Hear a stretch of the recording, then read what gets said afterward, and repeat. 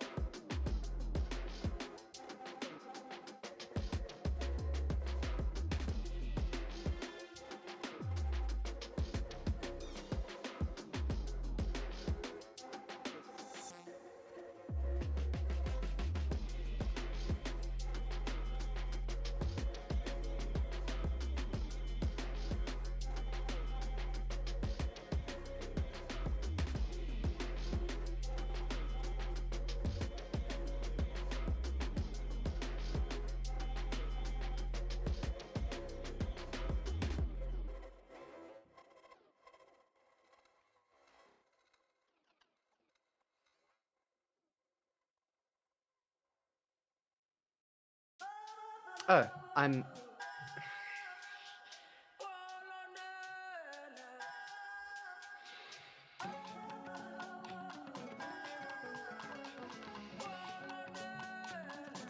What an asshole. Okay.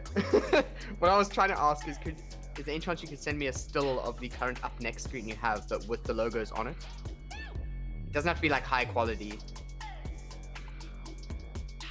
That'd be awesome. Yeah, that would be perfect. It's probably like in your clipboard only. Clipboard exclusive.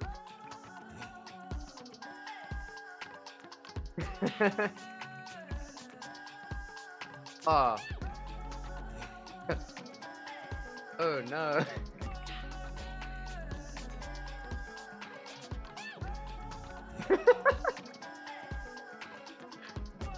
Hell, I didn't even know that OBS had a screenshot tool, so the more you know. That's amazing. You learn something new every day. It's probably like in app data, roaming, a backlink to System 32.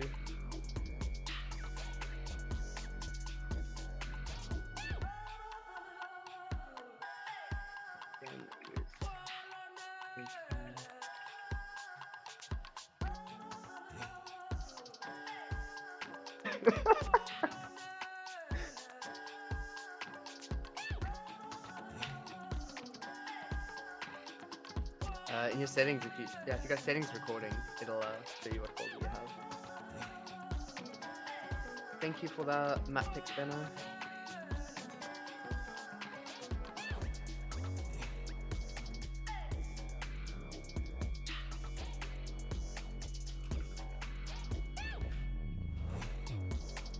Oh, thank you. So image as yes, that name is perfect.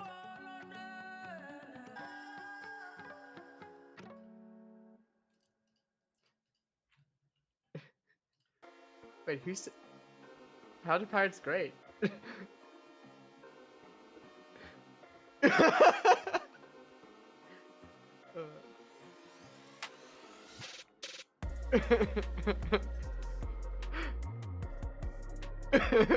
A welcome surprise, but a terrifying one still.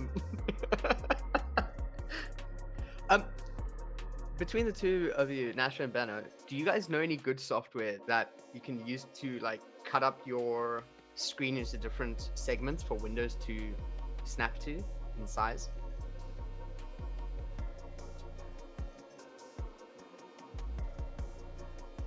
Yeah. Hmm?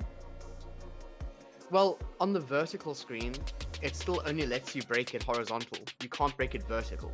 So I want to have half of the screen on top, half on bottom. If that makes sense. Because right now my vertical screen is... this is what it looks like.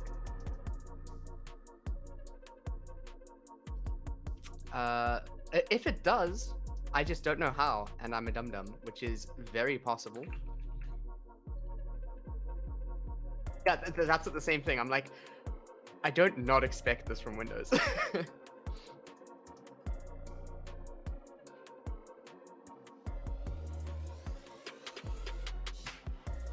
Oh no.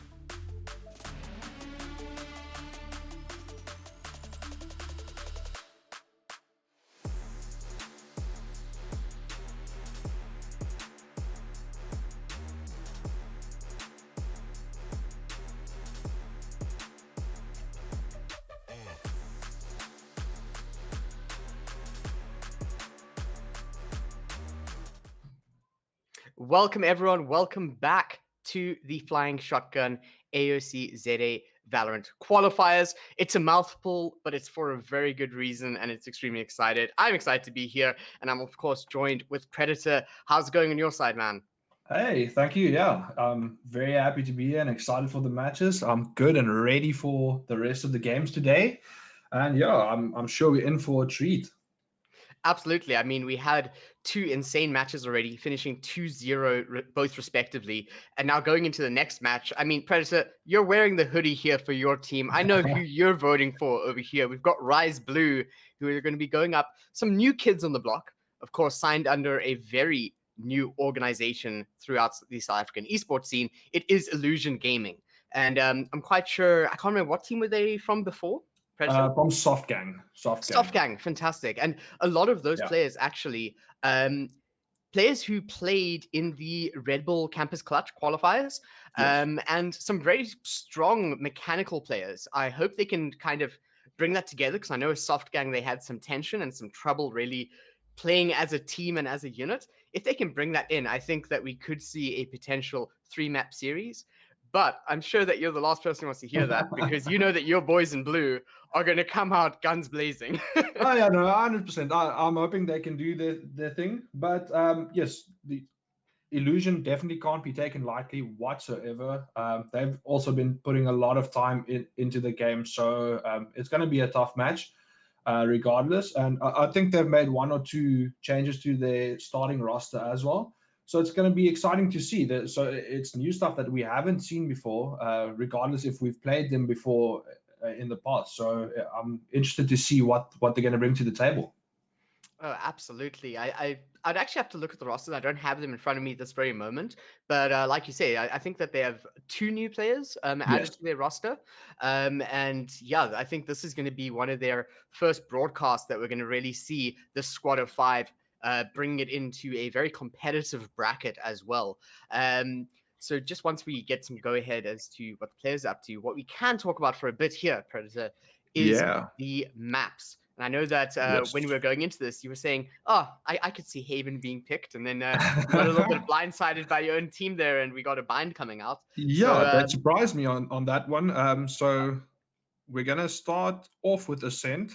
That one I did expect 100%. And then let me start with the vetoes first. Rise banning out Breeze, and then Illusion getting rid of Icebox. So we won't be seeing those 2 today. And then we're going to start on Ascent. And then we'll be heading over to Split, which is interesting. It's going to be the first time in the qualifiers that we see Split being played. And then third map, if needed, we're going to Bind and not Haven, unfortunately. For the production team as well, they were very keen to see that. Absolutely. But off of that, I think that this is quite interesting. Namely, from my side, of course, I absolutely love Breeze as a map. I think that Icebox is a close second, in my opinion. It's got a lot of problems, but with it having a lot of problems, I think it's a very exciting map to see how teams kind of tackle it and how they adjust a very stagnant meta around it. But we're seeing a little bit of changes here and there depending on how teams play it. And we saw a lot of Icebox yesterday in the best of ones over in the winners bracket. But moving off of both of those, I mean, Ascent, solid and standard map to play on. Rise is extremely strong there. And that's exactly where we're going to be going for the first map. Illusion Gaming over on the defense first. And we can see their roster, Snowy, Rem, PK, Young Fades, and that 5th Enigma over there that I unfortunately can't see. Yeah, I didn't thought of it now. I was like, oh wait, that's Rinsler. Rinsler. The Discord name's Rinsler. We'll see what it is in game. But I believe PK was not playing yesterday. So I think he's subbing in for the team, but he's been on the roster in the past. So he knows them in and out.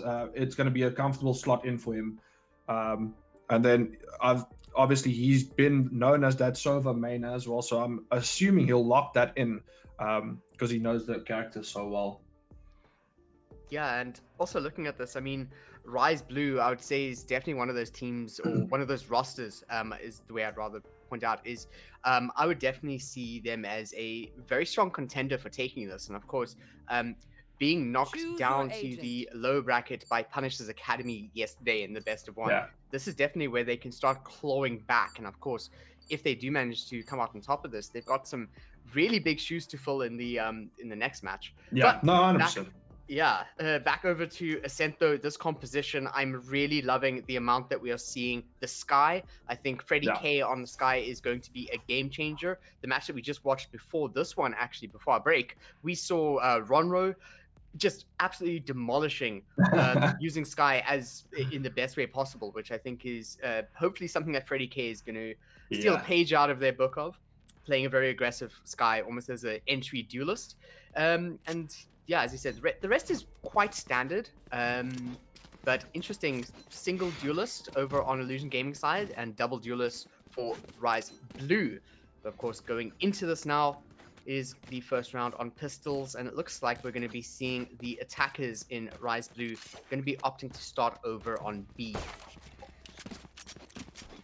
Yeah, so we see some changes coming on the Rise side. Freddie K on this guy stepping in for Lawless today. Lawless seemingly has some power issues, and Caesar dropping off that Astra as well. So no Astra in the lobby for this one.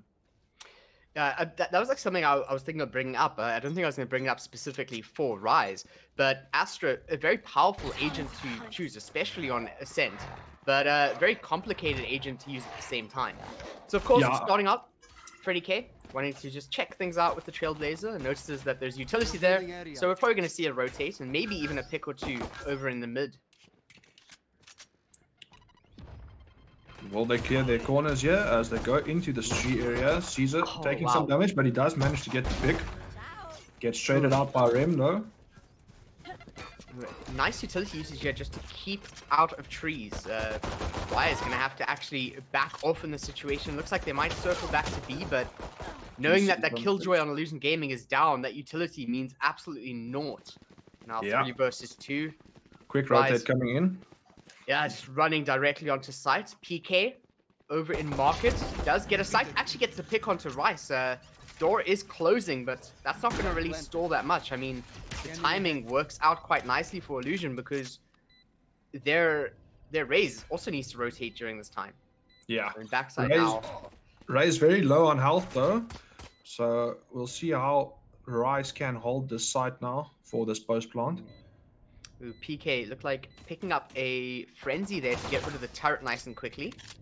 Ooh, I see Obliviate is also very low. That looks like a 1, 2, 3 HP. Ooh, and vulnerable 95 HP. Down Rem goes, and 2 versus 1. PK is running out of time and gets peeked from Svelia. Out of bullets as well. Yeah.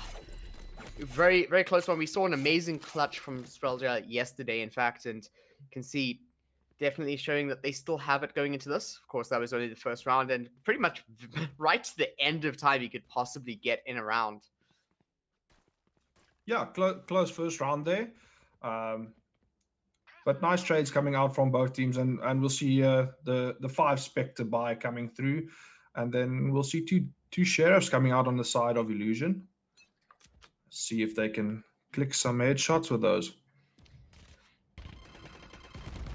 Oh, but Rem wanting to get aggressive, knowing that their team is at a deficit, gets a lot of information. The peak isn't coming soon enough. Guiding Light doesn't find anything, and Snowy has a fantastic position here in Wine. Oh, the patience is so good. Snowy could come out really big here. Young FaZe and Snowy pick up 2 together, but Rice and Obliviate are here to trade it out as the site comes under the control of Rise Blue. And Illusion Gaming need to find a way to bring it back. It is 3v3, but it still feels like Illusion Gaming are on the back foot here with the bomb planted already. Yes, and especially with the weapon difference as well. I think Rise is in a good position here, as we do see Obliviate falling back to that A-man, and he gets a nice headshot onto PK there. As this round really gets difficult for Illusion now to retake.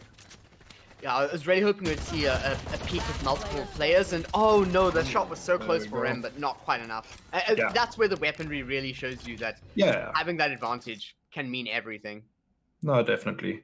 I think the gun advantage was just too much there.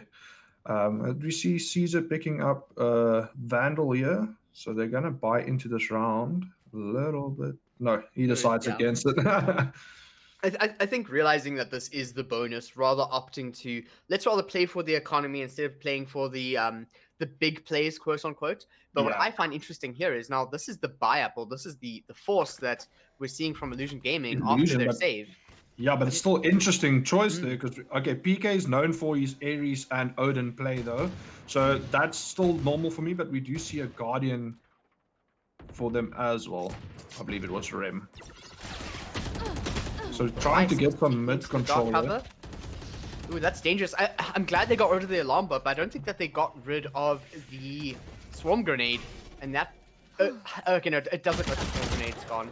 But, oh my word, Rem just dying to Spallier here, which means that Rise is just getting more and more space control on the map, getting a pick early onto A, and starting to position towards that young Fades.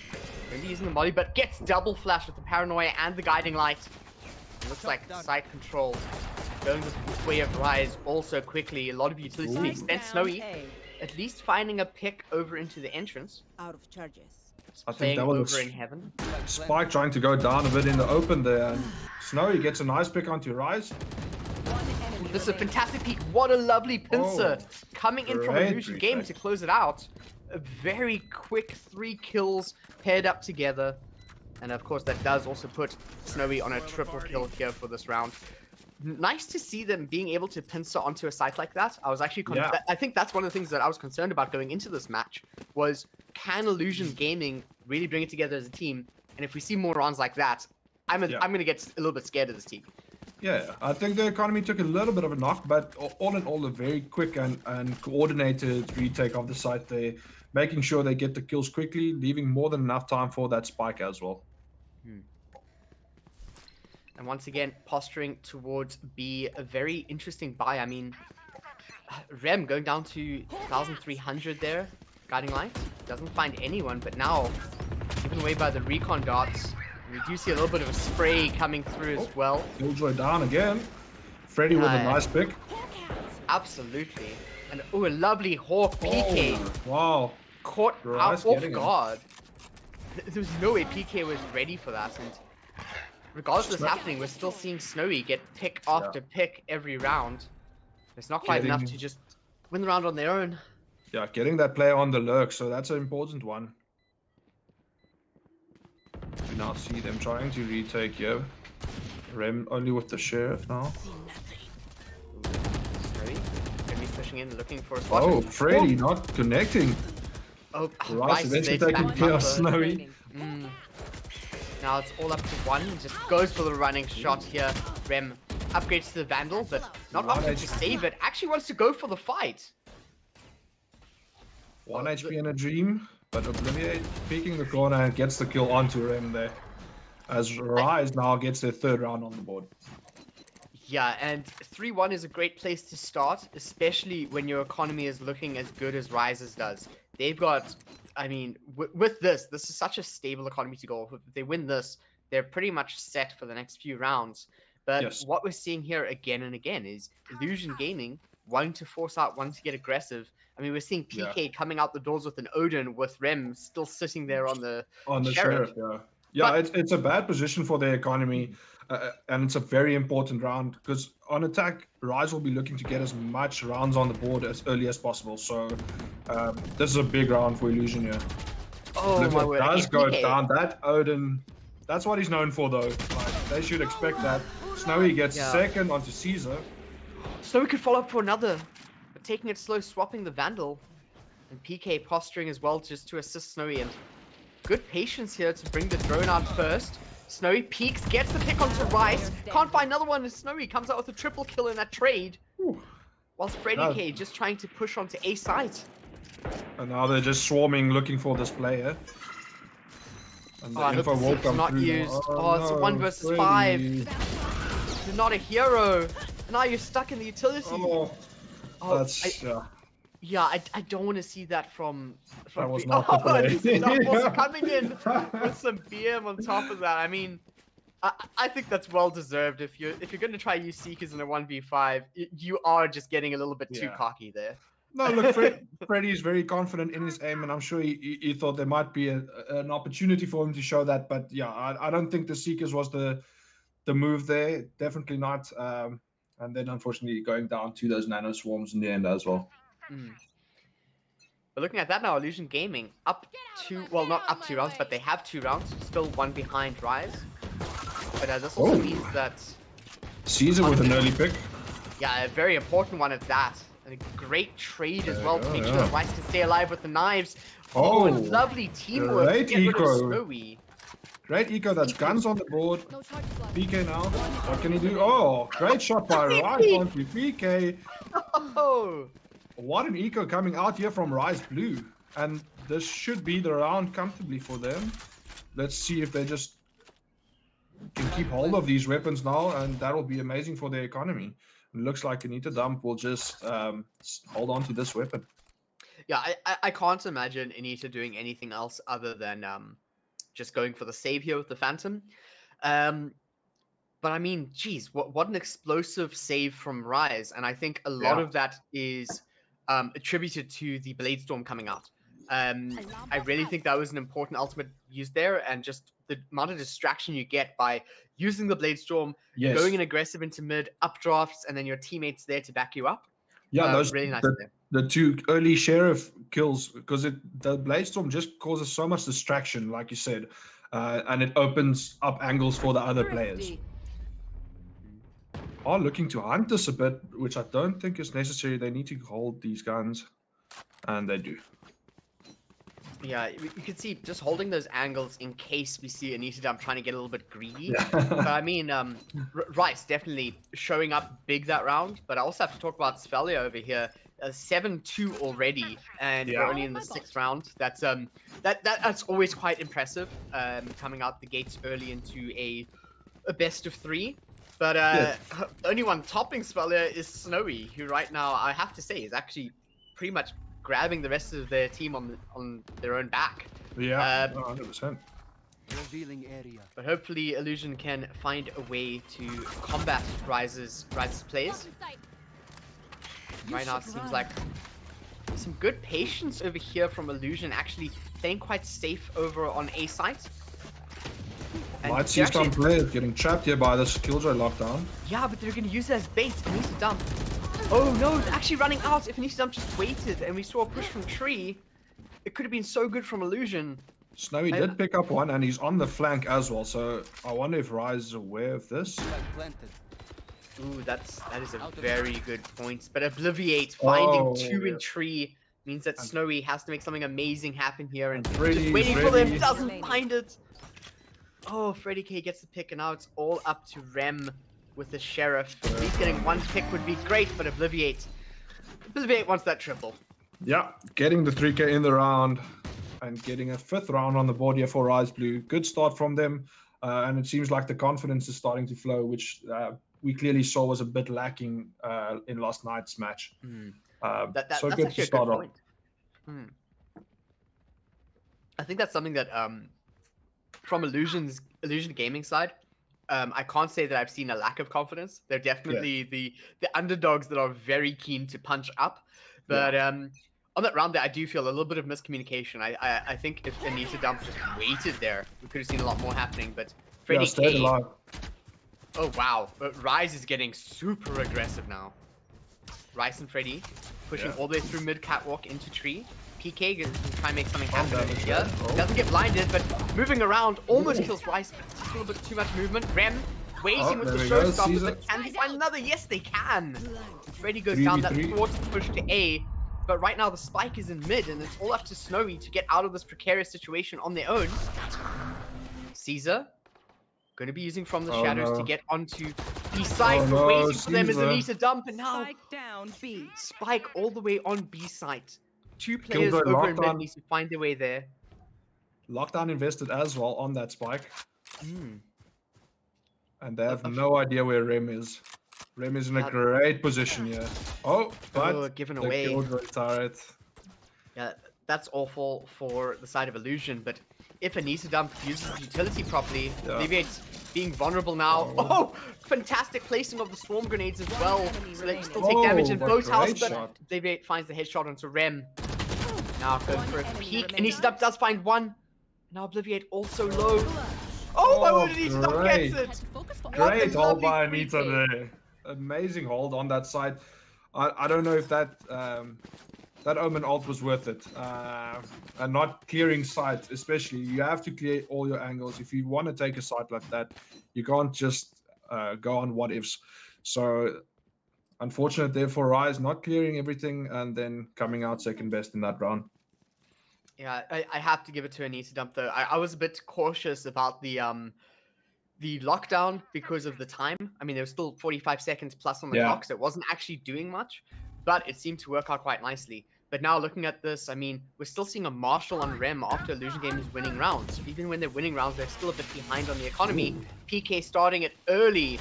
With a blind ultimate. Early with this Hunter's Fury and actually managing to land a shot onto Svalia, which does mean... Well, let's check. Oh, okay, he did see Snowy. Yeah, potentially still see something massive from Snowy. So he does get one.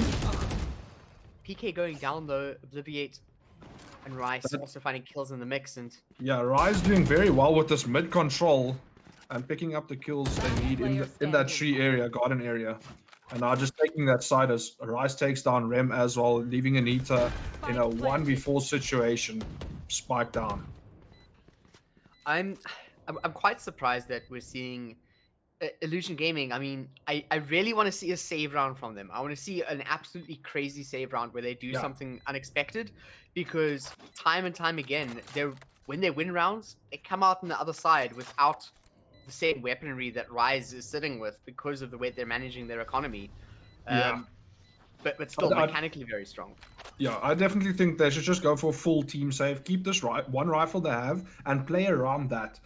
Maybe do something up mid or push one of the main areas aggressively, but play together as a team, but save and make sure you can get back into this first defensive half for them.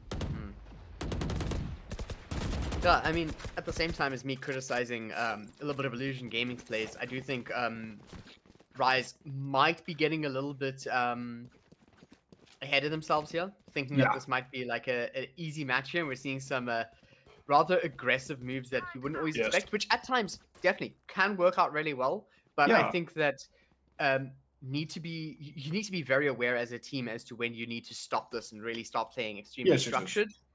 But definitely, you need to stay level-headed as well. No, you can't get ahead of yourself. But now this is a great 5-man push over here. Obliviate going to go with the lockdown, and Anita Dump is the only player on A. No one is watching main, which means that we could see a push coming right through from Rice. Okay. Okay, that's going to get rid of the lockdown, but it's strange. Oh, Spelsia falls to Young Fades. Oh no. Okay, this could be quite dire for Rise.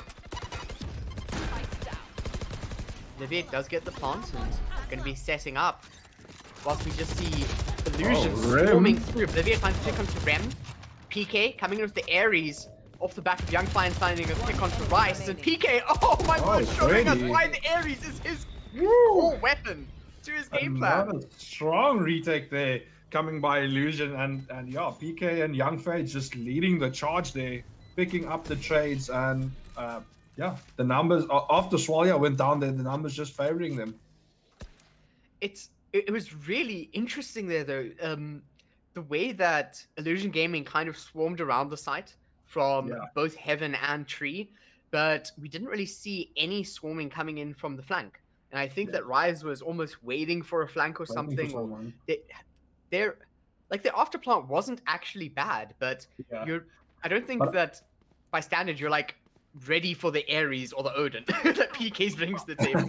True. But I think Svalia might have been caught out by that orbital strike because of that, trying to go look what's happening on the flank. And that might have caught him off guard a bit. Good clearing of B main here, and I'm liking what I'm seeing from Illusion Gaming, leaving the spike behind. We're not seeing these aggressive pushes anymore. We're actually seeing a more calculated, like, paced out game plan coming through from their attack. My only worry is that there's only 2 more rounds left in the half, and this is when they're starting on this playstyle. Hopefully they can keep it going and even it out. Whilst Rise keeping their mid-control strong. Snowy is going to pick Svelja up. Yeah, spots one there. Trying to spam that mid wall now. And Anita, just a very wide peak, but It's good enough to try and find someone. Svelja actually wants to push through mid. Hunter's Fury over into market, but players have already moved over to A to defend, and yeah, Spike very right now. blind. Very blind. Yeah. Ultimate coming out there and not getting any real info off it. I mean, But the interesting thing is that some people. a lack of info is also info. So that's why I'm surprised that we're seeing the shock dart come out, because that should have cleared a lot of their doubts. Yeah. But now, of course, Seekers, this is so important for Rem Rise. in trouble here. He's gonna get swarmed in a second. He does pick up the first one. Caesar. Almost Freddy. gets a second. Freddy K is hurt quite direly off of that. And Snowy now going to start pushing onto site 4 versus 4, and the plant needs to be made. 7 seconds left on the clock, and it does land. Snowy catches Rice over on the flank, and actually looking a little bit wide, which means pushing in and needs to dump. Finds a pick through Boathouse onto Freddy K. And Young Face finds trying to track back. 2 players left of Rise, and we're just going to see so much aggression. Look at them go! The Killjoy turret even picking up one. And they'll get a first on the board here. Absolutely, and I'm actually becoming more and more of a fan of Illusion Gaming here as we see more of them play. I was very concerned, but I'm starting to see why they play with the Ares, why they play with these LMGs. It's actually part of their game plan, and it's something that is quite unorthodox. Look, PK has mastered these weapons. He knows what they're about, and he loves using it. He's really good with them. You know, like we've even heard rumors that he goes to the range practicing these weapons. So the man is committed to it, and it works for them. It does work for them, and I must say I'm really impressed by their retakes here. If they keep the numbers on board, they get these retakes. Nice pick here by Rice on Snowy. After Snowy popped that Empress as well, so that's a big loss for them now. With this lockdown, they have to push this. They don't have utilities to stop it, and Rice gets caught out absolutely off guard. This lockdown shouldn't really stop too much. Freddy K gets rid of the turret, but Caesar actually sitting on with the spike over on B site. Rem doesn't win that fight. Freddy picks up one in heaven as well. Numbers not on Rise. Yeah, seemingly Rise doing amazing jobs on these save rounds, the eco rounds. Yeah, I mean, I'm not sure why we saw such a hectic eco, especially because it's the last round and a half, and that feels awful. It happens. Young Fades finding another one following that, but he does fall down to Obliviate. Killjoy. Yep. And I need to dump one away from the lockdown, but not going to have a chance to utilize it. Turret already in place. Yeah, a lot of util for Obliviate. I am liking this, knowing that there's probably utility here, but actually not finding the storm grenade. That is a little bit of a off the average placement. Okay, but the nano swarm does get rid of his turret as well. That is actually very true. That's an interaction that you often forget about, or at least I often forget about. Faking the defuse, waiting for the peak. Obliviate goes to the peak and just toying with Anita. Oh. That was a great battle there between the two Killjoys. Absolutely. I was very concerned there because from Rice's side, it was last round and we actually saw over 2,000 credits sitting on Rice not being used, and and a classic opting to use the Blade Storm, not opting to go for a Spectre or anything. I was very concerned for that round. But of course, went down to the wire. We saw fantastic aggression from Rise and then a bait and switch sending the spike over to B. Worked out really well for them. But now, of course, 7-5 for the first half. Rise definitely in the lead. But Illusion Gaming not trailing that far behind. And we'll have to see, does their aggressive playstyle translate over to the attack? Are we going to see Snowy pop off some more? Or is Rise just going to stop them in their tracks? And Obliviate also doing very well in that Killjoy. 14-5 in the map so far. So that's some really good numbers on the Killjoy. But yeah, I mean, it is a more defensive map. So I think it's a good start for Rise, getting 7 on the board on attack. So let's see if they can keep up on defense now as well. Snowy gets the first pick onto Rice. That was a very good point from your side there, Predator. This map is known to be defender-sided. But we'll have to see if Illusion can shore off that disadvantage that they're sitting with. They did actually opt to go defenders first. So they're definitely aware of that. And Yeah. oh, Freddy! Freddy gets the first Really one. big peak. Gets the second Take on as well. Snowy. Okay, Oh. and then through the wall from Anita. Jeez, the amount of... I would actually love to see statistically how many wall bangs does Illusion Gaming get compared to other teams. It Yes. seems like that's where a lot of their kills are coming from. It's very impressive to see. Okay, But now now- going on to this A side, but the Killjoy setup still strong here, but they're gonna avoid that. They're not going to expect this from Caesar. Okay, Caesar getting a little bit scared there, and Obliviate falling due to Caesar not being there to back them up. 30 seconds left. 3 versus 2. Illusion now got the numbers, yeah. And the Killjoy is down, so that util is now useless for the side of Rise. Last player Caesar standing. knows, but Rem also ready for someone pushing up into them. Yeah. Spelzer wants to get some more bullets into the mag. And already waiting for them, Rem coming out with a 3k and Anita dumps turret also just waiting there. That Just was to a annoy rough- people. Yeah, I mean that was a really rough first round, pistol round there Yeah. for Rise. I feel like Yeah. Snowy taking Rice down early might actually be part of the game plan they need to come into this with, whilst they're on attack. No, definitely. That was a very, very clean pistol round from Illusion. Looks like Rise setting up an interesting move here, all bundled up in mid. So we'll see something aggressive coming out from their side. Ooh, and right away we do see over in mid, dark cover blocking out top mid. Defenders pushing out, but Anitadam just spraying through the dark cover from the defenders. And once some more, just One enemy so much remaining. information being granted. PK gets a 2k. PK! shot grant. And Yeah, that I keep getting amazed by Illusion Gaming. I was saying that my concern is their communication, their teamwork. And then perfect communication behind a dark cover, full trust from Anita Dump and PK to throw everything through the dark cover because they have a player in top mid telling them that they're in front of Fridge. Fantastic play, fantastic teamwork. And I do feel if that went differently and Illusion Gaming wasn't prepared, Rise would have won that fight without a doubt. So Yes. fantastic work from Illusion Gaming. yeah, it almost felt like they were prepared for that and waiting for something to go down in mid. Because you saw all 5 players peeking out there, and then PK with the shock dot picking up a double. It's always nice to see the Sova mains using their util well. Absolutely. Ooh, okay, PK just waiting over here in tiles. Does have the Ares, and this means that the magic is going to start happening for Illusion Gaming's. One of their star players, I would say. Young Fades goes for a peek, gets a little bit of damage, but actually opts to wide swing it without a reload, no backup. A little bit too ballsy, and now Illusion Gaming does not have a controller. Freddy He now finds with the people wide Freddy. pick. Yeah, and Rise down low as well. I think he was heading to Freddy for a heal, and now that's out of the question. but that does mean that there's some presence in mid. Spellia just waiting and does have the rifle. Doesn't have a wind up for the fire speed, which is quite important in those type of fights. Anitadam is just gonna wait over in wood here, which I do not think. Oh, Spell's just gonna be not- ready for. Yeah, not expecting that. 30 seconds left. Good awareness of Rise where going down now. he goes. Oh, Obliviate. Alone versus 3. No! And oh no, He missed the shots. Caesar now in a 1v2 situation for this retake.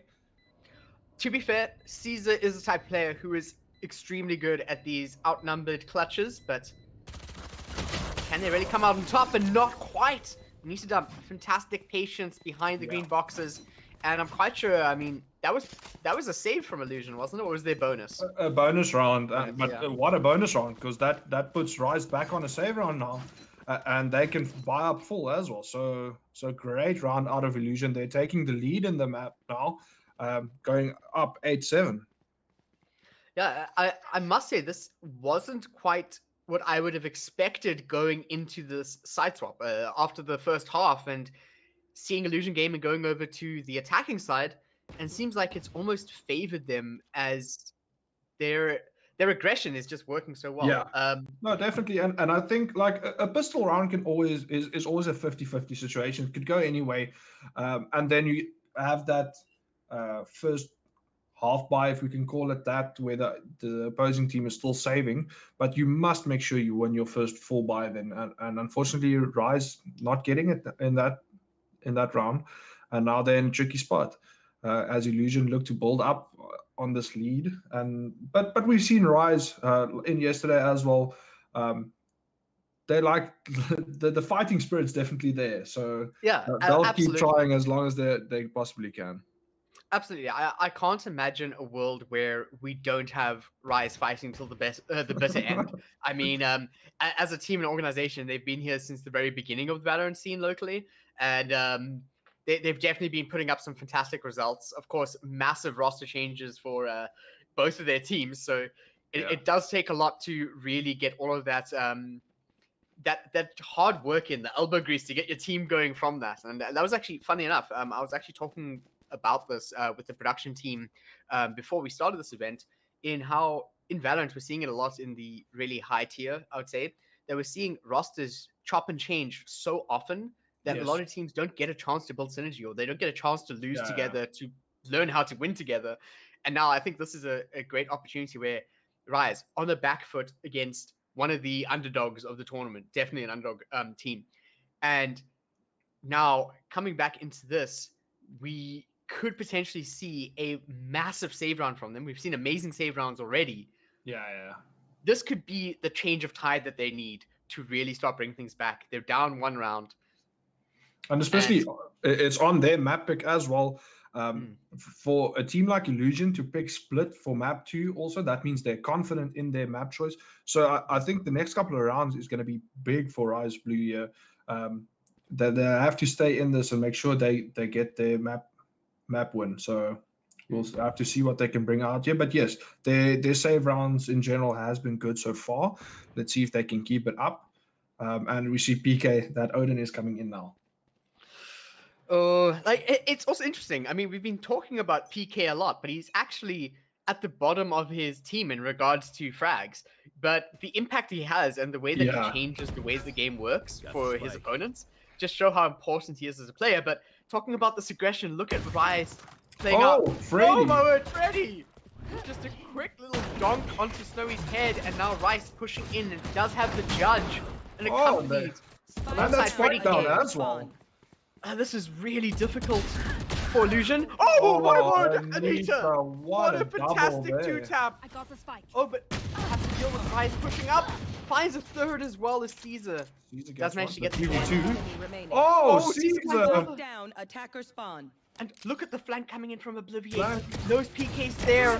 What a fantastic round for Rise. There we go. We said it. Their save rounds are real strong, and they managed to pull it off once again. And it all started with that amazing first pick from Freddy. Absolutely, and I have to say that could have gone either way. Anita getting one of the crispiest double kills I've seen in quite a while, but then Rise being able to run and back up, knowing that the spike is there, knowing they have to go now to make sure that we don't have a full rotate, and then the sneakiest little push into spawn coming in just to close it out. Fantastic work from Rise, and this is where they can rise above. Yes, they have to build on it now. I think this is the first full buy round for both teams, if I'm not mistaken. Definitely one of the first, actually. It's been such a strange second half. Yeah. So that they'll definitely have to look to build. As Snowy picks up Rice. What a pick there. That's a big one for Illusion. Snowy running the Ego Vandal and going into the Ego Peak to get rid of Rice. Oh, and Freddy getting sprayed now. Following the traces. Fantastic spray control from Snowy, absolutely. And managed to get into sight now, but does have to deal with a lot of utility. Gets caught in it. Obliviate. Lineups just, setup's just too good for Snowy here. But it is still favoring Illusion. Spike was left behind. Oh, what a pick there onto Obliviate as well. Killjoy lockdown now coming in as Swalia also goes down. They're all just peeking one by one, which makes it easy for Illusion just to get the kills. I feel like that was an interesting plan. They weren't ready for Ram to be so aware, and Caesar looking over Young Fade's head. Also sneaky, but here we have Illusion clawing back once again. That was another great round from them. Yeah, absolutely. So clean. It's interesting now as well, because what does Rise do with their economy? I mean, you definitely don't want to let a team get to the double digits, especially in Valorant more so than any of its contemporaries, due to the fact that you only have to get to 13 rounds to win. If you get to those Yeah. double digits, you are so close, you're on the precipice of victory. And Yeah. then you can really start applying pressure over to the economy. But look at this aggression once again. Rice comes up, but gets taken down by PK with a lovely headshot. Showstopper has been forced out of Rem's arsenal. I see Young Fades did pick up Obliviate as well. Oh, and So numbers immediately on Illusion's side again as they decide A is the option here. We see Young Fades already so aggressive getting all this info. Spellja could potentially find Rem caught unawares. Shots have been fired and fortunate dark cover though. Play here, but Rem here's the footstep. And just a quick move 180 around it. Oh, Caesar, that headshot was dirty. Man.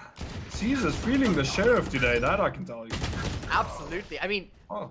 the problem here, definitely feeling the sheriff, but needs to get a Vandal in their hands. We need to see more Vandal on Caesar so that they can actually use the aim that they're harboring here so far. Yeah. Which we are seeing a full buy come out, and economy is a plenty for Illusion as they are on the double digits now. Rise Blue need to dig deep, and at least ultimate-wise, they do, however, have the lockdown as well as from the shadows, which means that we could see some interesting fakes. We could see easy rotates over here for Caesar to make sure that the rest of the team can be accompanied from a push. But of course, starting things out, we're going to have the Empress from Snowy. Getting rid of this door so long.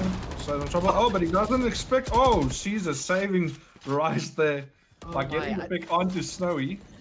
I'm amazed that we didn't see Rice fall there.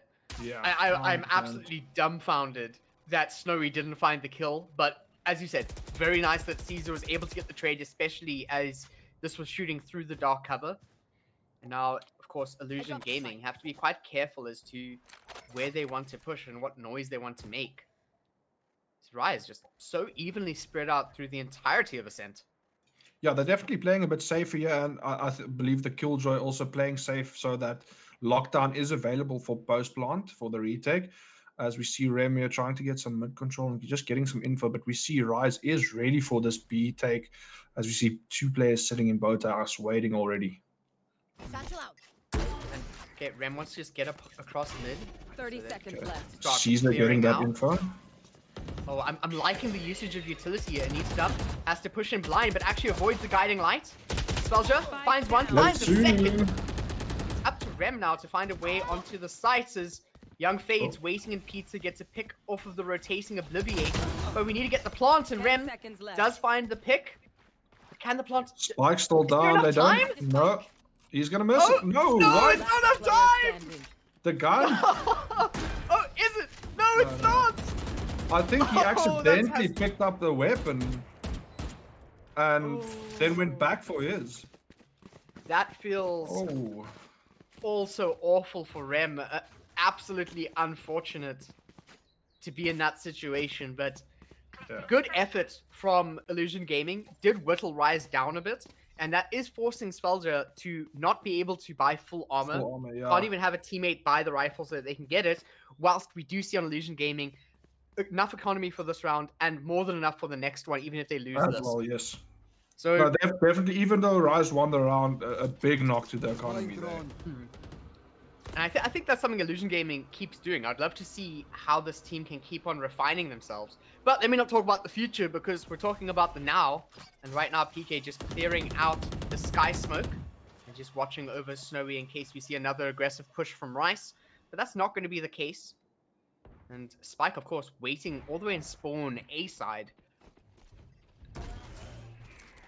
Oh, what? Rem? Oh. But they know where Freddy is. Yeah, they got the info on Freddy there. What a clean shot. Freddy not expecting them to speak out as Rise now walks into the open as well. Snowy getting a pick. That's a big pick for them, and the numbers now strongly on Illusion's side, and they are heading over to B. But with this, I mean, they clean out what they have to be worried about for A, but now they're just walking into a death trap, an absolute pincer that's waiting for them over in mid. They don't have B control just yet. Hunter's Fury is coming through, but Snowy gets the pick onto Obliviate, which means that the flank is open, but Caesar's waiting for him. Headshot over onto Snowy, and PK.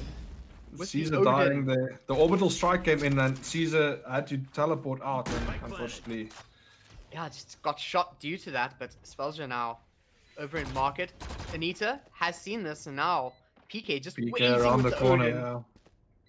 Oh, this is so difficult for Spelja, and just through the wall. You'd love to see it from PK. I would hate to be in Spelja's shoes right now, but I just love that we don't see this very often. And here's a team that is known as an underdog using another strategy, and it's working well for them. And the thing is, with these Odin and Ares plays, like, because it's not often seen, and it's so annoying, let's be honest, like, it gets into your head as well. It frustrates teams when it happens to them. So it can definitely have a big effect on Rise having to deal with this weapon. Oh, absolutely. But I mean, it's one of those things that we have to overcome, and it makes you a better team because of it. But Spelja just W keying right through. You can see Rise want to get this round over and done with. But a great paranoia does at least get a pick onto PK, getting rid of the Odin, and actually opening up two weapons is Rise now getting a 2K over onto Snowy and Young Fades. Yeah. And here we go. Once again, look at the save from Rise. The aggression paid off. Spelja was the martyr to allow for the rest of the team to come out on top like this, to just show that they have what it takes. Rem finds Caesar, now has to deal with Rice. Showstopper even comes out just to make sure. Oh my word, we see! Oh Rice! Oh my word! What an amazing dash from Rice.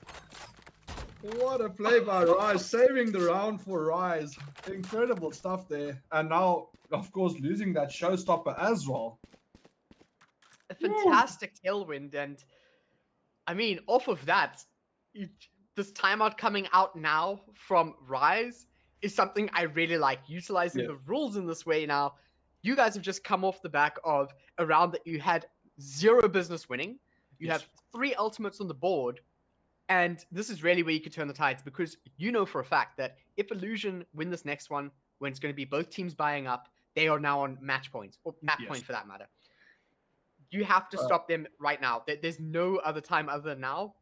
If not, it's over to overtime, or your map goes away. But no, this is 100% a very big round for Rise. So I think it's a great timeout.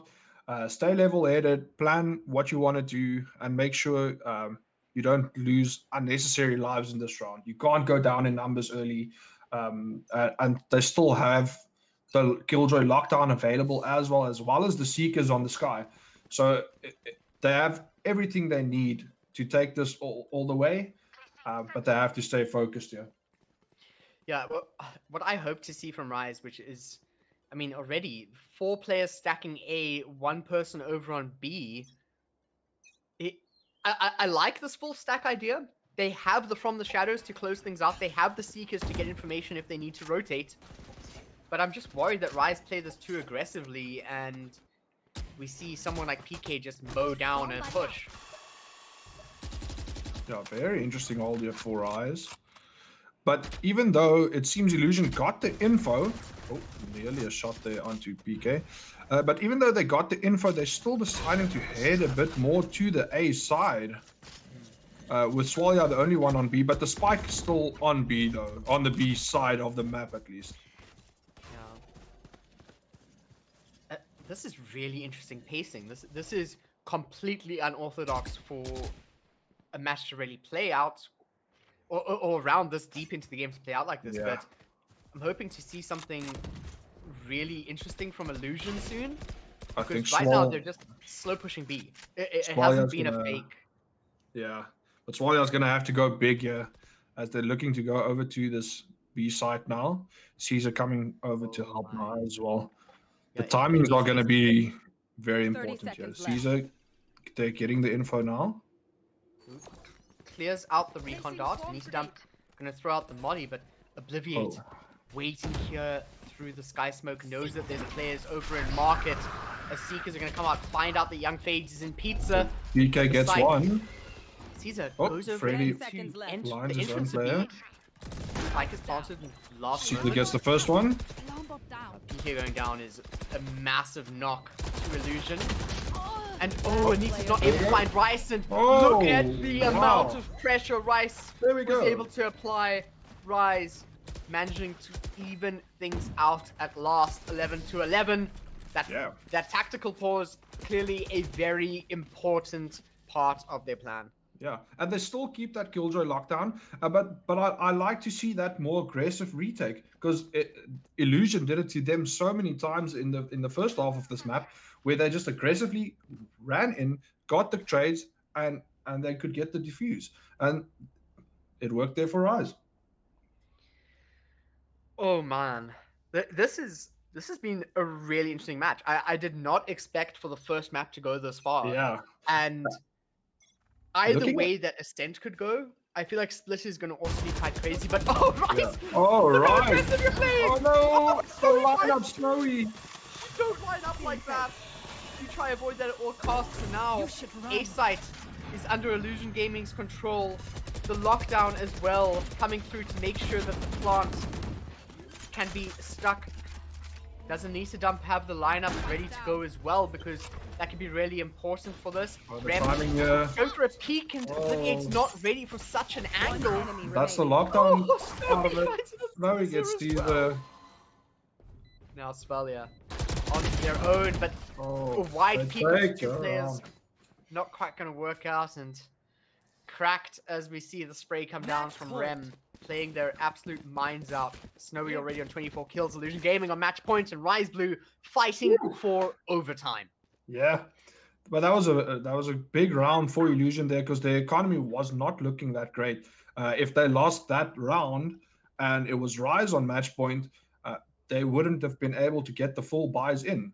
So very big round there for him, for Illusion, and they get it on. So it's match point to them. Oh, so now if I'm Rise right now, I mean, I know you are Rise, so I can't ask you the question. But if I was Rise right now, I think I'd be trying to play this as slow as possible. And As you say it, Sawyer said, goes down. yeah, Svelia playing aggressive over in B main. Snowy just so unlucky to Svelia, but Snowy knowing that B is the site that you need to push, and now And B again, they left things open. yeah, they got all that info. Snowy's onto site. They know where to go. Oh, but now everyone's left A. The spike is taking a really long time to get to B. This is a recipe for disaster for Illusion Gaming. Trying to think about that, but Oblivion Obliviate picks one. finds Anita's head. Oh, Rem comes picks out. up Caesar on the flank again. Oh, Freddy Now it's on up his to own one. now. Freddy not BK. able. Attackers win. Woo. Wow. Closing I mean, out the map number one. absolutely. I am so impressed from Illusion Gaming there. Winning out Ascent 13 to 11 over on Rise Blue's map pick, which does mean that our next map is going to be Split, which would be Illusion Gaming's pick. Yeah. But just to talk about what we saw on Ascent there, I honestly feel that Rise Blue, nothing against them, they played really well, but the way that Illusion Gaming plays is so unorthodox. We're not really, not necessarily used to playing against this, and due to that, I really feel like we saw some amazing plays coming out of Illusion, and definitely using how strong the penetration is of weapons in Valorant compared to Valorant's competitors. It really shows that knowing this difference and being aware of it can work out really well. I'm not just talking about the LMGs. I mean, Snowy getting kills through walls time and time again, having no business of getting these headshots, but managing to do it with the Vandal, and very impressive plays from them. So No, super keen to definitely. see some more. Illusion definitely came out to play today, and you can see it. They're confident, and they're playing very well as a team. And yes, on Rise's map pick there, it's going to be crucial, because obviously, like I said earlier, for a team to go pick Split, they're obviously confident in their map choice. So Yeah. I think it's going to play in their favor big time, and it's going to be interesting to watch here. Yeah, I mean, Split is probably one of the least played maps. I mean, compared to, what do you mean, Breeze, because it's the most recent map away from Yeah. Fracture, with coming out in the next act. It really shows that Split is just unanimously not really a liked map, especially in the South African scene. Yes. So having this being your source of like, not only does Illusion Gaming play differently, they also play different maps. I'm interested to see what their team composition for one's going to look like and how they're going to be playing the sites. I actually see quickly double check whether they are attacking or defending first, and Rise chose to defend first. So Yes, we're going to see Illusion Gaming attacking first, and I feel that's the perfect way to see them going into that. But it also allows for Rise to learn a lot about what type of playstyle they're going into Split with. No, definitely. And I mean, like, we all know Split is also a lot more defensive sided, but in recent times, not that much locally because we don't see it, but internationally you do see there's some interesting strats coming out on Split, and players trying to counter this defensive sided map. So it's going to be really interesting, and if Illusion can carry over the confidence from this map one into the second map, it's going to be big. I think if they get a couple of rounds in early, Rise might be in serious trouble here.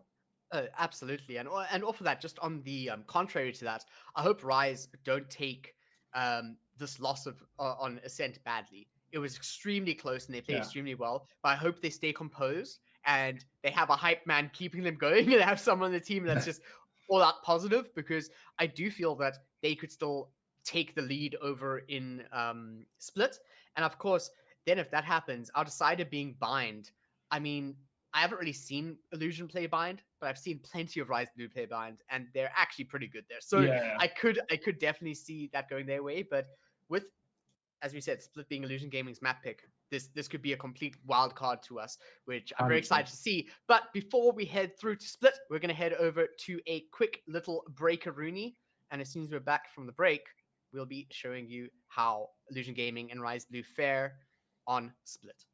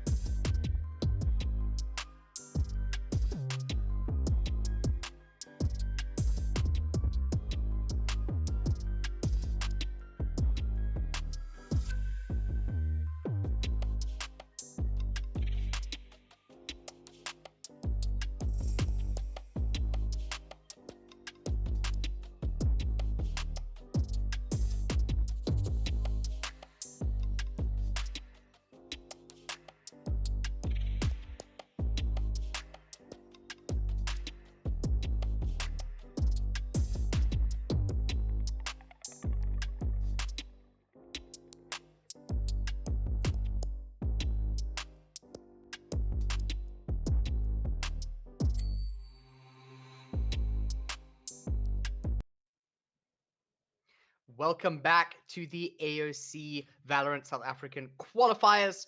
Of course, everyone here is playing to get into that top 4 to qualify for the Havoc tournament, which is going to be happening later on in the year. Of course, I'm here, Cloudburst, and I'm joined with Predator, and we just saw the underdogs in Illusion Gaming take down Rise Blue 13-11. It went down to the wire over on Ascent, which was Rise's map pick. But now we're going to be heading over to Split, which is Illusion Gaming's map pick. And Predator, this is quite a dire situation for Rise to be in here, it being their map pick. But I want to know from you, do you feel like they've got what it takes to bring this back?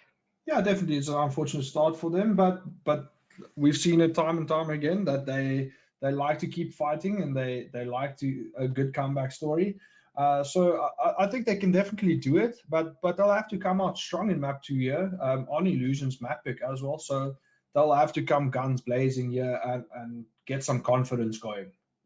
Absolutely. And talking about confidence, a little bird told me that one of the players from the main roster has returned to play. Is that is that going to be happening here? Yes, Lawless is back in the server. His power is back on. So I mean, it's always, you can only incorporate a sub player that much in practices and stuff.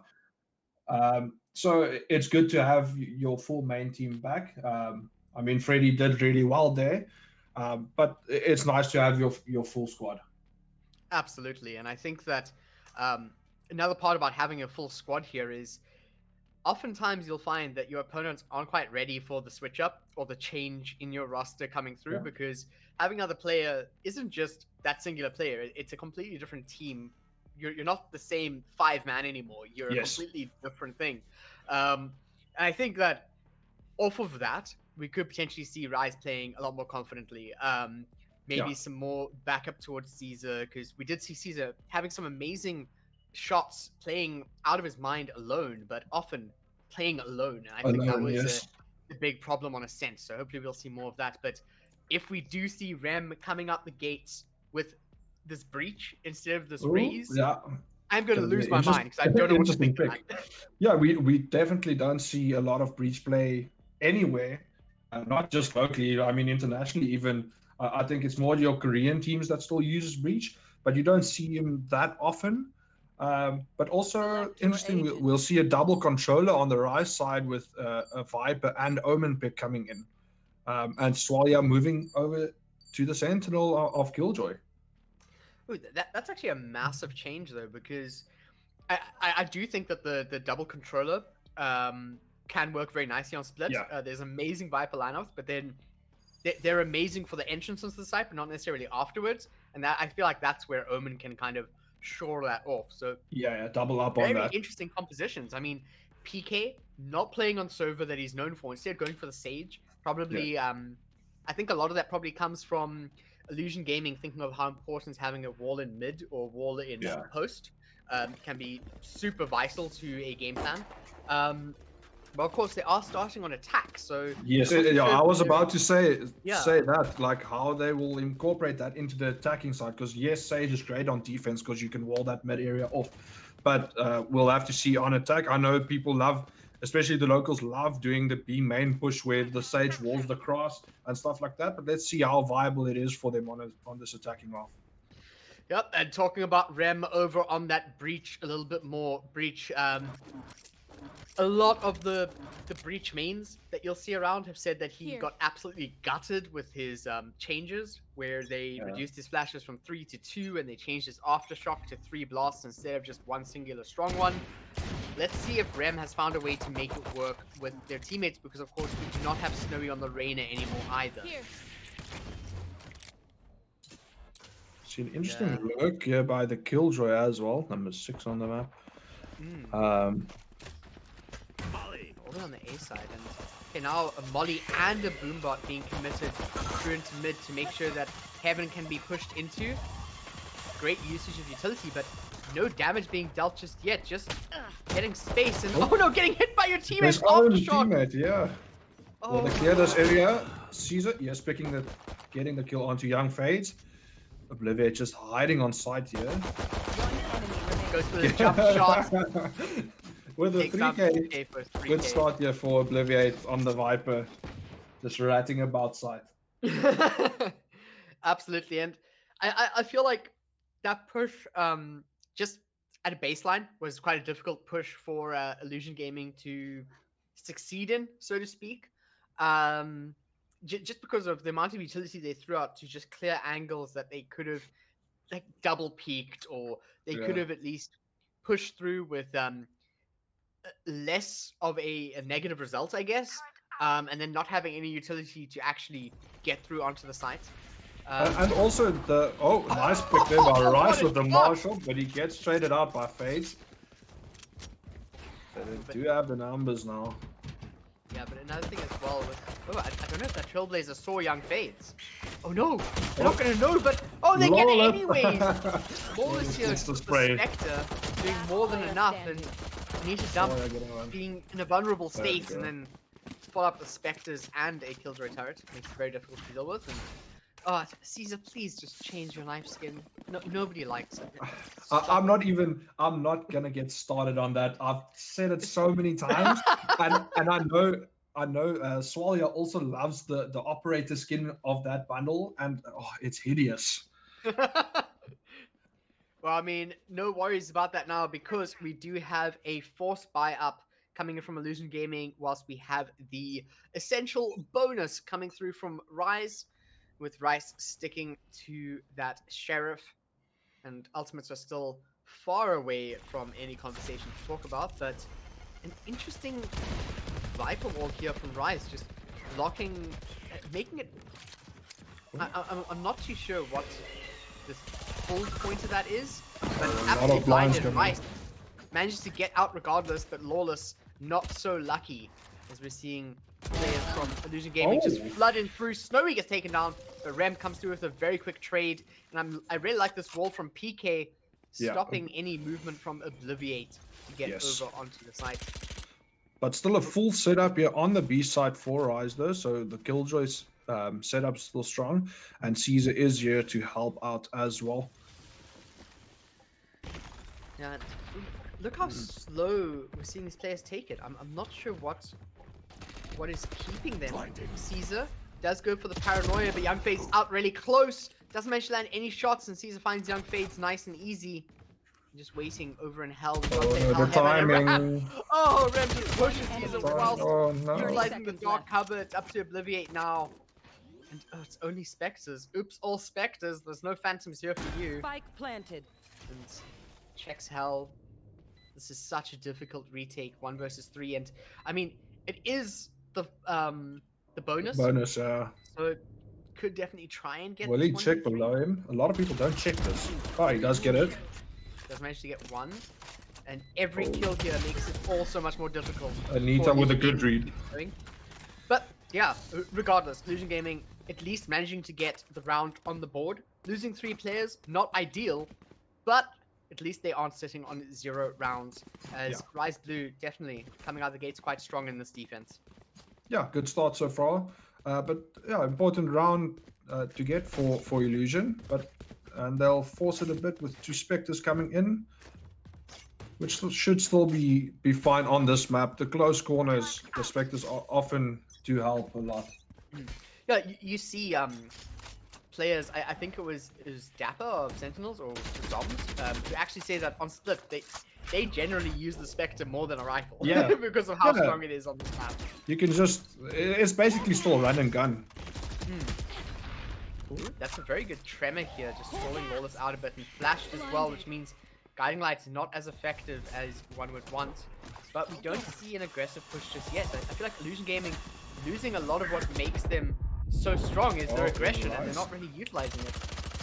Good strong crossfire. From Rice and Caesar. Aftershock, which Rice is just going to tailwind out of. And through the smoke, Caesar finds not 1 but 2. PK blocking it out with the Sage Wall, and going to be waiting for a player to push out. Does get caught, and my word, through the smoke finds another, but 10 bullets in the clip. Are they aware there's another player there? It's all up to PK and Rice. A little bit of a 1-2 Chalala. I don't know what Yeah. it's called. What's the Good shuffle. shuffle? There we go. That's what I was looking for actually. But Yeah, I think overall good steady round there by Rise, getting the picks. But wow, that PK, that double from PK though, that was such a nice flick onto the head. I can't remember who the player was. I think it was Caesar. Caesar, yeah. Very nice flick onto the head there. Yeah, just following the traces, you can see that they've definitely worked quite well to make sure that they understand the mechanics of the game. But off of that now, okay, so off of that now, looking at the economy though, Illusion Gaming here, their economy is not great at all. I'm not sure. Of course, we are in a tech pause right now, but I don't think that Anita Dump is going to stick to this full buy. Probably Especially, yeah, I can't imagine so. But off of that, I mean, Rise, they do actually have a pretty good economy. A few players will be able to buy next round regardless. Actually, okay, not. three players. I So, actually think if I was Rise here, well, yeah, but Caesar, I think Caesar shouldn't go for that judge even. Like, I think he can go for something lighter if they look at Illusion's economy, because that means he can save up and save money. Does he change it? No. shut them down quite a bit. Almost. I mean, But yeah, like, I think yeah. like he can build up economy for himself if he goes for something a little cheaper, like even something like a Stinger. Might be a viable option, or even just a sheriff. We've seen what he does with the sheriff so far today. So, but let's see if it works for them. You know, I do want to see once we have the player reconnect. I assume that's one of the players from Illusion Gaming that's disconnected. But if Anita Dump sells down, then as you said, yeah, like for Caesar, it could be great if we do see a lighter buy. But alternatively, we could actually just have Obliviate buy for Caesar, and they go all the way with weaponry as an alternative. And I mean, their economy, yes, it would hurt it quite a bit, but it would still be better than the situation that Illusion Gaming's in. Yes, 100%. But also looking at where Caesar's sitting, currently in heaven, over on A side, which I don't think the judge does all that much there, especially with the amount of Killjoy utility that's set up on the entrance of A main. Yeah. If you're sitting in the Killjoy utility, which seems like that's what Caesar wants to do, I'm not too sure what the plan is. But, interesting setup here for them. And a lot of info coming through quickly, and Rise deciding just to get offside for some reason. Just doing a very... Okay, I think they were prepared for the save buy, so they thought a rush might have been coming through. But now the info's there. Okay, we need to get back to B side. I mean, they still only have one player on B, so to speak, and one player on heaven, or mid for that matter. So this guiding light could be very important, and no, it doesn't find anyone. No effect. But the smokes go down. Oh, my mid could be an absolute slaughterfest. Rice could have the time of their lives here. Knows there's players here. Goes for a peek and finds both of them as well. Both headshots. Wow, did he stay alive there? And he gets filled up on health as well. Oh, Snowy gets Obliviate though and gets a weapon upgrade there. Swallow takes him down quickly. Oh my. And Lawless coming in. Powers on and the aim is definitely activated. But off of that, I do have to point out that Rem right now is sitting on that Rolling Thunder ultimate from Breach. Which could be extremely important in this this round coming up. Yes, no, definitely. They'll look to fully utilize that ultimate and get some rounds on the board here as they go into their full buy. But I think strong start here from Rise so far. Good picks. I don't know how Rise survived that, but he did. He got the 2 kills. Yeah, it was very interesting that they survived that. But quick little headshot flicks are always welcome. And of course, we do see Illusion Gaming once again posturing very much towards the B site. Spike is actually in Ramen this time. Lawless, that increased FOV and like viewing distance that you have from the Trailblazer is such a massive buff to Sky. It's fantastic to scout this out. And of course, Rise do have Seekers ready to go as well. So if we see a push, that could actually be quite thwarted with the Seekers just causing some general disarray, or if it hits someone, applying that stun can be also important. And also interesting to see that Rise is leaving this B side very exposed, with Obliviate playing completely off-site. Oh wow, that's But okay, Rolling Thunder over in heaven, which does allow for Snowy to get onto the site with the Showstopper, but there's nobody there. Does manage to get the pick onto Obliviate. Rem finds 2 in the absolute chaos that was mid. Following the Rolling Thunder. Swalia, big plays.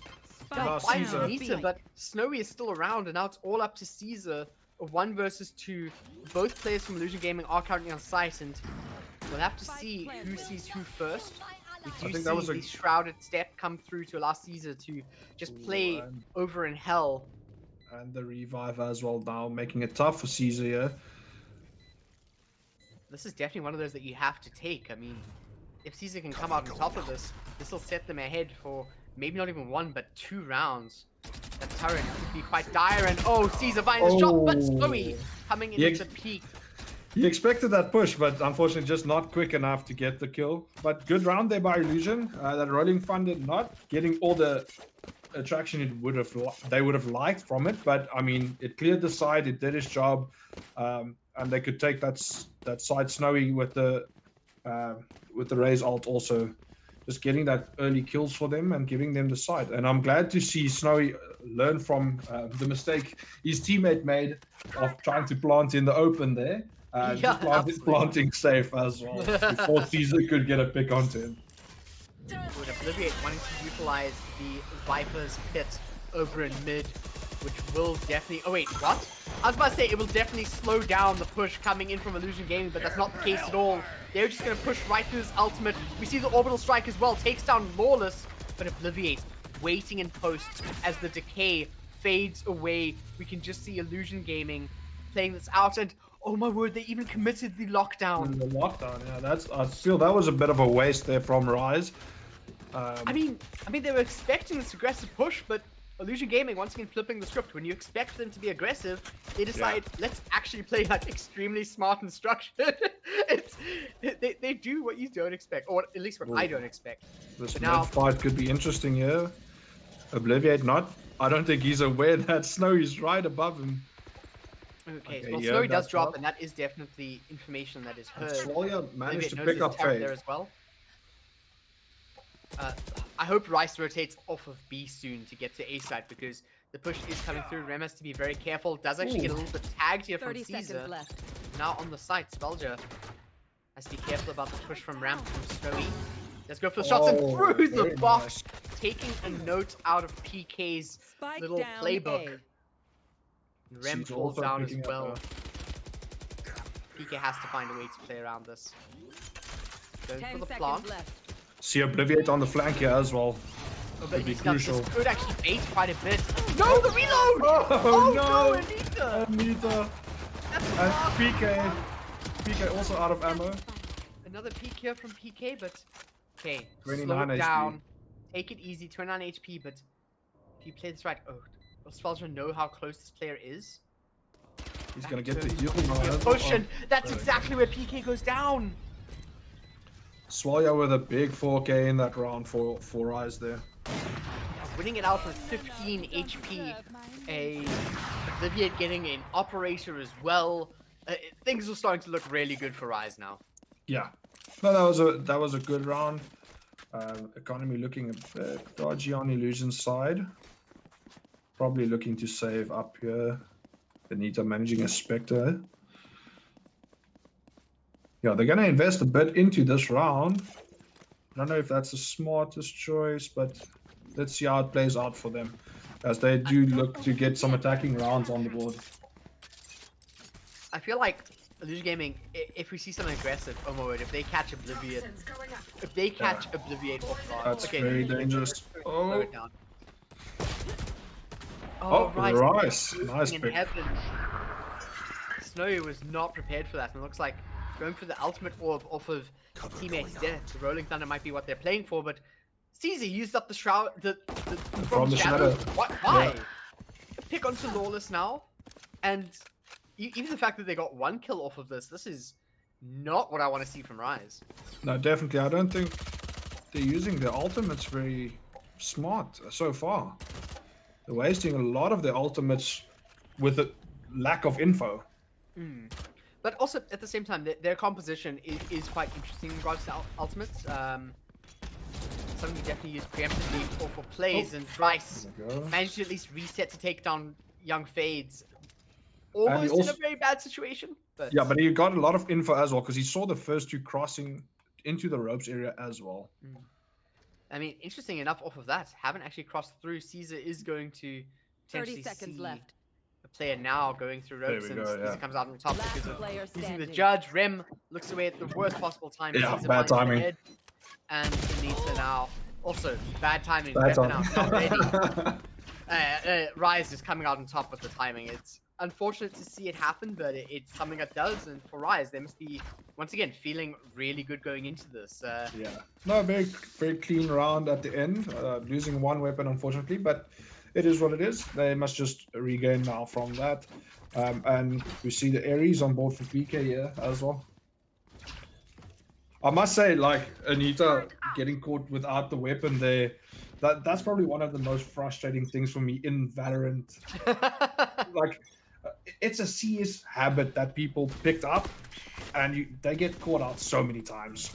Absolutely. I mean, having your knife out for that movement speed is important, but man, it can screw you over. Yeah.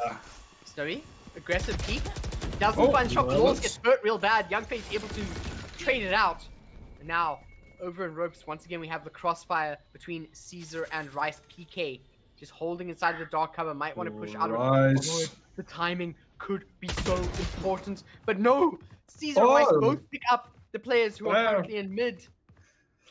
Illusion Gaming's game plan has just fallen apart in front of them. The Bulldog in the hands of Rem. Shrouded Step allows for Caesar to safely move over into ropes, and does get the first shot, but doesn't close it out onto Rem.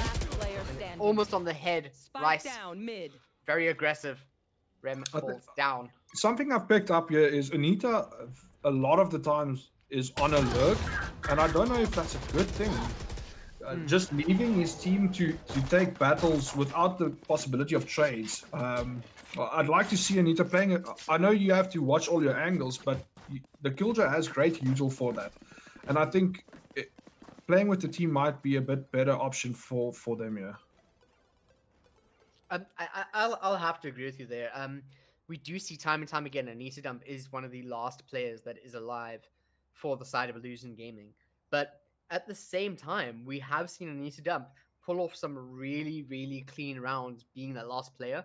But yeah, I think definitely on attack, it's great having a flank. It's great having a lurk. However, if it is detrimental to you and you guys aren't able to get onto sites, maybe you should have another player pushing with you instead of having this 4-player split push with 1 player out in the distance. Maybe change it up a bit. Have that split push going out and find a way to play around that as such. But time will tell. I mean, this timeout now from Anita Dump definitely tell Illusion Gaming are saying, "Hey guys, this is our map pick. What is happening here? We aren't able to get any footing. We've got a Rolling Thunder for the next buy. What is our game plan? What are we gonna do?" And I think it also comes down to that Sage pick on an attacking start. Like we mentioned, I don't think it's really having the effect that they would have liked by getting another more aggressive agent on your attacking side. I know a lot of, if we look at the pro teams, if they'd have 2 different setups depending on if they attack or defend first. Yeah. Which makes a very good point. I mean, you want to get as many rounds as possible in your first half so that you cushion yourself for the next half. Give yourself a bit more of a fighting chance. Ooh, Lawless finding the pick onto Snowy to start it off. Not really giving us any good omens here, as we do see a very good omen in Caesar. Finding not 1 but 2. Rice trying to push in some more. Third falls down with Lawless also picking up a 2k here. And man, it seems like Rise Blue have completely figured Illusion Gaming out here. Yeah, no, very, very strong defensive side here from Rise. And that's also great for them getting that confidence back in their plays. And they can then take that onto their attacking half. So if they finish this out strong now and possibly have a 10-2 lead going into halftime, that's major for them in this map. Yeah, it's one of those things where, like, if you think of a lopsided match on a map, you're kind of okay with getting 4 rounds. And oh my word, Young Fade's going down means that the smokes they have out are the only smokes they're gonna get. Rolling Thunder comes through onto the site, but that doesn't clear out Heaven, although Snowy is here to do it anyways. Is on 46 HP though, but he does have that Sage heal available. Okay, Young Fade has been picked up. Snowy pushing with the showstopper, not able to find anyone. Pushes in, health is also low, but Caesar's just waiting in the cubby and gets 3 players in total off of the res, but Obliviate with another 3k. Big round there from Rise. Last round. Not allowing any action on that side. None at all, and we're gonna have to see how can Illusion Gaming force this up. How are they going to be able to shore off any differences? How can they dig deep and just make sure that they're not finishing off the first half 10-2 on their map pick? Yeah, and a very, very difficult buy for them as well. We see a Stinger on Snowy, only 2 rifles. So it's going to be interesting to see, and see Lawless also picking up the operator. Yeah, and all half armor as well. Looks like we're going to be seeing a bit of a B hit. Anita has taken a shot, so means that players are definitely more aware. Rice pushing with the buffs, taking some shots, not really dealing too much to Rice. Hopefully something can work with that. Snowy pushing really deep and could potentially get a massive flank over into the stairs, as the rest of Illusion Game are going to be pushing into Heaven. Oh, Lawless comes out, shot comes through and just sprayed through the smoke, which means turrets destroyed. this flank is even more daunting. Spell Yeah, they have no idea. Oh, yeah, Young Fades from the top. Oh, but Swalia from the From the grave. Oh, Rice. Let's see what wanting Rice to can make do something here. happen. That's 2 kills now. Now 1 versus 3 Bladestorm is good to go. But here's the Tremor. It's just going to slow things down a bit. PK wanted to get a little bit of a look up into Heaven. We'll have to see if anything can happen there. But Rem going for the peak to take down Rice. And at least we're seeing a round on the board away from the only 2 that they got earlier. But now Rise Blue over on the attack. Is Illusion Gaming's defense as impeccable as they hope for it to be? Or is Rise Blue going to just find their weak point and abuse it round and round again as they did on their defense? Time will tell. Yeah, let's see what happens. Very, very strong showing there from the Rise side on defense. But like we said, this is very defensive sided. So they're going to have to play, even though they have a good lead here, they'll still have to be strong on this attacking half. Absolutely. I mean, geez, Rice 16-6, Caesar 14-7, and Spellia 12-3, and nobody on the side of Illusion Gaming has reached the double digits just yet. Yeah. But hopefully we're going to see Rem come out pretty big with the Breach. I mean, there's a reason why you would pick Breach. We'll just hope we can start to see it soon. Smokes on the side of Illusion Gaming are going to be coming out really late. Snowy going for a peek, and I'm loving the teamwork there.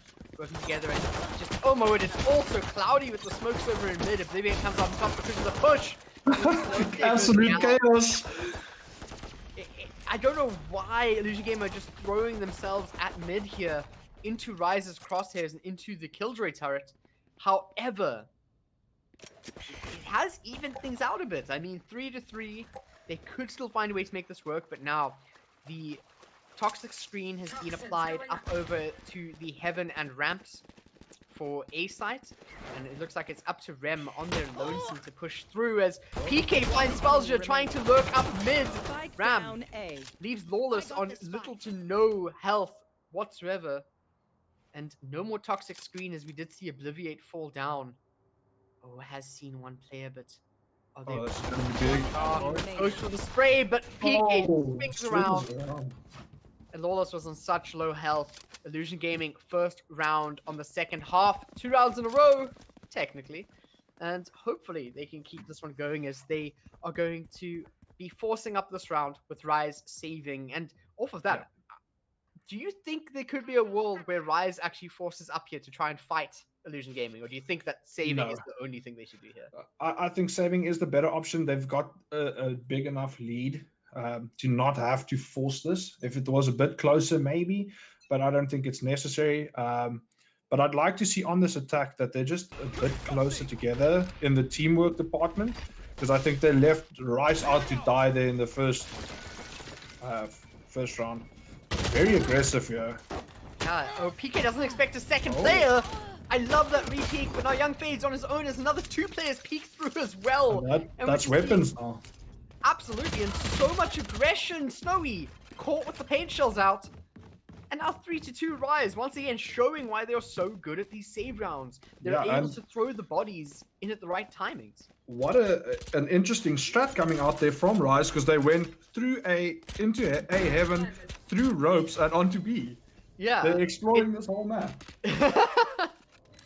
Little adventurers, a lot of them.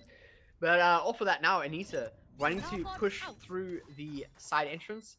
And we've got Rem over in heaven. Whilst right now, oh my word, look Lawless at where Lawless is waiting just over in post. But they're checking push as well. Rem. Oh my, just gets the headshot on Lawless. And that's not something you'd go check often. Yeah, that is very rare, but that just shows you but Caesar also knowledge. And Caesar goes for the peak, but it's in the complete wrong space, but it needs a jump. Oh god, and Rem still finds a pick, but there's not enough time whatsoever. Obliviate. Grabbing the thrifty win thanks to those snake bites.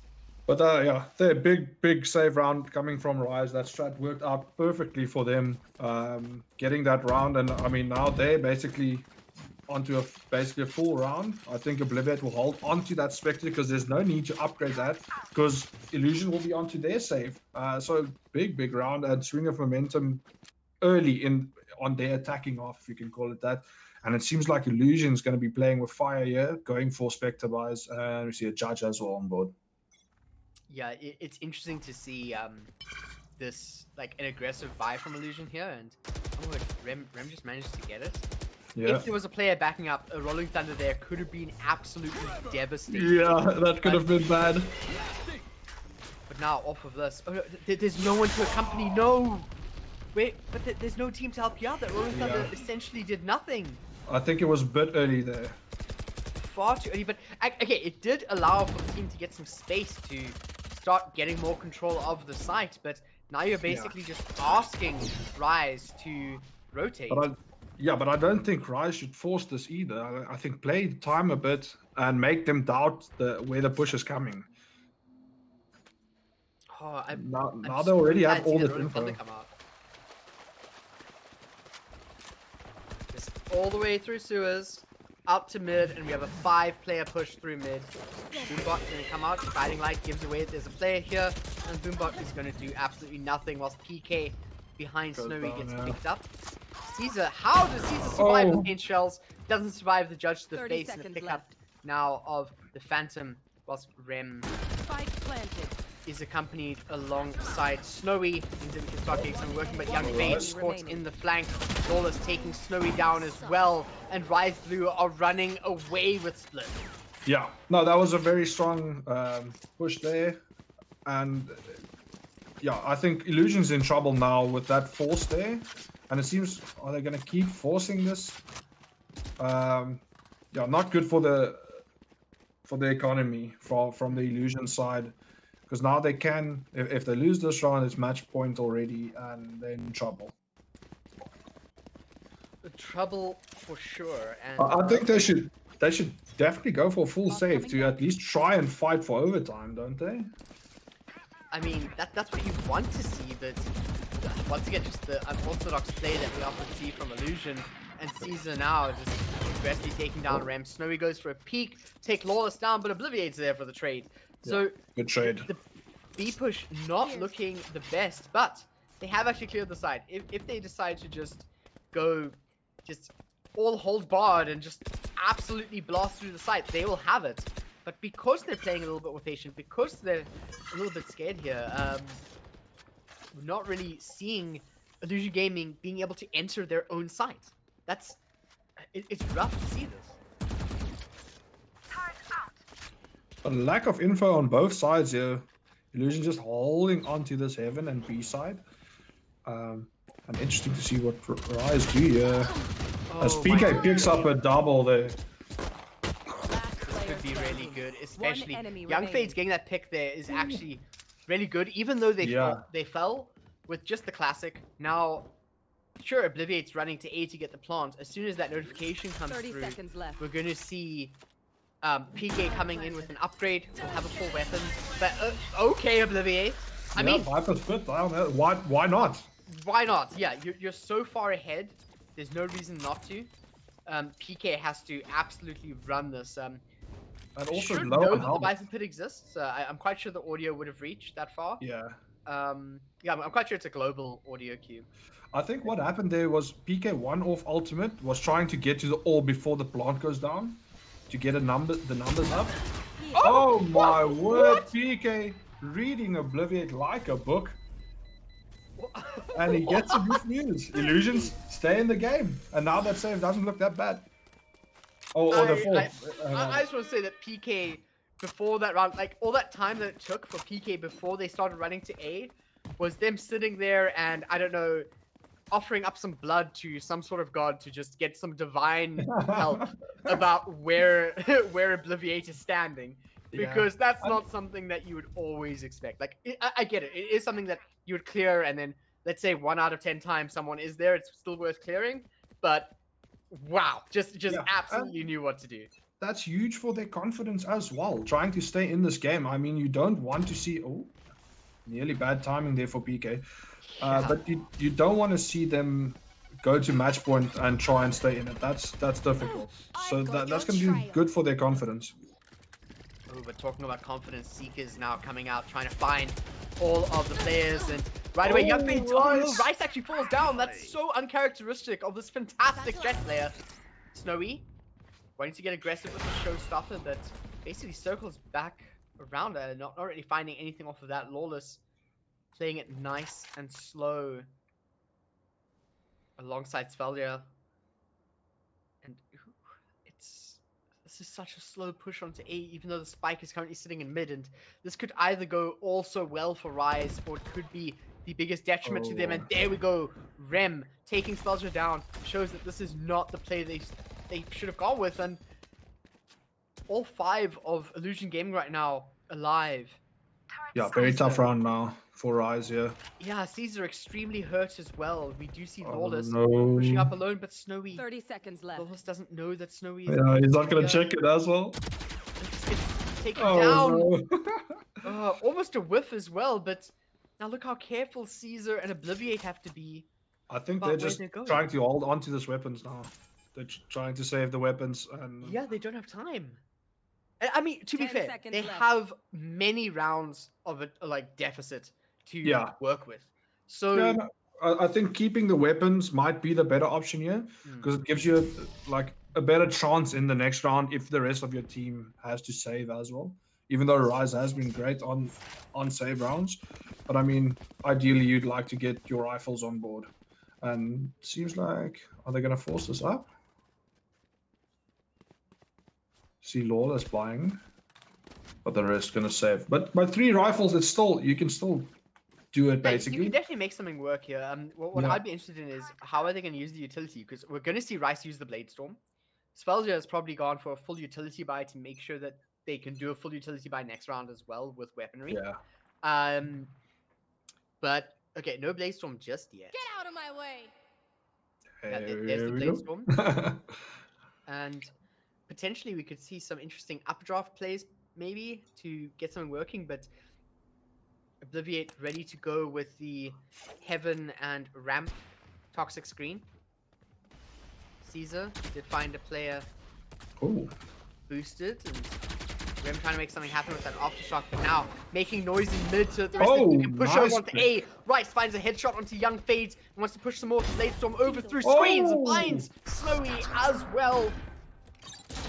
And it looks like everything is falling apart once again for Illusion Gaming. 5 versus 2 as Rice getting aggressive, peeking here.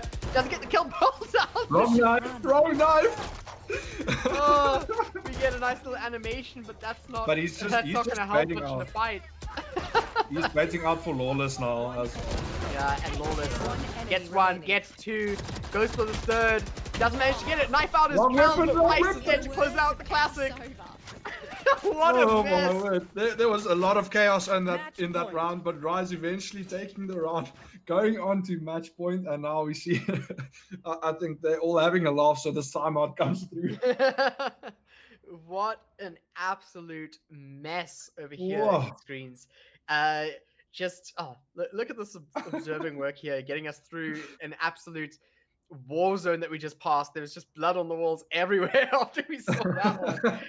But I mean, nice work from Rise. Is still managing to come out on top, having fun with it as well. They must be confident on this match point.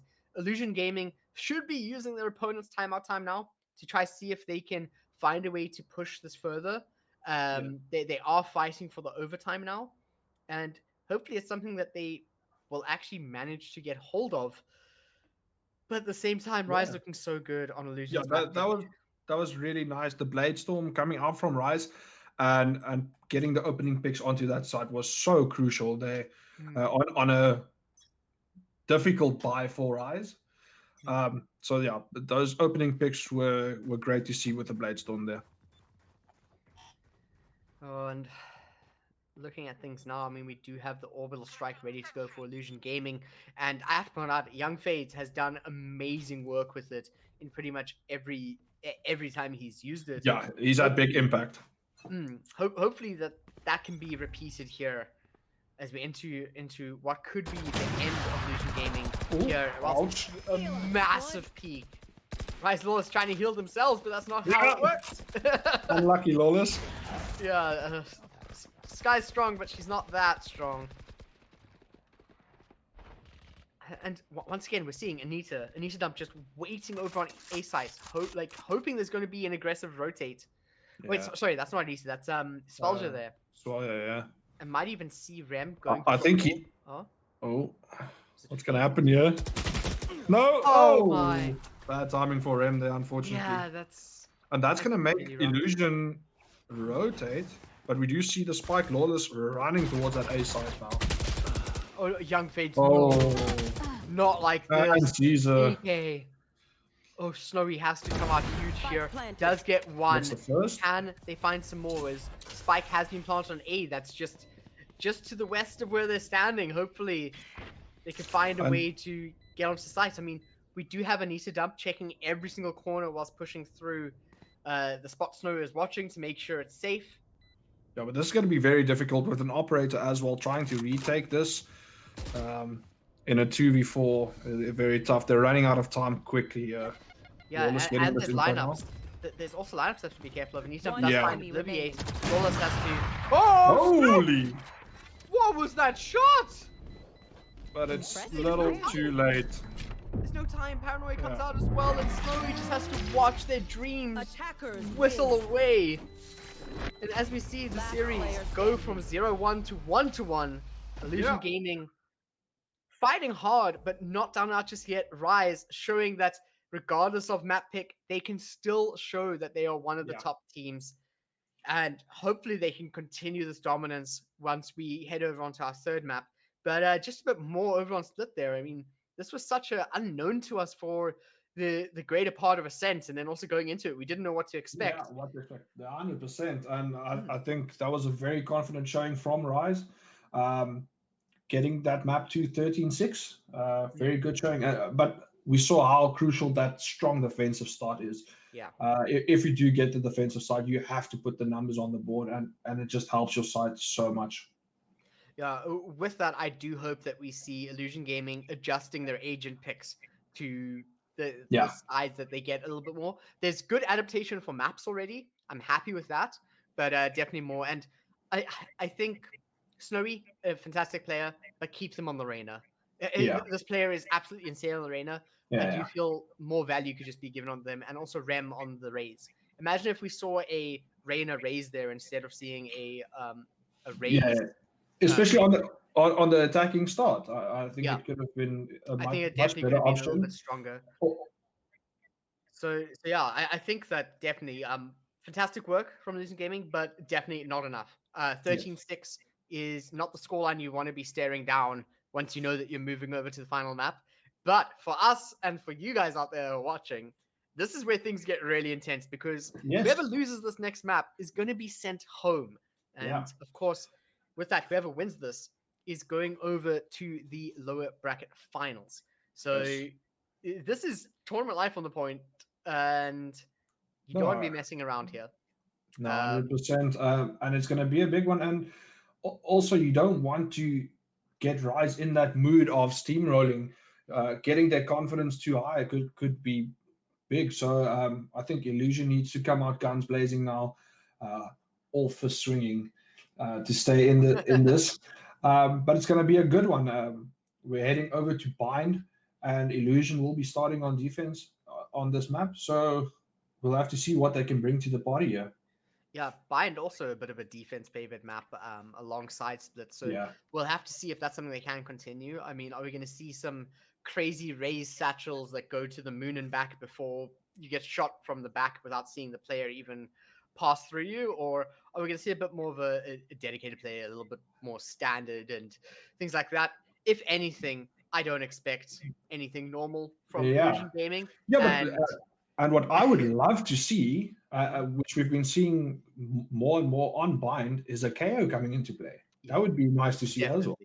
Definitely. KO can be extremely powerful. I mean, KO and Reina together pushing into a site is a force to be reckoned with and not something you really want to deal with. So hopefully we do see that. I can imagine seeing it from Rise. Maybe a Jet KO, something like that. But never know. Paris obviously doesn't know. What are you talking about? No idea. But with that, we're going to head over to a quick break. Before we do go, though, do want to mention once again AOC. Of course, AOC is the brand behind this tournament, as well as Havoc. This is the qualifier. The top 4 teams in this qualifier will be heading over to Havoc, where we're going to have even bigger, better production and even cooler things coming your way for that. But don't go anywhere. Qualifiers are still happening today, tomorrow, and for the next couple of hours. So sit back, go get your coffee, go get your water, go get whatever you need. We're going to go do the same. And once we get back, we're heading to map 3 for Rise Blue versus Illusion Gaming.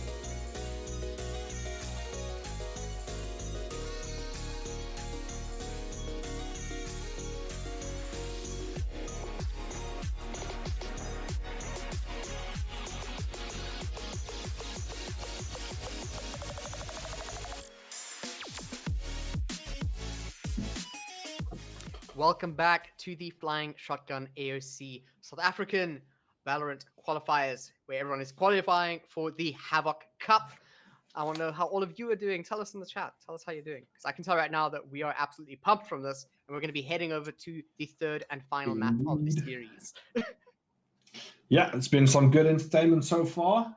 1-1 is the map count. Map 3 coming up on Bind. I'm very excited for this. Let's see who can progress through to the next round.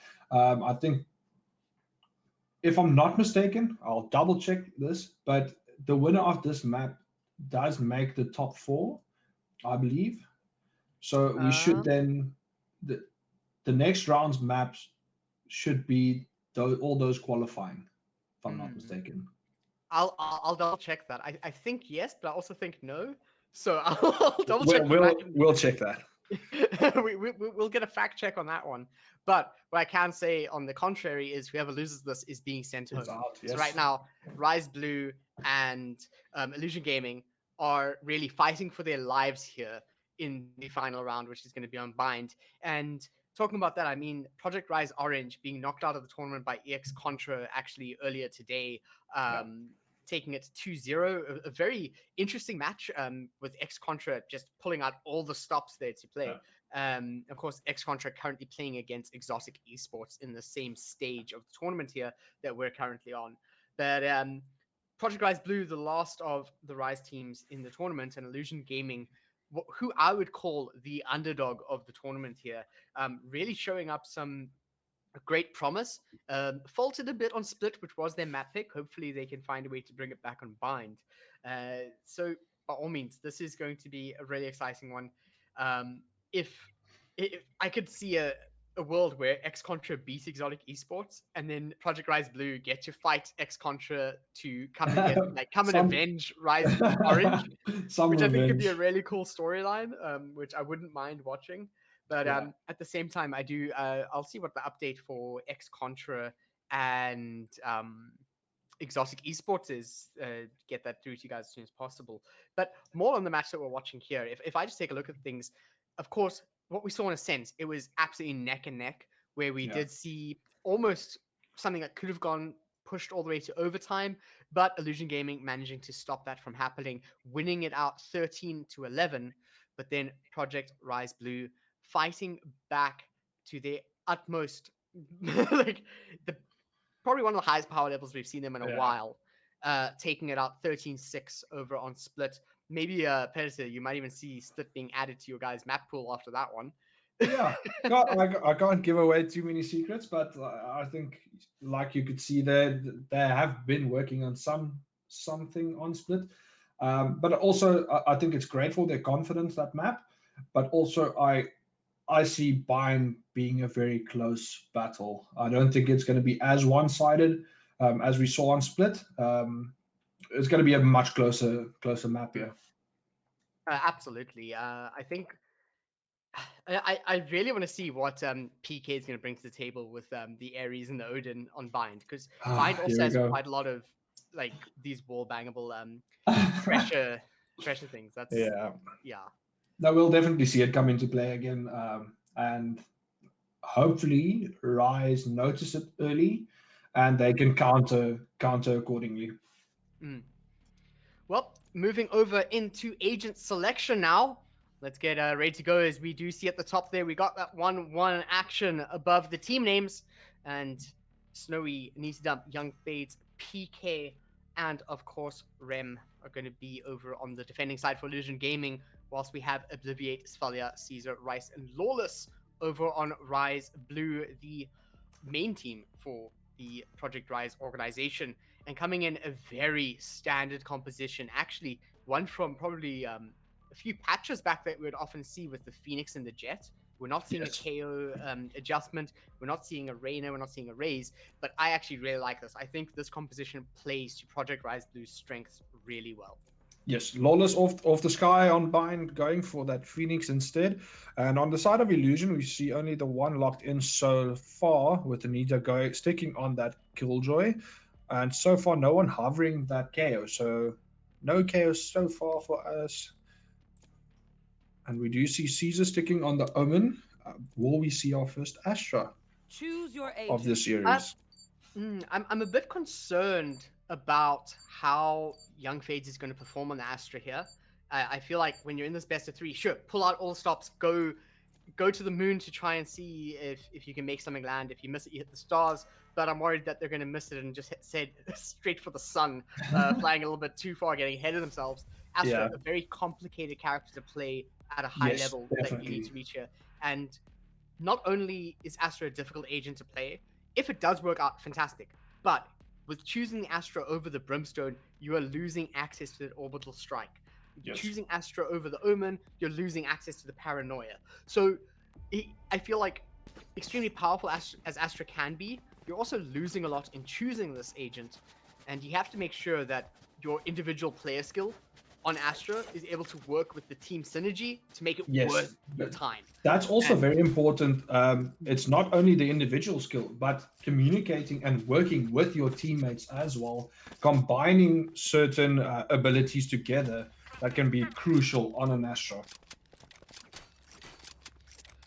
Absolutely, and I like what we're seeing from Rise here, just keeping it simple, stupid. We see Obliviate over on the Killjoy, very comfortable in that. Also the Viper, but I mean, Viper, something that was very flavor of the month for Bind, I would say. Yeah. But lineups aplenty are going to be super important here, and players not actually ready for that. Info. Little bit Lot of concerned info. there. Yeah, looks like that aggressive B push is kind of being stopped in its tracks. Aggressive A push, sorry. See PK now with the drone also out. And that's very little info now. So they could think of a rotate, but they are still just waiting it out. Thank you, Lawless, for a little bit of crouching there so we can see that he's still there. I appreciate it. But look at this. We're seeing Astra utility just littered throughout the map. Yes. And hopefully Snowy and Anita can actually make it work here. But oh no, is Snowy really rotating off? There's no information saying that they should do that. Ooh. Rice knows where the turret is, knows where some utility is. Gets rid of one, Oh. tries to dash through, but oh no, fails the dash. 64 But health. Caesar saved his life as well. Anita not able to Oh get wow. 30 seconds. That's Slowly very falling unfortunate timing. Spike Very planted. unfortunate timing Spike all around for planted. Illusion there. Caesar saving Rice's life there when the dash failed a bit there. But yeah, good picks. And now a tough retake coming for Illusion. Revealing area. Alright, I love this post plant. Just not giving anything at all. Now PK being revealed. Yeah, very disciplined as well. As the turret gets his first kill of the match. Yep, we might see some more of those as well. One But enemy PK, a remaining. good shot over here. Now it's all up to Ram.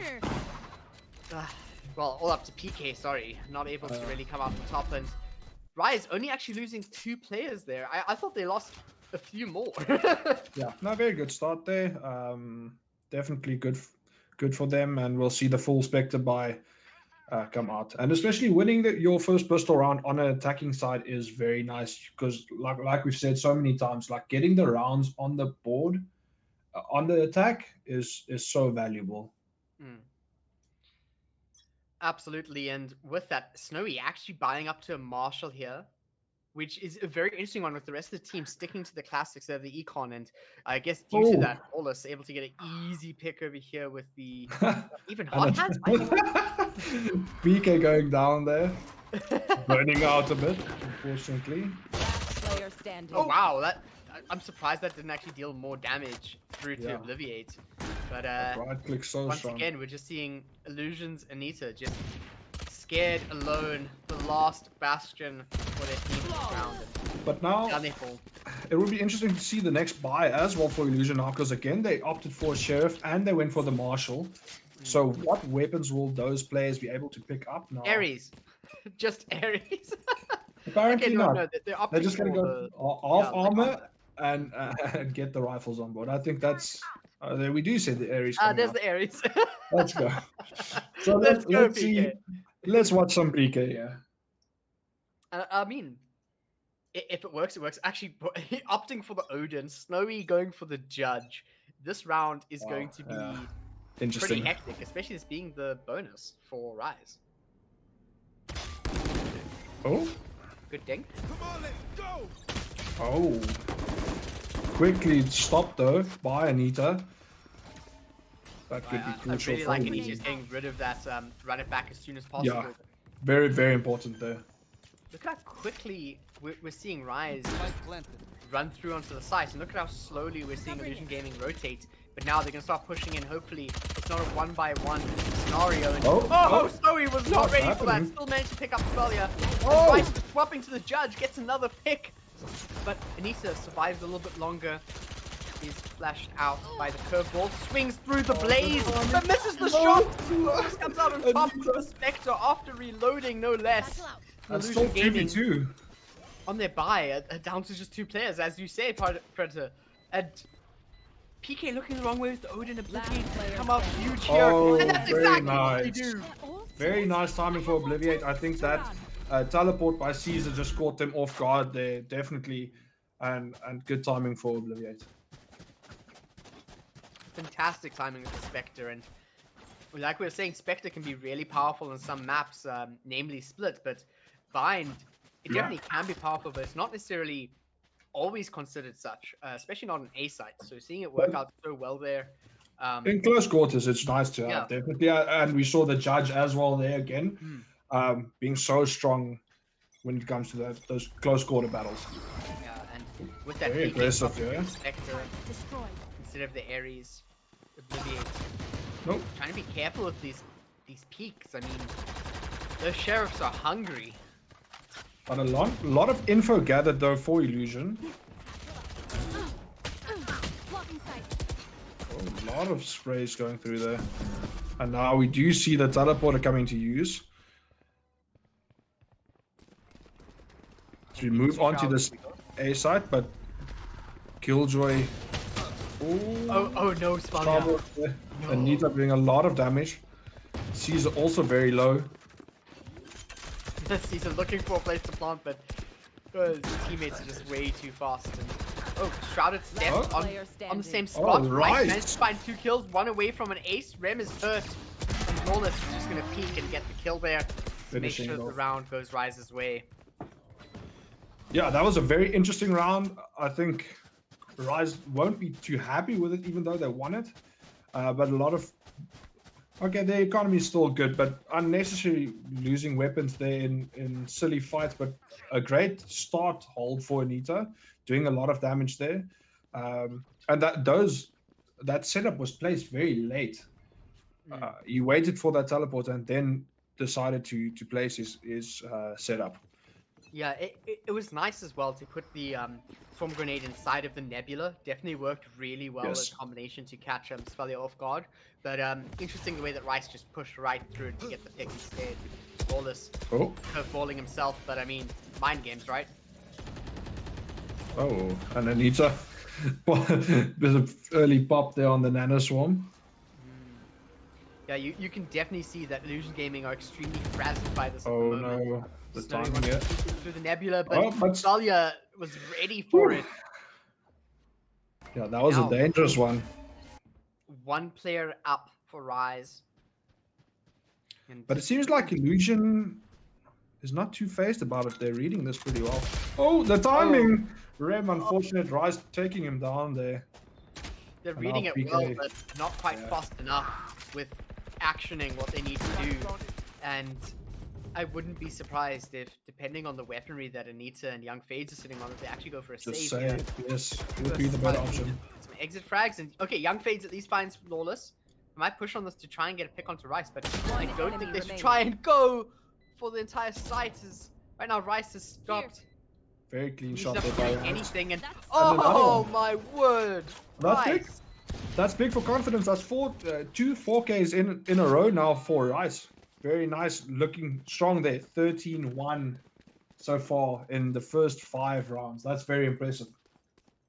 Well, Predator, I mean, you were talking about going to Haven as the preferred option here, and seeing Rise play on buy now, 5-0 already. It's super aggressive rounds. Rice already 13 kills here to 1 death and 1 assist, just absolutely cleaning up. And again, not to hammer on it, but this is on the attacking half as well, which is very impressive. Absolutely, and I feel definitely coming together where they need to, and having Lawless back on the team has done absolutely wonders for Rise. Yes. We see Snowy taken down by Caesar. They run it back, unfortunately not having the desire to pick just yet, but Rice now picking up another. Rice really feeling himself in this match. Absolutely, Rice is just looking so confident, and I actually want to potentially attribute some of that to Lawless being back in the team, and must give some more confidence through to the players. Yeah, having that full squad. Rem trying to make something happen, but not quite able to. Rice, the only player going down whilst Illusion Gaming was on a save. And Rise Blue once again dominating fashion here. But Yeah. the full buy is ready to go for Illusion Gaming, and we need to see Snowy wake up. We've got 4 ultimates on the board for the rest of their team. If they can create the space, we need to see Snowy pop off to start bringing this back. Yes, definitely. I think Snowy would want to get into this map now on that Rainer, but the judge going to make it difficult. I think they're trying to play a lot of close angles, which Rise is taking advantage of so far. Oh, absolutely. And with that, let's look at this aggression just peeking at. Oh no, There Snowy! we go again. Snowy Yeah. couldn't even get to the position yet because Rise is just playing so aggressive on the attack. And if Snowy got into a position, maybe we would be looking at a different story. But as you say, Rise is playing around it all so well. That was their buy.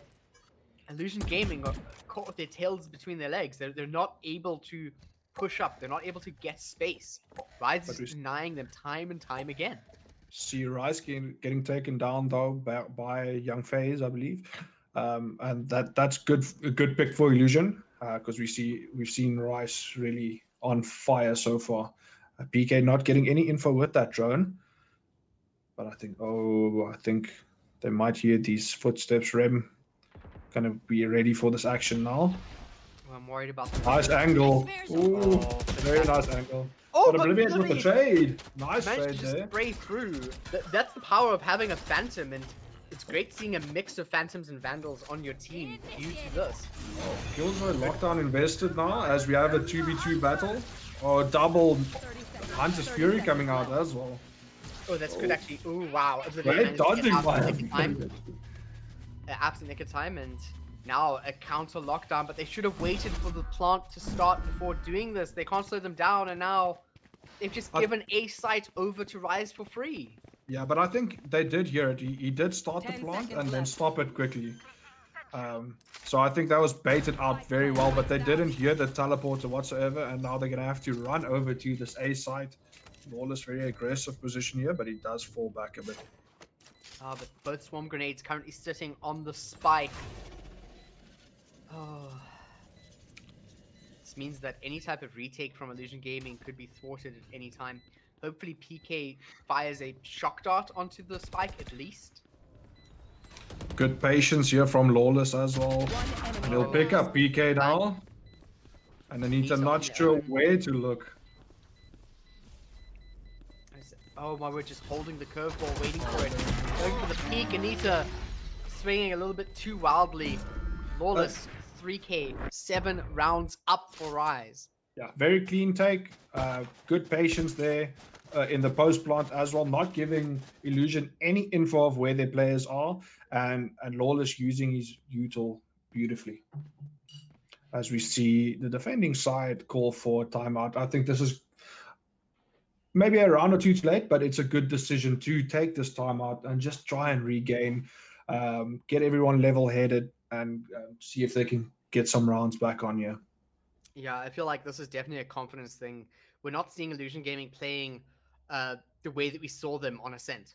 On Ascent, they played like they had nothing to lose, and as soon as they got a bit of a bite of, hey, we actually have something to lose now, it seems like they struggled on Split. Now going over to Bind, it seems like they're falling apart a bit, but I don't want to back down from them yet. I really want to see them use this minute to actually take a breather and reset. Yes. I want to see Snowy come back and start applying pressure. We've seen Rem work fantastic angles off of the nebula that are being created from Young Fades. If they can continue doing things like this and at least have someone backing them up, because I feel like a lot of the time they're left without a paddle. They're dying on their own. They're not getting the assistance they need from the rest of the team.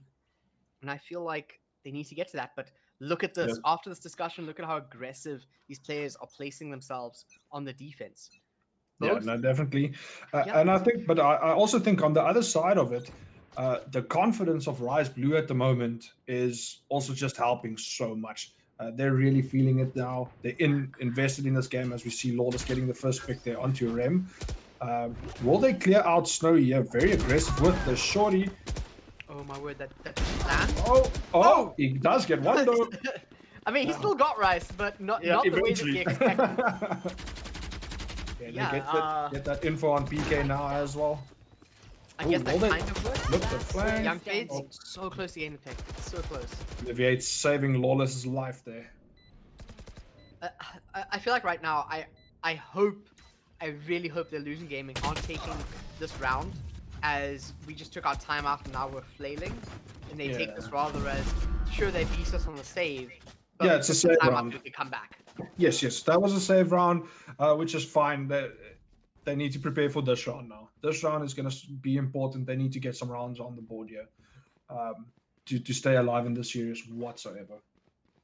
The entirety of Rise playing with the Phantoms here, and 4 ultimates on the board, 2 away from the lockdown, whilst we have just absolutely shattered ultimate points here from the side of Illusion Gaming. However, Showstopper is ready to go, as well as the Cosmic Divide from the Astrid Young Fates thing.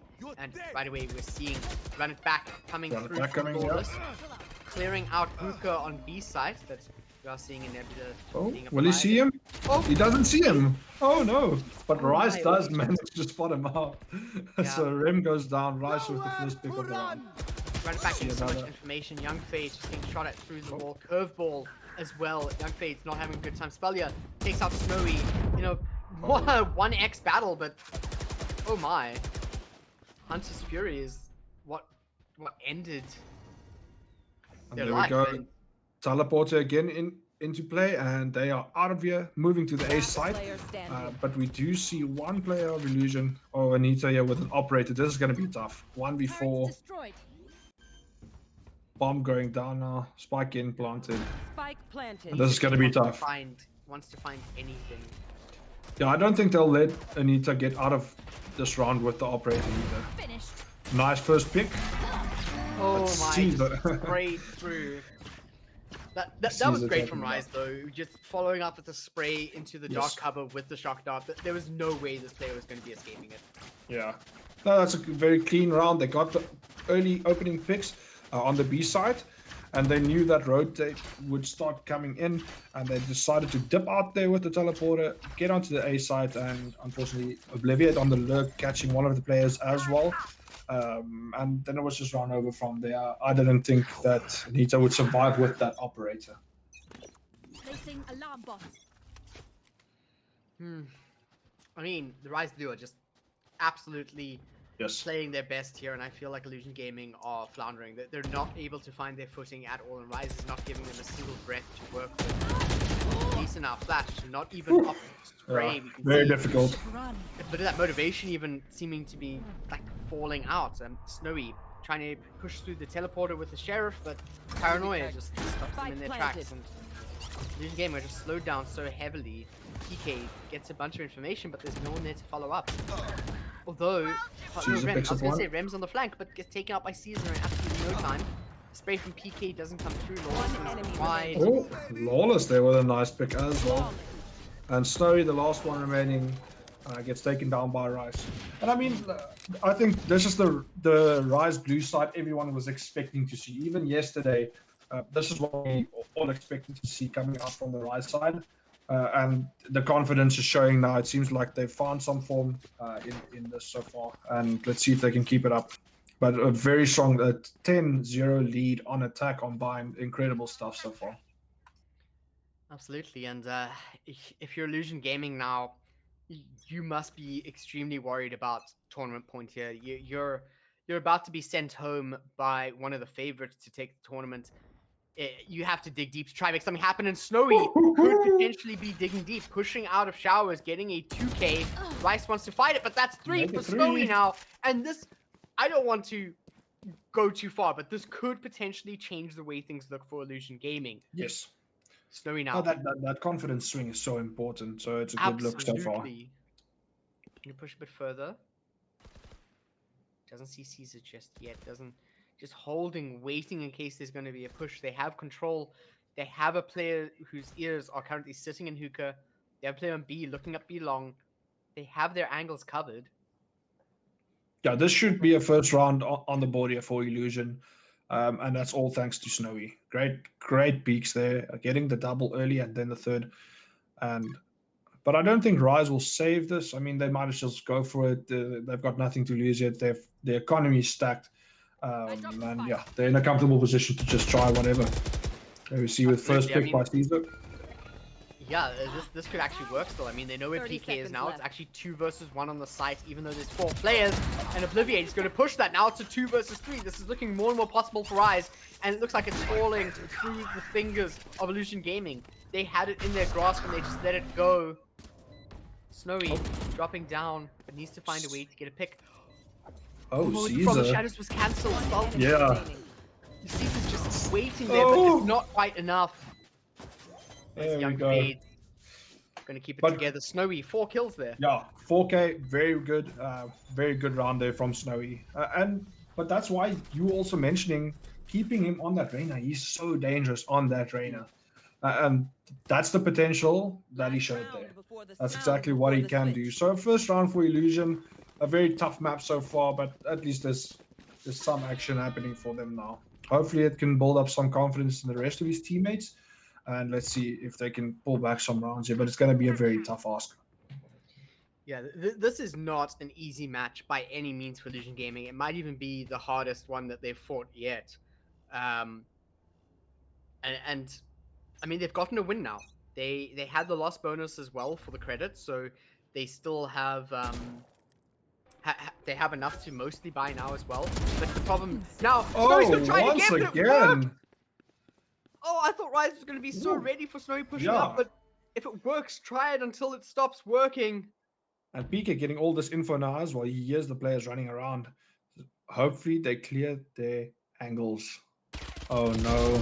Angle they didn't clear. And that's a fantastic trade. Actually, these trades favor Illusion Gaming so much, but almost takes Snowy down through the Leer, but it's not quite enough as, once again, you can see how important these top fraggers are for Illusion Gaming. Yeah. Snowy Rem just showing off that round. Yeah, so strong end to the half there for Illusion, but tend to still a tough ask. But at least they got some confidence, putting on a bit of more of a show for the viewers here, trying to claw their way back. But this is definitely a tough one, yeah. Yeah, this is. Like I said, it's probably one of the hardest matches that Illusion Gaming is ever going to play in regards to this tournament. And the fact that in the best of 3 you're fighting for your life right now. Like when you're playing a rank game against, let's say, play against like Diamonds or Radiance, or I'm not sure what rank Illusion Gaming plays at, but what's on the line is nowhere near to what a qualifier is like, or what no, exactly. the biggest tournaments that we've had in the country yet. Yeah, and I mean this has basically been going for the entire year. 4 stages before this qualifying tournament. It's a lot of practice and time that the players have put into this, all coming down to this moment right now. Yeah, and Snowy getting so aggressive but losing some health here. Hopefully Rem can give them space, but they can't, and Rice comes in with the wall bang from the Sheriff to take Snowy down. Young Fade's now just waiting in B main by the boxes. Spike still currently sitting out in the spawn side of A. Utility being thrown flawless. to stop the peaks from Hookah. Oh. Lamps. As the teleporters start going through now. And the rotate to B is on. But the Killjoy util is going to be ever so annoying. As Rice with a nice headshot. Wow. Oh, Rice. 30 what seconds a left. fantastic shot coming through. Anita now trying to find the shots. Not quite able to land them. I mean, really struggling to find places to land all of these shots, and Anita is also low. Very low, yes. Rem with a nice pick there. There's no time. There's barely any time Oh! left. 10 seconds Okay. left. I got the spike down B. They're going for it. Could potentially go down here. I Last mean, player standing. oh no! Oh, Of the storm grenade takes Oh, Anita no! down, and he's a Rem thinking he got that pick as well. Yeah, He that was turns away. really unfortunate for the side of Illusion Gaming, and our Rise 1 away from the map point, 1 away from the 12, which of course sets them up for either they win the map or we have to see the largest run possible for Illusion Gaming. Yeah, that would be very impressive. I think that if they manage to do that, I mean, if you do that, you deserve it. Like, there's no 100%. way around it. And they immediately go from underdogs to tournament favorites. Yeah, absolutely. But with that, of course, we do have to look at it, take our rose-tinted goggles off and look at it for what it is, and that is Illusion Gaming. Very far behind Rise Blue. Rise Caesar takes down Snowy, and once again, that is the main firepower of Illusion Gaming. It looks like working extremely well for them, focusing on getting rid of this key target. And a good little swap around there, but base and switch from Rise, but we do see a trade. They know about Rise though. Nita waiting from the spray battle. Nita very low. Last player Oh, standing. Anita's not able to Spike keep the spray down control A. in check. PK now lost. is- Oh, that Svellia's gonna know. Oh. Oh, it's awful for this player.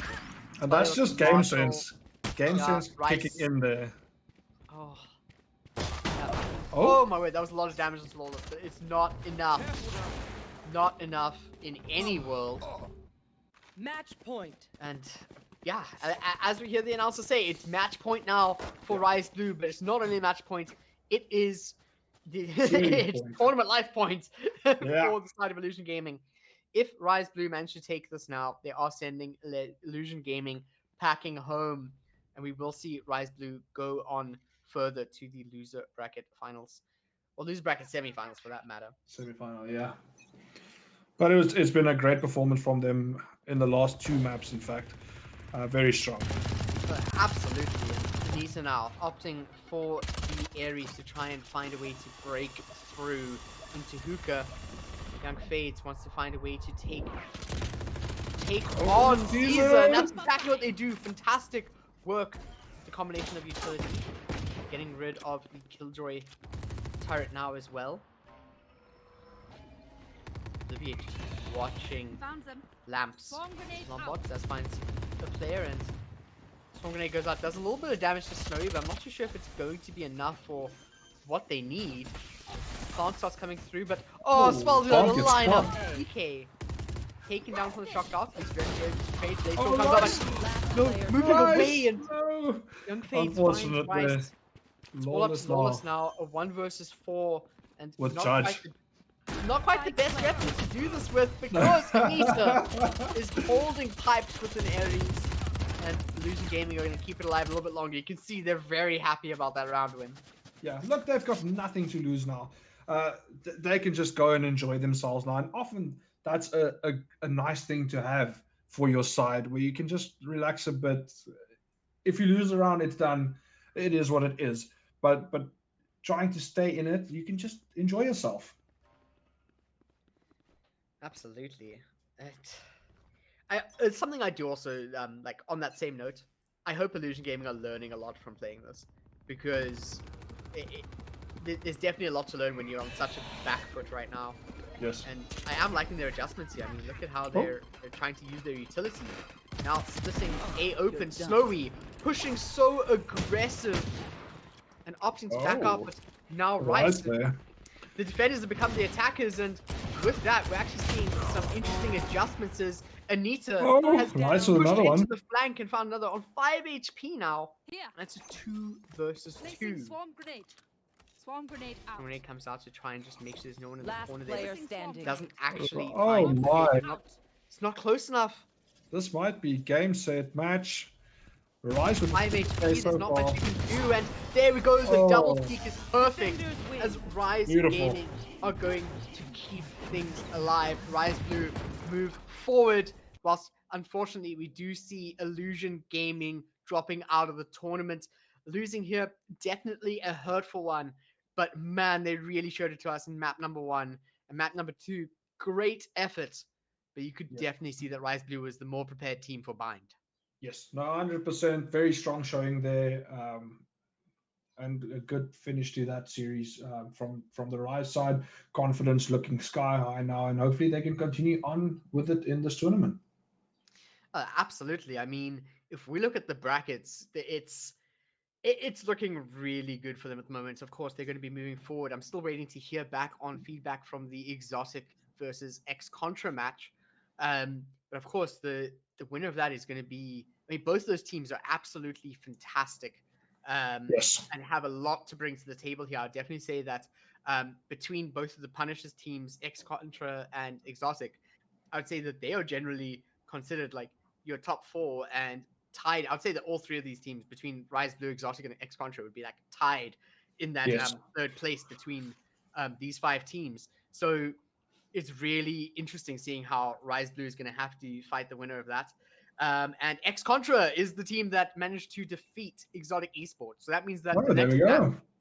is going to be Project Rise Blue versus X-Contra. There's your revenge story. Yeah, here we go. Can Project Rise Blue avenge their academy team, or their B team, I guess we could call it, with Project Rise Orange being taken out earlier today by X-Contra 2-0.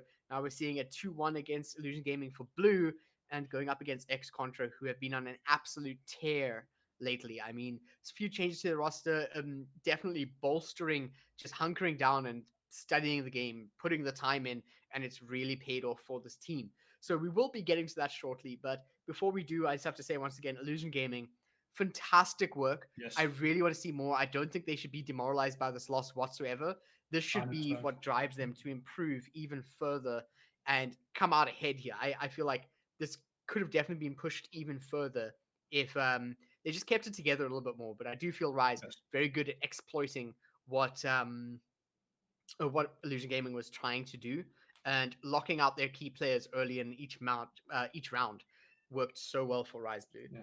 But of course, before we head on over to our next match, we're gonna go set everything up, and we're gonna head over to a break. But whilst you're gone, type in !AOC, and you'll get a little message in the chat there, and maybe go have a look at some monitors. And I know everyone's looking to upgrade to that 144 hertz goodness, 240 maybe. If you want to move up there, AOC is definitely a choice for you. But with that, we're going to be heading to a break, and Predator and I will be right back to your screens in absolutely no time.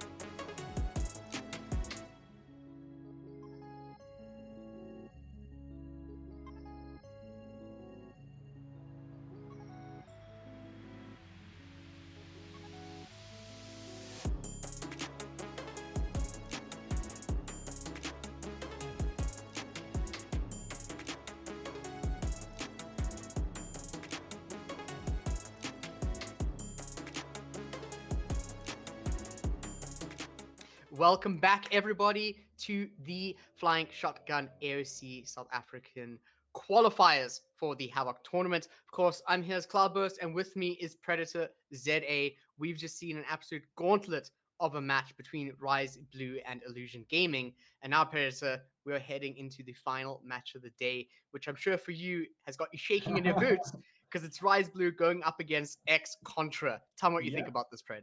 No, 100%. It's going to be a good one. And like you mentioned earlier, it's a nice story being written here with X-Contra taking out Rise Orange earlier in the day. So hopefully we could get a little bit of revenge. But we all know, we've seen what X-Contra can do. They're a really good side. So it's going to be interesting. It's going to be a good match. And an awesome best of 3 ahead of us. Absolutely. And looking at the maps as well here, X-Contra managed to win the coin flip for one of the first time ever in a tournament. They are notoriously unlucky with their rolls, but winning this here, they managed to get rid of Split first. I think they're a little bit scared after seeing what Rise Blue did to Illusion Gaming in the second map of the previous round, previous stage. And then we see Rise Blue banning Breeze. So I'm just going to stop us here for a second, Fred. What do you guys have against Breeze? Please just explain to me. It's the best map in the game. Why you? I don't disagree with you on that, but I think a lot of our local teams actually just haven't put enough time into Breeze at the moment, and that goes for us as well. So it's just an easier option to just get rid of it and stick to your guns and play what you know. But also, it's going to be difficult with the new map soon. People will start having to learn all the maps. So we don't have anything against it, but for now, we'll just avoid it.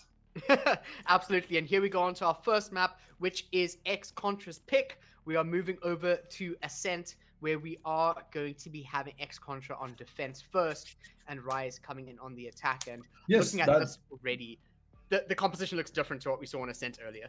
Yeah, but I must say it's an interesting pick as well, because X-Contra won the toss and they chose map 1.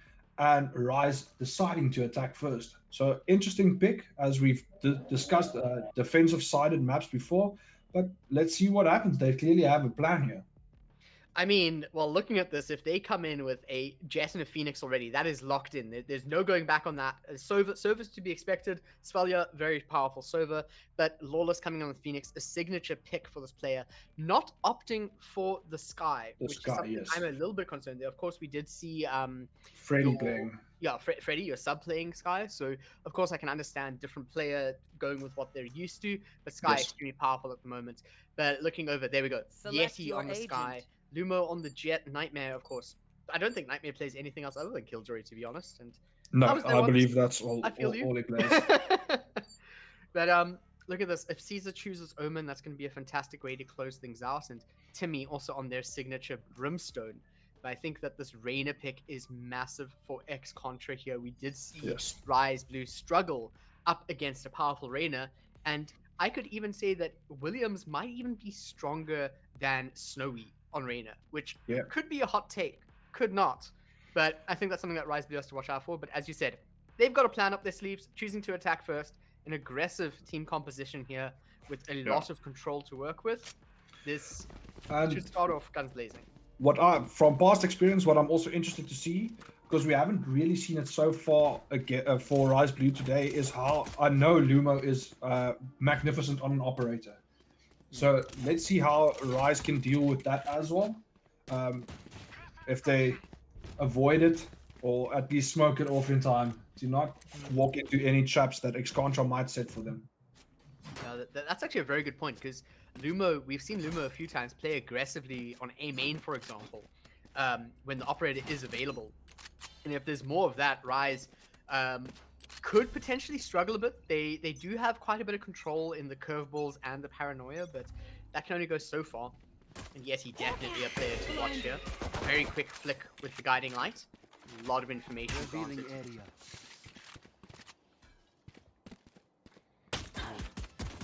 Good pacing here. Wanting to push over into A, and no defenses there just yet, which I quite like. Oh, Yeti! Lawless and Swallow. Nightmare getting rid of Rise. Takes Rise down. No. 2 versus 5. X-Contra. looking to potentially run away with the flawless round here unless Obliviate and Teaser can do something, and at least Yeti is found, but other than that, Obliviate missing every shot from the clip there. Definitely a bit of a struggle there to start off Pred, but not going to count Rise out by any means after one round. I think they're still resetting their aim a little bit. A couple of shots looking a bit off, but good first round for X-Contra. And we'll see Williams picking up that Marshall. He's been very good so far with the Marshall in the games I've seen. So it's going to be interesting. But you never know. Rise has been very strong on their save rounds. So let's see what happens here. Yeah, and Timmy actually opting for the Bulldog, which is not something we see too often, but we are seeing it more often than we did before. Lawless, unfortunate curveball there, but still a safe entry. It is one of those things that, I mean, it happens to me far too often. I can tell you that much. Yeah, it does happen. But I like this leaving the spike behind. We do see that right now we've got the Trailblazer looking for some information, doesn't find anything off of that, so... Here we go with Williams now. Oh, very aggressive. Mid. I'm not too sure. I mean, this rotation to A is fantastic, but the spike just being left out in the open, okay, picked up by Svalia now, means that potentially a rotation through to B, and mid is stacked full of Rise players right now. Yeti could have a blowout here alongside Timmy, and that's exactly what's happening. Rise finds a kill, but there's a trade from Svalia. Good trades there. Nightmare just playing all side now because he does still have some util left there on A side. But Rise just deciding to back off of this. Another pick from Swalia onto Williams. That's a crucial pick, and the numbers now on the Rise side. But X-Contra does have the info. Lumo getting into a position here with this Judge. Judge, no less. Oh, spending too much time using the utility, having to tailwind out of there, but it's not enough. Very good timing there for Rise as Caesar got the paranoia off as well. And they know where Nightmare is now as well. Another thing I really like about this is grabbing these weapons now means that, okay, less so now that Caesar lost the Judge, but it does, however, mean that they could potentially go for a bonus skill. I mean, 2 players with Spectres isn't something to scoff at this early in the game. Although Nightmare is not taking any chances, and that's 3 kills lined up, also clean. Yeah, I think X-Contra. Very bad play there by Rise. I think there was no need for anyone to push out there. Caesar losing his life first, and then one by one peeking onto that lane area and just being picked apart by Nightmare. They've good shots by Nightmare, but I think also a bit of more composure needed from the Rise side. Well, hopefully we can get that composure as Rise is coming in with a full buy. It looks like we are still going to see a bit of a fractured purchase here to keep the economy going for X-Contra. 2 rounds ahead of Rise, as we've only gotten into the very beginnings of what we might see on Ascent. But hopefully Rise Blue can shake off what Illusion Gaming did to them 3 maps ago and really take on X-Contra here as we head over to the 3rd round.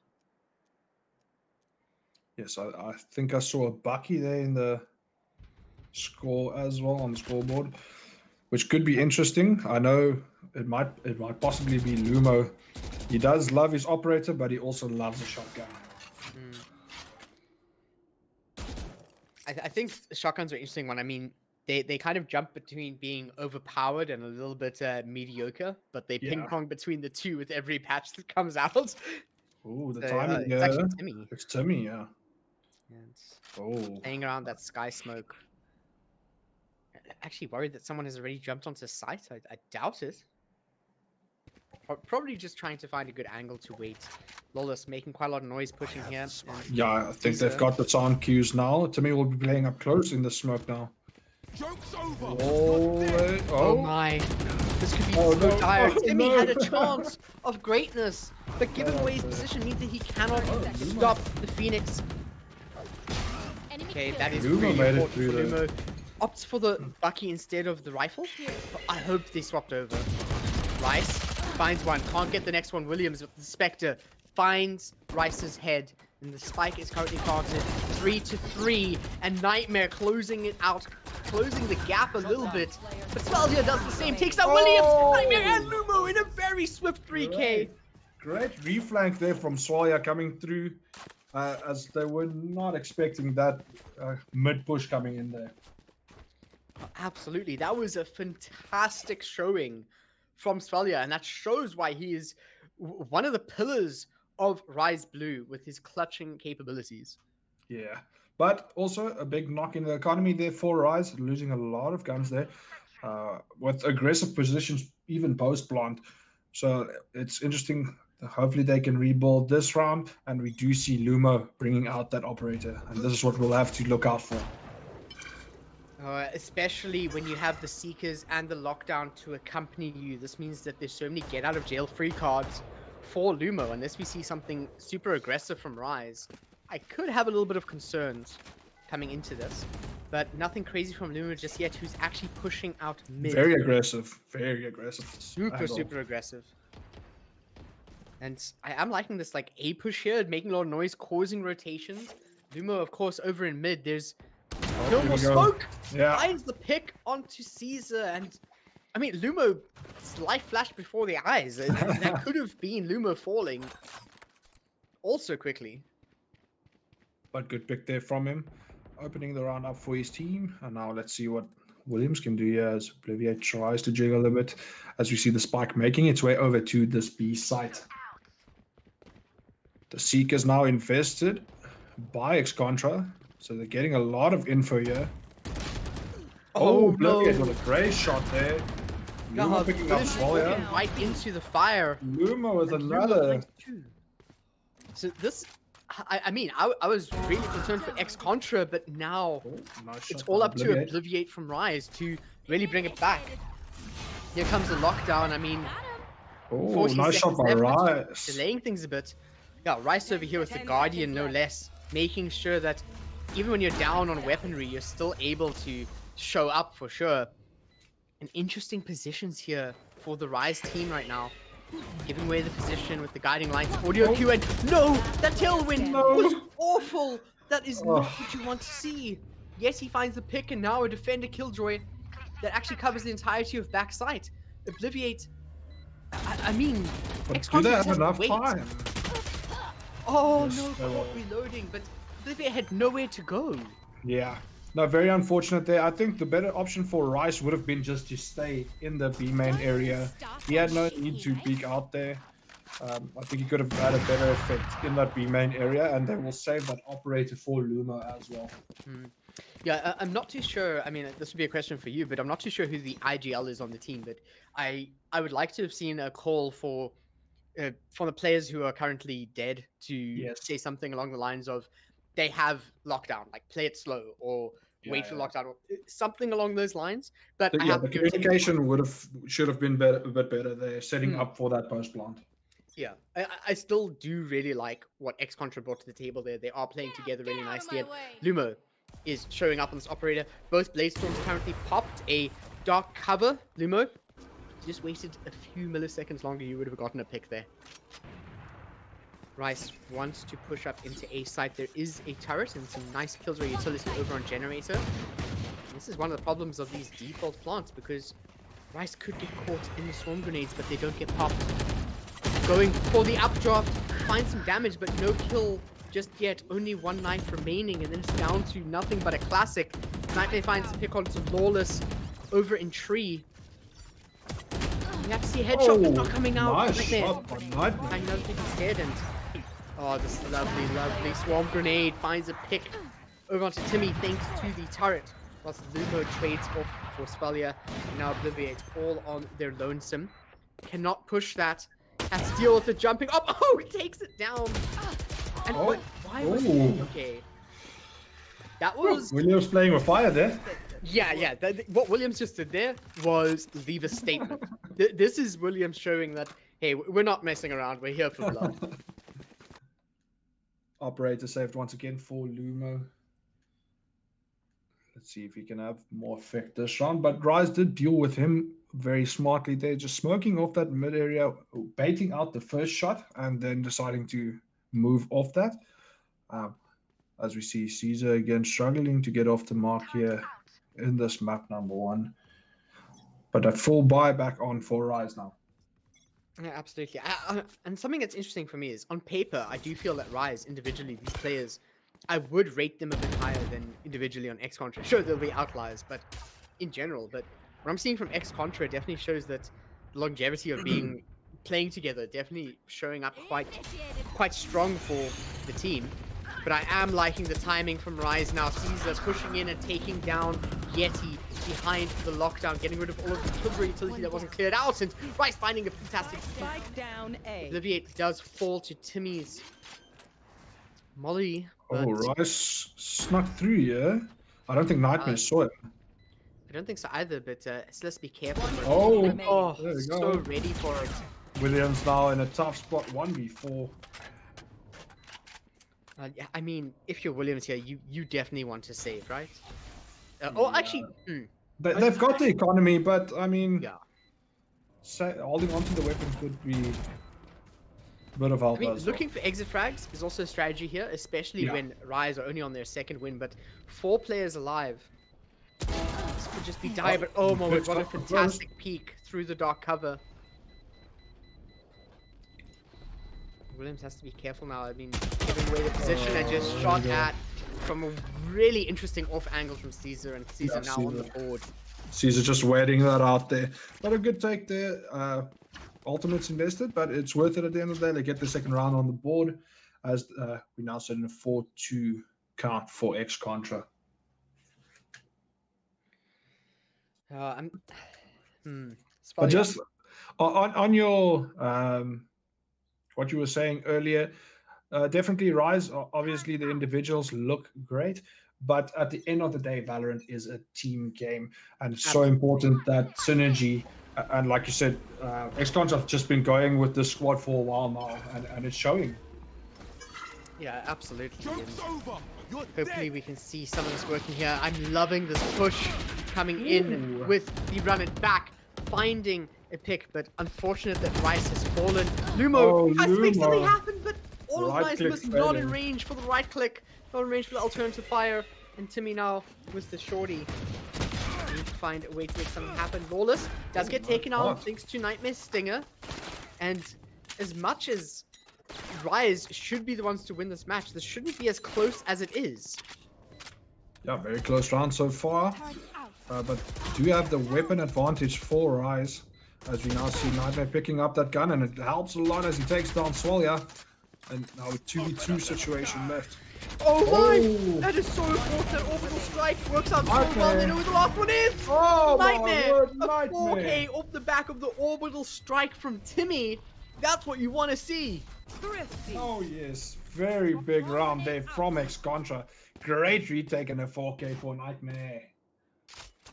Oh, off the back of that now, I mean 5-2. What an interesting scoreline we have here, with 4 defusers going the way of X Contra. Rise is playing this very aggressive composition. They're attacking first, and X Contra statistically is letting them plant and playing the retakes. And right now their retakes are looking also good. Exhibit A as the round that we just witnessed. Yeah, the side takes by Rise good so far. They're getting the spike down, but unfortunately just losing out in post plant. They might have to switch it up a bit and try something different in the post plant. Look at this mid control from Rise. I do like this. They are currently on a save with the Sheriffs, which glad that they've at least invested into stronger weaponry. Nightmare with a nice setup though. As Timmy gets some info there. Will he be caught off guard? Oh no, Nightmare does get the pick onto Rice and Lawless there. Another 2K for Nightmare so far. Oh no, Caesar. A great peek from Caesar, but it's also short-lived because of the angle that was being peeked on. And that's the operator. That is extremely important. And if Obliviate can just stay alive, and the site. But this does mean that there is a lot less of a chance of them keeping this up. But hopefully they can still deal some more damage going into the Spallia. 25 seconds away from using that recon dart. And Hunter's Fury is on the board, so if they really want to commit, they can. But oh my word, Nightmare! Calm down! He's having the round of his life, one away from an ace right now. Both Killjoys do have a lockdown ready to go, but with the spike planted and 3 players live in X Contra. I can't see them needing to, and there's the ace for Nightmare. Hey, for Nightmare, nice shot by Obliviate with the operator there, but very nice ace coming from Nightmare. Great shooting there, and that's 9 kills in 2 rounds. Yeah, that's absolutely mental. I must say, from the previous X Contra matches we've watched, Nightmare seems to be having a bit of a slow time to get going, but this is probably the best that I've ever seen this player perform. Ever. Without a doubt. Very strong start from Nightmare. 16 and 2 after 8 rounds. Incredible. But with that being said, Rise do have a lot that they need to climb to be able to deal with what X Contra is bringing in. And of course, starting on the attack was a controversial choice, and X Contra read it like a book. Very early lockdown to try and just get control of the site, and this is what we're going to see again. Oh, Yeti falling down early, Rice being traded out by Nightmare does mean that both sides have lost extremely powerful fraggers. Oh, Williams picks one on Swallow. Ooh, this is also a precarious position for Lawless right now. Not the hardest one to find someone. Nightmare peeks it, but actually gets the kill after the 140 that is tagged with the headshot from the Phantom. Not what you want to see, but Obliviate at least able to shore off a little bit of the deficit that they found themselves in. Defender Killjoy lockdown does mean that Rise have to either push or get the hell out of there. It's up to Obliviate. 1 versus 3. They cannot do it, as we see Williams ending it off with a triple kill. Yeah, very good retake once again coming out from X Contra. How many is that now? 6 rounds where the spike has been planted, but the retakes are just too good from X Contra as they take the lead 7-2 now. Very, very impressive so far on this defensive half for X Contra. I just want to say something about that round there is the key point where Rise actually lost that round was losing Svelia, because I assume that they went for that site hit and that early plant so that Svelia could use Hunter's Fury to get rid of Nightmare's lockdown. And because Svelia was found on the flank, means that there was no way to get rid of the lockdown, and it all fell apart from there. Yes, 100%. Unfortunate there for him to get picked off. Now Lumo very aggressive again. This is what you were talking about, but Lawless reads it. Rise can take it down. Make something happen over in mid. Finds another Hunter's Fury. Is not landing on Williams. Nightmare also finds Lawless with the ultimate as well. 4 versus 3 favoring X Contra, as there's a bit of a pincer that might just happen here, but Obliviate is ready for Williams' peak over in tiles. Going up. I'm liking this posturing coming in from Rise though. It is 3 versus 3.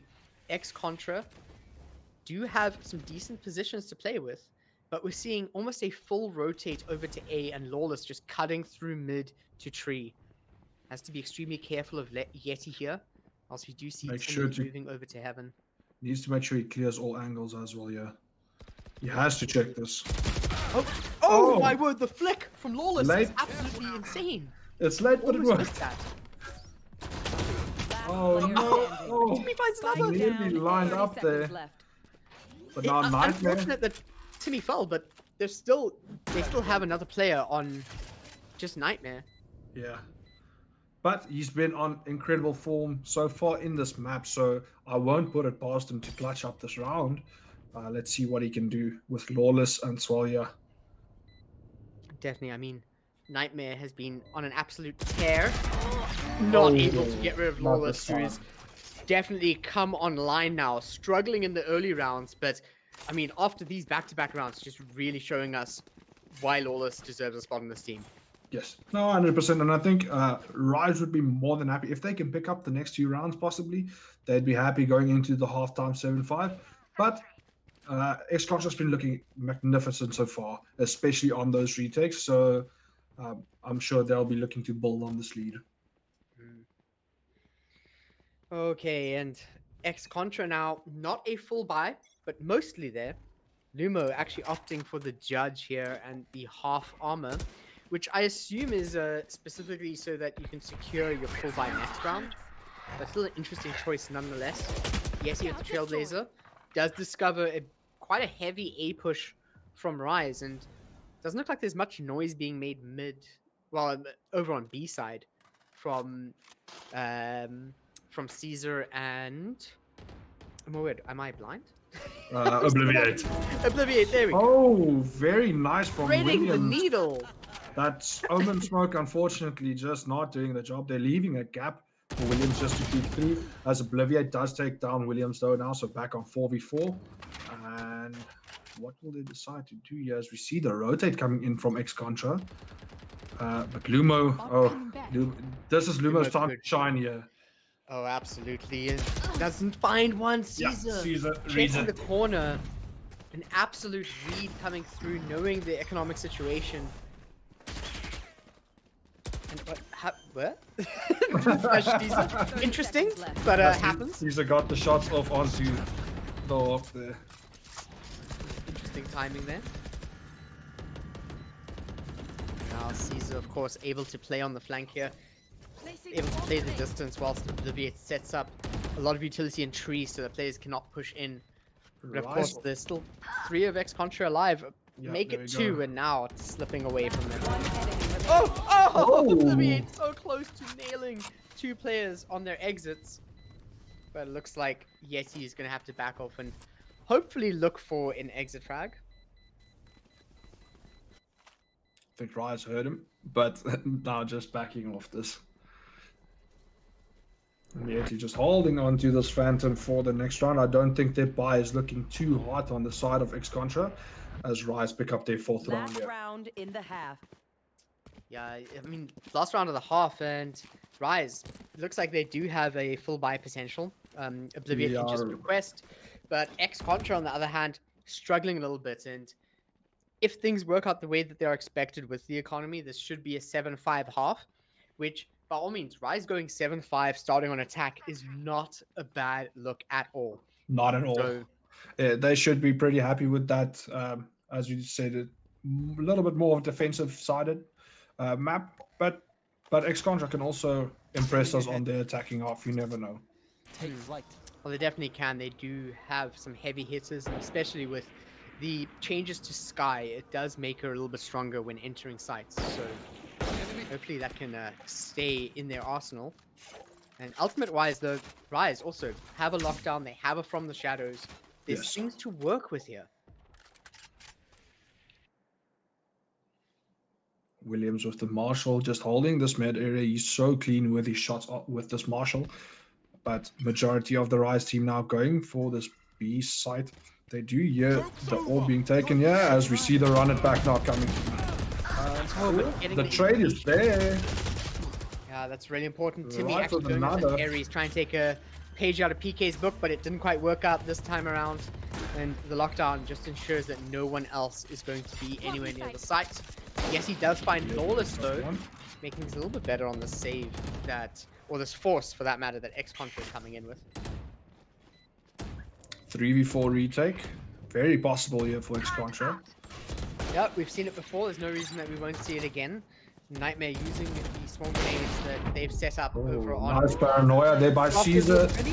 Oh, look at them lining up! Yes, he had to reload though, and Rice just using the updraft. Rise with the 3k. Yeah, it looks really good. I love it when players use the updraft aggressively. It just throws your opponent off also well. And as expected, 7-5 in the first half. Not bad when you choose to start on attack for Ascent. However, I'm not going to count X-Contra out whatsoever. They definitely still have a very big fighting chance.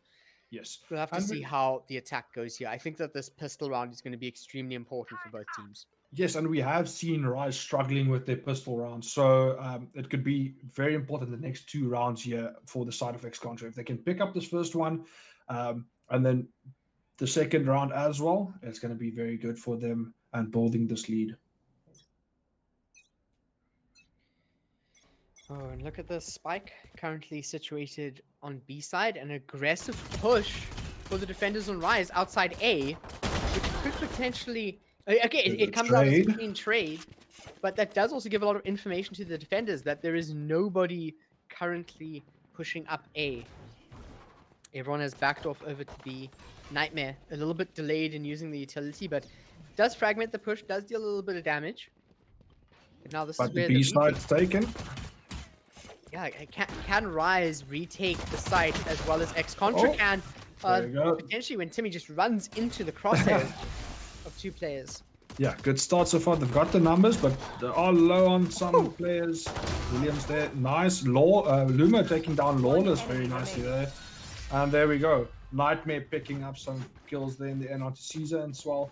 And a good round there for X-Contra, taking them to 8 rounds.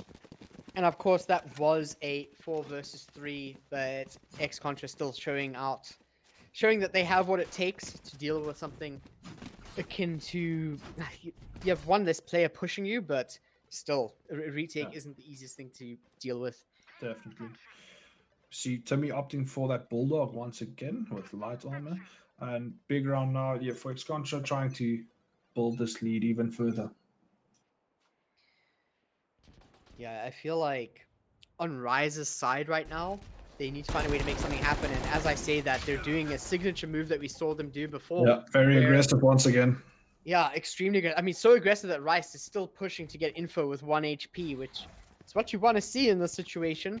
But, oh my word, no ways. Timmy. They are hunting Timmy as Obliviate does take him down. Oh, and, of course, with this, they're just giving up the site, and Williams could potentially be in a dire situation. No. Team Flash. Hello, Team Liquid's calling. Yes, he gets a 2k, but Obliviate managed to fight back a bit, which does mean that it is a 3 versus 3. Once again, Rise picking up some weaponry on the way, making a little bit of an even battle. As Obliviate has Bulldog now. Oh, first kill goes to Lawless. Placing sentry. Okay, vulnerable due to the alarm bot. Now Lumo could potentially just peek over the ledge here. Spectre it is a stronger weapon against what Caesar has. Nightmare still comes out on top of the swarm grenade that Obliviate was not ready for. Yeah, Obliviate going down to that Nano Swarm. And a 9th round for X-Contra. Now, very important now for Rise Blue to get back into this map with the full buy. They will have to take as many rounds as quick as possible here before X-Contra builds too much of an economic advantage and safety for themselves. Yeah, absolutely. Rise is set to definitely win this round, and I feel like I actually kind of want them to hunt here. If they get the advantage, I want them to take down as much of X-Contra as possible. Yes. So that they can really start getting every bit of advantage they could possibly find. Because this is a scenario where, once again, you're staring down the potential of double digits. Right away, Yes. Lawless starts it off by getting rid of probably one of the most feared players in the lobbies right now in Williams. Yeah, good first pick there for Rise. And they'll definitely... They need to try and build confidence here. Going into that double digits, as you mentioned, is not ideal. And they would like to stay away from that as long as possible. Nightmare just going for a cheeky peek. Hoping to see someone over near tree. Timmy also walking up. Yeah, Timmy actually pushing through catwalk. Lawless is going to get a fantastic peek here. Does get seen by Nightmare, but now they have to be concerned of this. I mean, that's a lot that's pushing through mid. And just spraying through the blaze as well, hoping that they're going to get some damage in. Rise flash once again. Lawless. Nice pick by Lumo. Does get one, but there's more players here. You have to be careful. You're going to have to swing. And there we go. Lumo finds the pick. Thanks to Spectre. Yes, Caesar is there to get the trade, coming in through their own spawn. And Nightmare is actually just going to turn tail and run. But this is what I was talking about. I need to see this. As much as Rise has lost 2 players, they are hunting. They are stopping as much of the economy as they possibly can. And Nightmare going down as well. Yeah, important round on the board there for Rise. Obliviate finishing it off there, and nothing saved on the side of X-Contra, but they will buy up full now. It's so important that I mean, even then, Rise still not the best economy here, and definitely X-Contra set up to win. But just keeping X-Contra off that 10th round is so pivotal to success. It's so important. So hopefully they can keep this advantage, and maybe they can pull a Look back a bit at how well they play on their saves, and maybe try pull some of that energy into their buy right now. Contra early scout into A side. That's very strong push here onto A, as we see. I've got your trail. Oh, here they go. Lumo, Seeker's invested. Oh, Obliviate spotting a player out, but just backing off. oh, he's What getting is that? sprayed No. through the smoke. Lumo. Lumo knew where Obliviate was, and that's why you have to shoot the Seekers once they appear. And I really do not like this lockdown that X-Contra have opted to use. I mean, you want to kind of delay that a bit. You want to squeeze it out, wait until there's not much time left. I think it was a bit early there. I don't think it was quite needed. Yeah, use it to get onto a site or use it to delay a retake of the site. But now, Lawless pushing in with the runner back, searching every single crevasse that they need to find where the opponents are. Yeti Trade's going out. down thanks to a trade after picking up right. Oh no, Now Caesar! looking the wrong way. Nightmare gets a pick and That was confusing me though. But once again, Nightmare is just so ready for the peaks to get rid of players who are trying to get the defuse down. I think Rise started the retake really well with the run it back being invested as well by Lawless, but unfortunately just no one going for that spike as well. They definitely could have gotten at least half before doing that full push and losing their lives. They're very unfortunate, and that might end up costing them in this map. It absolutely could, and I mean, looking at it now, once again, if we compare what's been happening each round, it's basically just being kill rounds for the first 3 rounds, and then actually getting the spike exploding. Well, the map being won thanks to the spike going off. It's Lumo. oh jeez, Lumo surviving that is absolutely mental. But what I want to say about the spike going off is like that's worse. You're not in a good position for that. Very aggressive here by Rise again, but Timmy managed to get Rise. He knows about Swalya, but Swalya does hit that shot. Very nice. He has to back And off he from the makes it guiding out line. alive as well. Caesar. Yes, he's not in a good position, and Caesar comes out on top of that one, but Williams is alive, ready to fight Nightmare. Taking Caesar down, and X-Contra still have 3 very strong players here. Luma wants to try chase Spalia down, using the updraft to just extend their reach a little bit further. And it actually feels like X-Contra now toying with them, but not even going for the plant. They just want to hunt them down and win this round by kills alone, potentially. But it seems like A is going to be the play. Luckily for Rise, Spalia is there waiting for this push. Yeah, very important 30 now. He seconds can left. do a lot of damage potentially here. If he gets the timing. standing. Oh no, the peak. With a very nice headshot there. Yeah, I feel like Spalia going for such a wide peak is not really preferred. You'd want to try to keep it a little bit more compact, catch them off guard, maybe even wait for the spike to be planted first. Yeah, and also I'm impressed with Lumo just staying in mid, making sure that Obliviate doesn't go for any of the weapons that are down. It's actually a very good point. Just starving them of any ways out of the situation that they're in. And I mean, X-Contra, once again, they have been looking better in this tournament than I have ever seen them before. Yeah. And even more so for this map, especially with Nightmare just really showing up. But with that being said, Rise, not to be counted out just yet. Caesar does have From the Shadows. Obliviate is sitting on that lockdown. But they are going to have to go up against Williams, who has the Empress ready to go. And Williams, scary as is, William with Empress is just absolutely terrifying. True. It's not something you like to see. Definitely not. Oh, Lawless. Lawless. What Very a nice. sexy peak. Very nice. Numbers now on the side of Rise. As I say that, Swalya gets taken down, but Rise manages to trade it out. Now, interesting to see what X-Contra will decide to do here now. Will they just hang on to these weapons, or will they just keep Rise guessing for now? I feel like a lot of what is going to matter here is what info can be found, or what deception can they create with the Sky. Because Sky's utility that Yeti has can do so much. Now Nightmare actually giving the spike over to Yeti. And pushing through mid. This is not what I would expect, especially when you're down a player. Will Caesar be ready though? No, Nightmare gets the kill. Nightmare's been on fire so far in this map. What a Definitely crazy feeling it today. Absolutely. Trailblazer And- now. This is the Yes. information they need. They know it's all open. They know that the door 30 to market is seconds left. closed, and they know that from mid it's faster to go to B. 25 seconds on the clock, and then you start making something happen. Door in B gets broken, but we might even see a push over to mid. They need to use another guiding light here. Or they're just gonna go through to B. Oh, Lawless picks up the kill onto Nightmare. They don't have time to plant. 10 seconds left. X-Contra have taken too long, and Rise is just gonna be playing the safe. And Rice in a great position here as well, just to stop this. Yep. One enemy Hello, remaining. Rice. Okay. I mean, if that shot was missed and the plant came down, we could potentially see something crazy from Yeti, but that doesn't seem to be the case.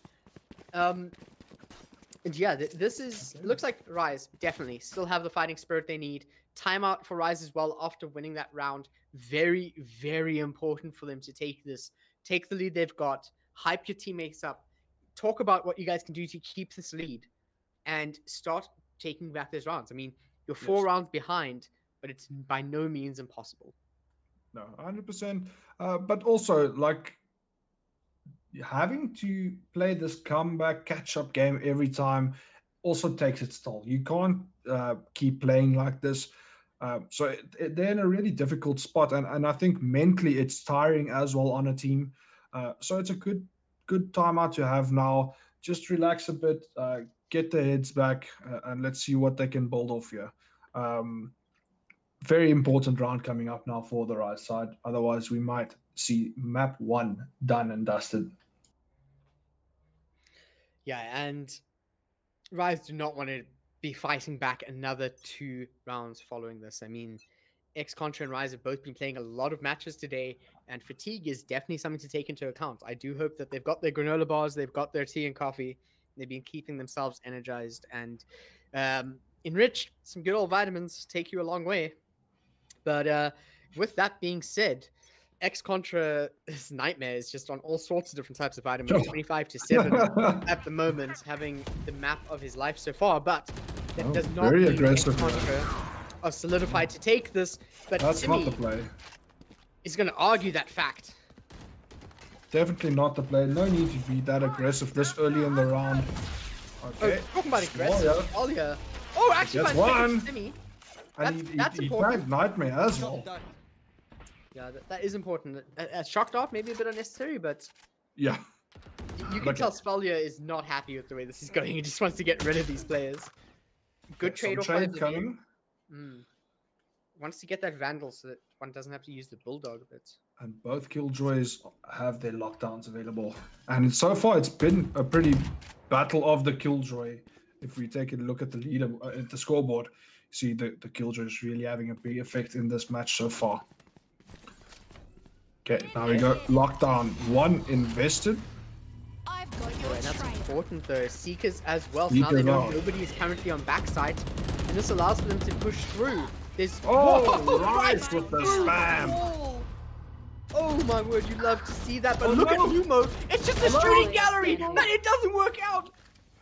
One has to practice the remaining. shots in the shooting gallery for a while, and seeing players just standing still for you makes it so difficult for you to take the shots, and Yeti managed to close it out. Yeti. In the brink Now of this time, is a moment where Obliviate could have turned everything around. Match point. X-Contra, match point now.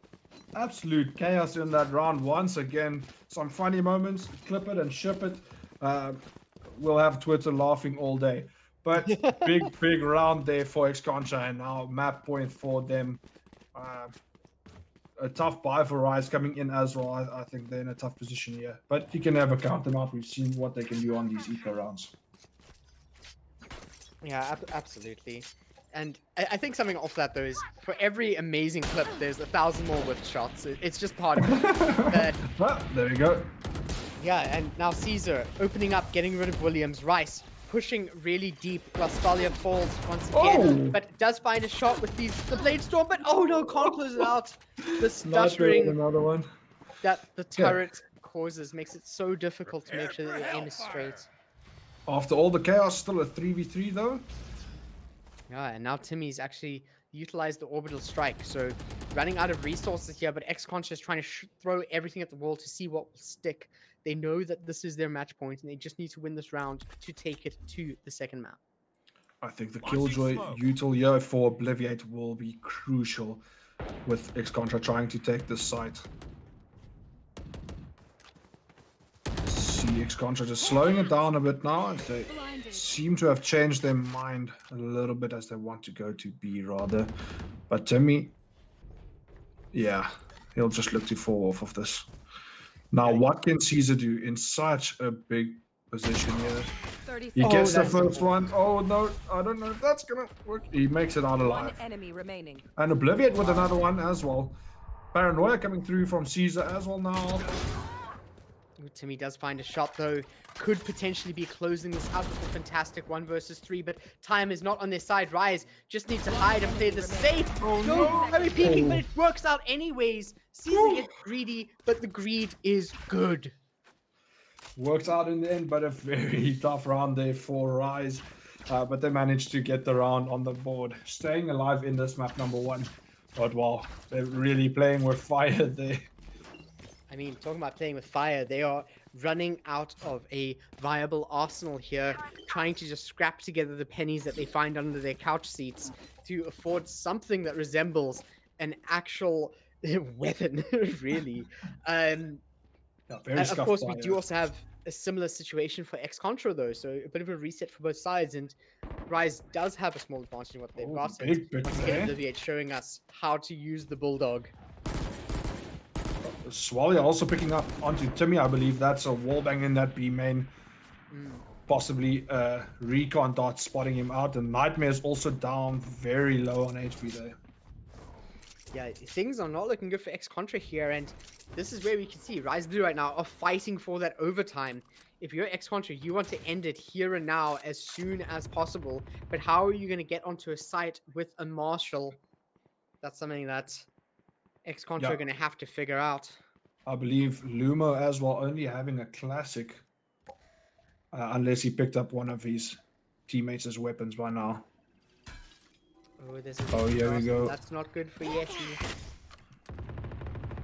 Let's check around the corner, doesn't find anything. Spalia should hear that and know more or less where this player is. Oh. Shooting through the wall, Spalia gets tagged, but he gets Yeti in the end. Yeti, Lumo with the Sheriff, and we've seen some amazing Sheriff plays left. today alone. Oh my once God. again! That was so dirty, Lumo. But I'm not sure it's actually enough Lawless for getting tagged X-Contra by to this have a Marshal. chance. Obliviate knows that Nightmare's here. But oh my word, Nightmare! It's going for the weaponry. 10 seconds left. Knowing that But they Lumo- still have a few rounds. Last Wait, player Lumo has the standing. spike. Oh no, if we don't see a massive peak here, I'm not... Yeah. Oh my word. My word. The economy for Rise is In in shambles. absolute shambles. Shambles. I don't know how they're staying in this map so long, but let's keep it going. Let's see what they can do.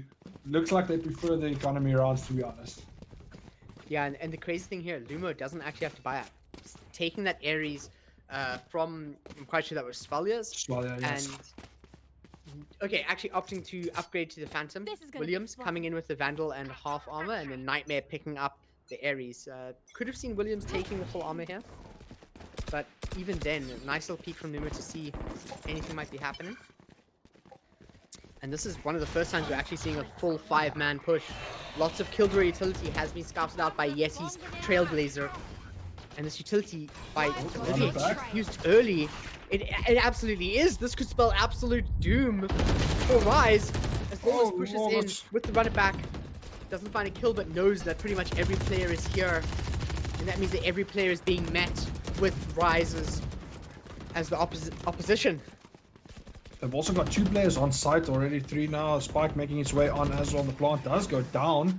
And now retake time for Rise as Rise picks up Lumo with the charge. So can they find some more? Yes, they can. Lockdown is currently on the spike. Yeti pushing forward, does find Obliviate as Timmy gets a trade onto Spalia as well. But, oh, Lawless, what can you do? Oh my word, you mad beast. Oh my word.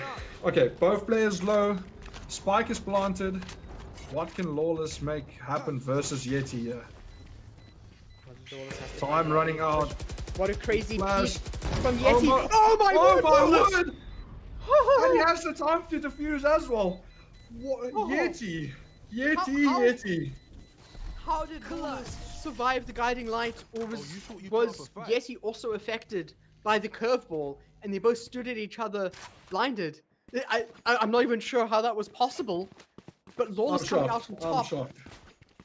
That changes everything for this round now, because if we're looking at the economy now, X-Contra on the back foot, Rise. Of course, one of the players is sitting with the Bulldog, but the rest of them, comfortable, full armor, they've got full rifles, and this is really where X-Contra should start to sweat. Rise Blue, 10 rounds, just 2 behind, making it to overtime.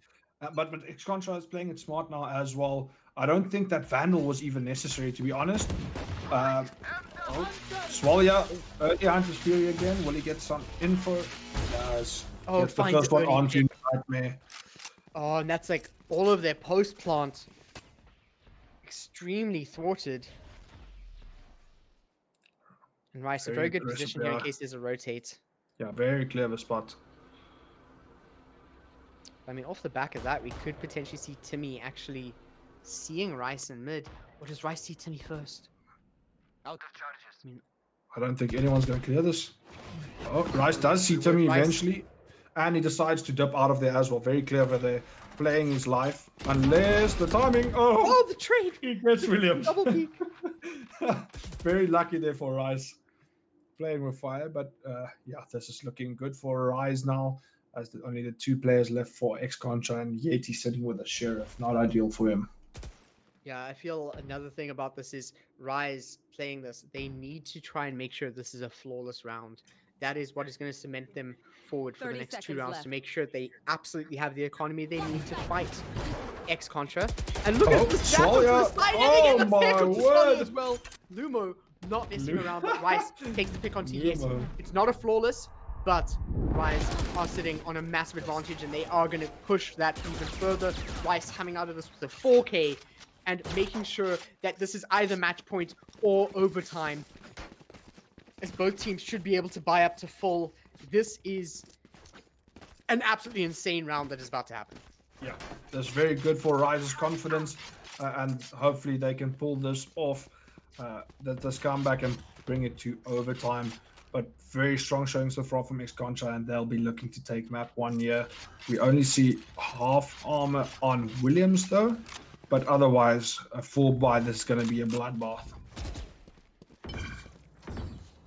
We also have the Bladestorm on both sides. We have the Seekers now as well for Yeti, and Orbital Strike to be a pivotal ultimate for anything that they decide to do.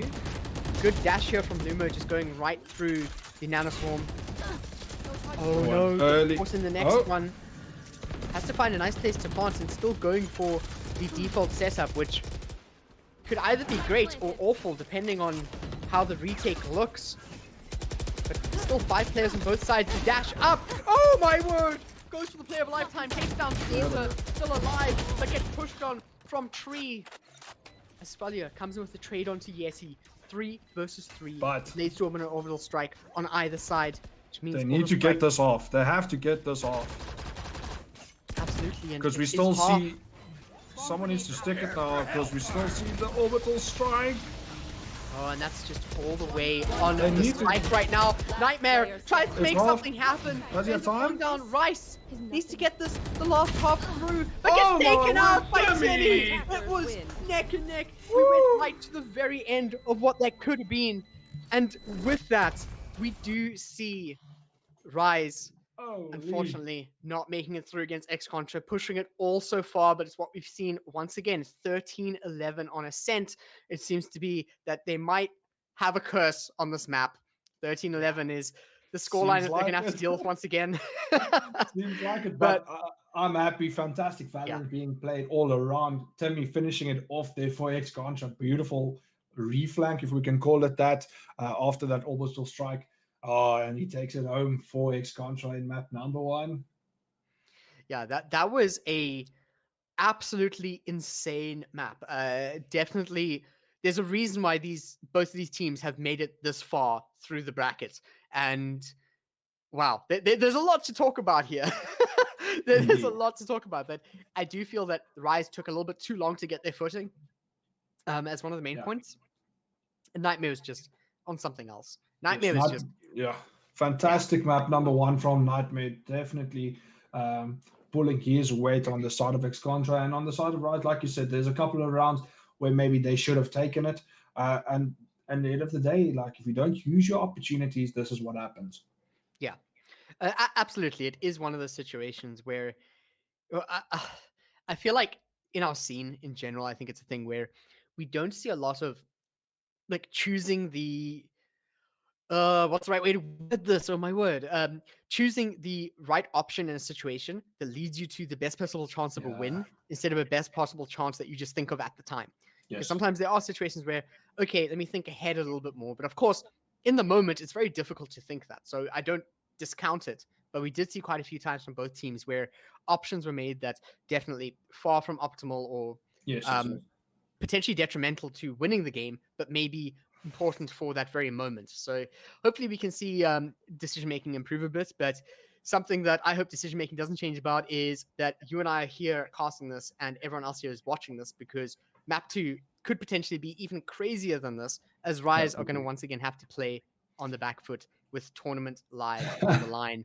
Of course, they managed to come back guns blazing with 2 maps in a row, the full-on reverse sweep there against Illusion Gaming. Can they do the same against X-Contra?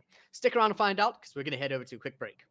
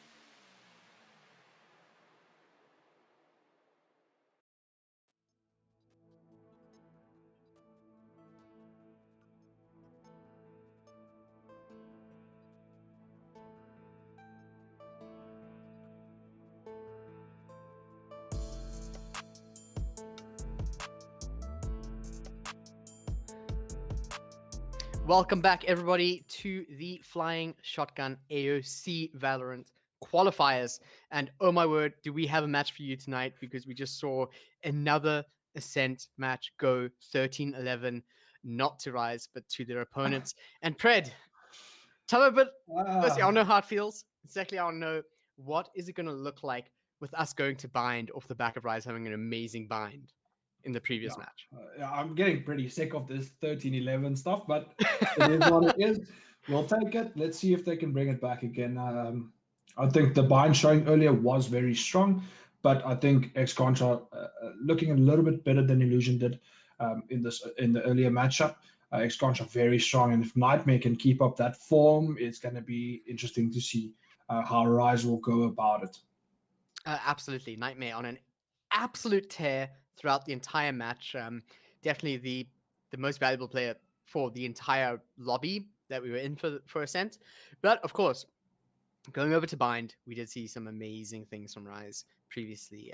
As you said, a little bit of a demotivated a team that they're up against, but I still don't think that's necessarily something that we should take away from Rise. I do think that their bind still looked very strong, and X-Contra is also a team with a strong bind, so I think that we could potentially look at another 13-11. But I'm sure that the Rise boys are hoping that it's 13-11 on their side this time. In their favor, no, 100%. But yeah, I think we're in for another close map. I don't think it's going to be one-sided in this matchup whatsoever. So it's going to be an interesting match to watch. And like we spoken earlier again as well, like it's a very defensive-sided map as well. And we see X-Contra starting on the defensive side again. So it's going to be interesting to watch. But hopefully Rise can build some confidence early again, as we saw against Illusion, and they can get back into the series. Well, let's definitely hope so. Going with the same composition that we saw over on Ascent, they're happy with how it worked and they want to keep it going and not deviate too far. But quite a lot of changes over here on the side of X-Contra. We do see Lumo switching for Sage from the Jet that they were on before, and Yeti going to the Raze from the Sky that they were on before. So we'll have to see how much how big these changes really are for these players, because quite vast differences in regards to what these agents do that the same players are swapping over to. I think the main thing for the Raze on pick on Bind is for the teleporters. If you play on a site with Raze, just getting those nades through the teleporter is sometimes it can do so much damage. So yeah, it's a good pick. I'm interested to see the Sage pick. It is very strong. Sage is strong on Bind, but it doesn't often get picked up by the South African team. So let's see what Lumo can do. Ooh, Luma actually opting to play A. I know that when we watched Luma before, often opting to wall off B long, just walling off gardens with a very interesting diagonal wall. But now, of course, not opting for that. Svalja trying to see if anyone can be cleared out of the bathroom cubby. Rise wants to get aggressive, jumping over, but Lumo! Nice shot! What a clean headshot. Oh, following up with some more right click. Oh, Lumo feeling it here. And Caesar now coming back with that right click. The classics are just too OP, it seems. What did we just witness? Absolute chaos. And now they're heading towards this B site, and it seems like X-Contra has a little bit of a read on it. With Williams also pushing over here, grabbing this orb now. Will they? Yeah, opting for teleport. They like their rotates. Here we go. Yep, ring around the rosy. Let's see if we don't all fall down. Let's take X-Contra down, as Rise Blue essentially going to be pushing in for a pretty early plant here. Get onto the side, but they have to first get rid of Timmy to manage to find Obliviate. Are we going to see another teleport? Oh no, Spike's down on site.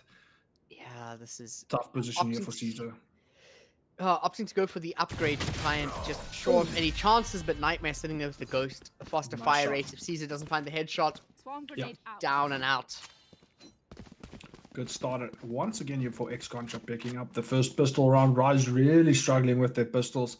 And this should be a full buy, or half buy for Ex-Contra coming in with a full save for the Rise team. Yeah. Absolutely, the way it should be played in this situation. Hoping to see a little bit less chaotic plays coming in from Rise. I mean, for example, losing Rice so early was extremely detrimental to what they were trying to do there. But even But then, what a nice Lumo- shot from Lumo, but this time he goes down. Yeah, Rise this time. going for this weapon, not working out quite for him as Timmy does I'll get get charges. rid of him. He's taking the long fire shot with the Guardian. It's not something that everyone's actually going to be prepared for. Stalia? Oh, no. Hello? One enemy remaining. Oh, and Nightmare just cleaning up on the B side as well. Yeah, Caesar Taking down falling to two. the turret. Ouch! That always hurts. That always hurts. We're seeing a lot of turret kills today. I think that's the third or fourth one. Yeah, we actually are. I think it's more than third and fourth. If we take Turret every match that MVP. happened today, yeah, it's definitely been putting out a lot more kills than what we usually see. But now, of course, Rise sitting here with a full buy. I do like the fact that 3 players are coming with Phantoms and they have 2 players on the Vandals. It does give you a nice combination of being able to spray through smokes. What's Ex-Contra cooking up here? Yeah, Five something on spicy. B stack? Something spicy. But I'm not sure what. I mean, They're all just chilling out there. they're definitely reading this correctly. I mean, they're also hidden.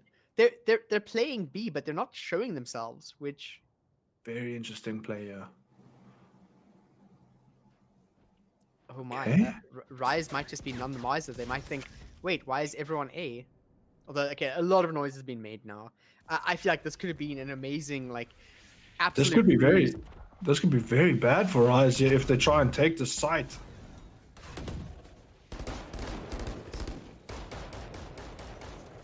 Oh no, Lumo Oblivion. pushing Oblivion. Oh, he doesn't notice Lumo. No ways. An upgrade comes out as well. Lawless trying to push onto site. Doesn't find Yeti, but does deal quite a bit of damage at least. But Rice not following up to get rid of Yeti. I was not expecting that. So Yeti survives and just gets rid of an ultimate for free. But still surprised how quickly Lawless was able to get that. So the 6 orb ultimate, of course, 30 showing how seconds quickly left. it can be attained. Now Williams not checking their corners. Doesn't mean Spalia can come out with 2 kills. Nightmare does get the trade, but 2 versus 3 once again favoring Ex-Contra. Rise have got the plant. They need to find a way to make sure that the diffuse does not start. If this gets to halfway, I cannot see Rise taking this. He's just sticking it. Enemy remaining. Oh Last Oh, player Gets the the trade trade come halfway. out. Oh, but Yeti picks up the kill onto Rice and he'll get the defuse. 3-0 now for Ex-Contra. Big round there from them. And a tough one for Rise to take. Ugh, and Yeti giving us some BM as well onto Lawless.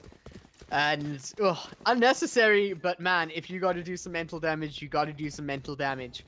Looking at Rise now, I mean, the only ultimate they have on the board is the From the Shadows, which by all means is not the most important ultimate on this team, not by a mile. Lawless Definitely. committing the run it back and not really getting any value out of it either.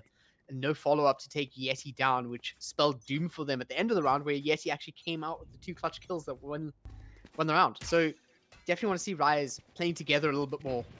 And hopefully they'll be able to do that. See Lumo picking up the operator for this round as well. And we've seen what he can do with that. So it's going to be a very tough take here. Yeah, and I mean, as well as saying that, it's interesting to see a Sage opting to take an operator. That's Oh, yeah. not standard. You generally want a character that has quite a lot of movement or something. So Raze, Reyna, Jet, something that can get out after getting a pick or Out of missing a position, pick. yes. Slow build up here from the Rise team, just figuring out what they want to do. Oh, he missed the first one. Oh, my Williams takes word. down Sol, yeah.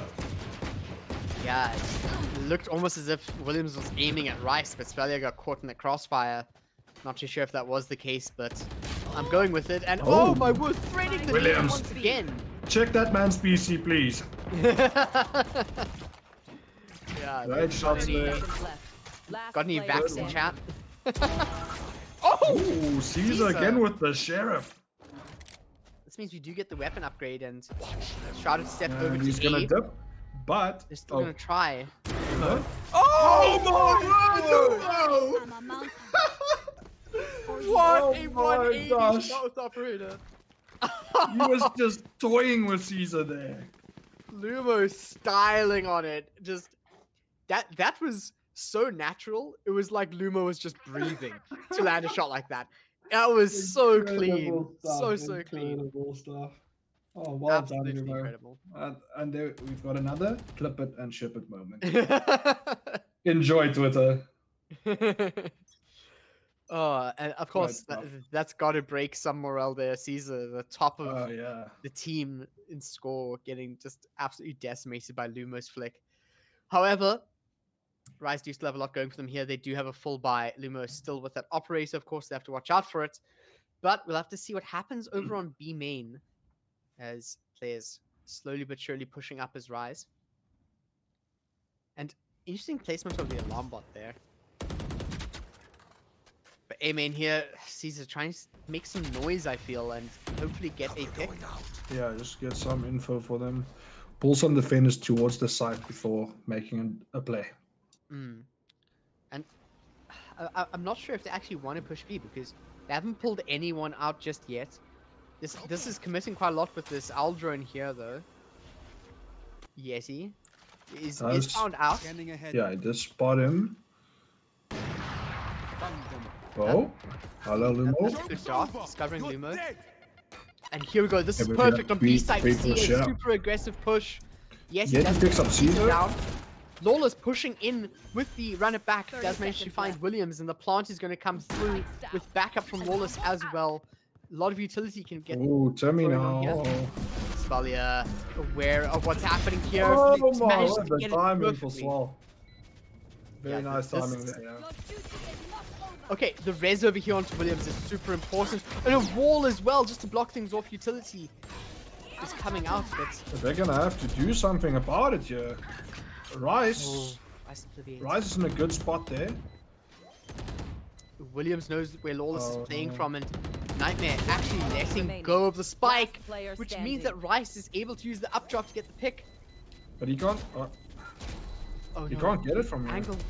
Oh, he can Just get it through. Okay. regardless. But it But- is going to lose the weapon, Yes. but First round At on the least board they- though for us. yeah. I think regardless, still super important. Lawless not going to be able to full buy, but the rest of the team will. So, and EX Contra aren't able to full buy at all. So, no, they can. Lumo can get a buy from Williams, but a lot happened in that round. At the end of the day, like the result is quite big. We don't have an operator in play anymore. We see that the economy is hurting for both teams. Right now, Lumo on half armor, Lawless going for the Bulldog. Ultimate wise, we have 3-3. Both sides have lockdowns, as well as big area control ultimates in the Hunter's Fury and the Orbital Strike. Very aggressive 1-2 in the Blade Storm. Lumo picks up And the the kill on Empress, his that's- fire. Yeah, this early pick here. I mean, Spalia was covering for their teammates, but now the Hunter's Fury isn't on board, which means that the lockdown is even more effective for X-Contra than what it was before. Yeah, very good pick there for Luma. And I want to mention the Sage wall usage, also very clever. He went back to his normal strat now by walling early, but in the previous round we saw how good it can be in the retake situation as well. Didn't work out in the end, but it's a good option to have.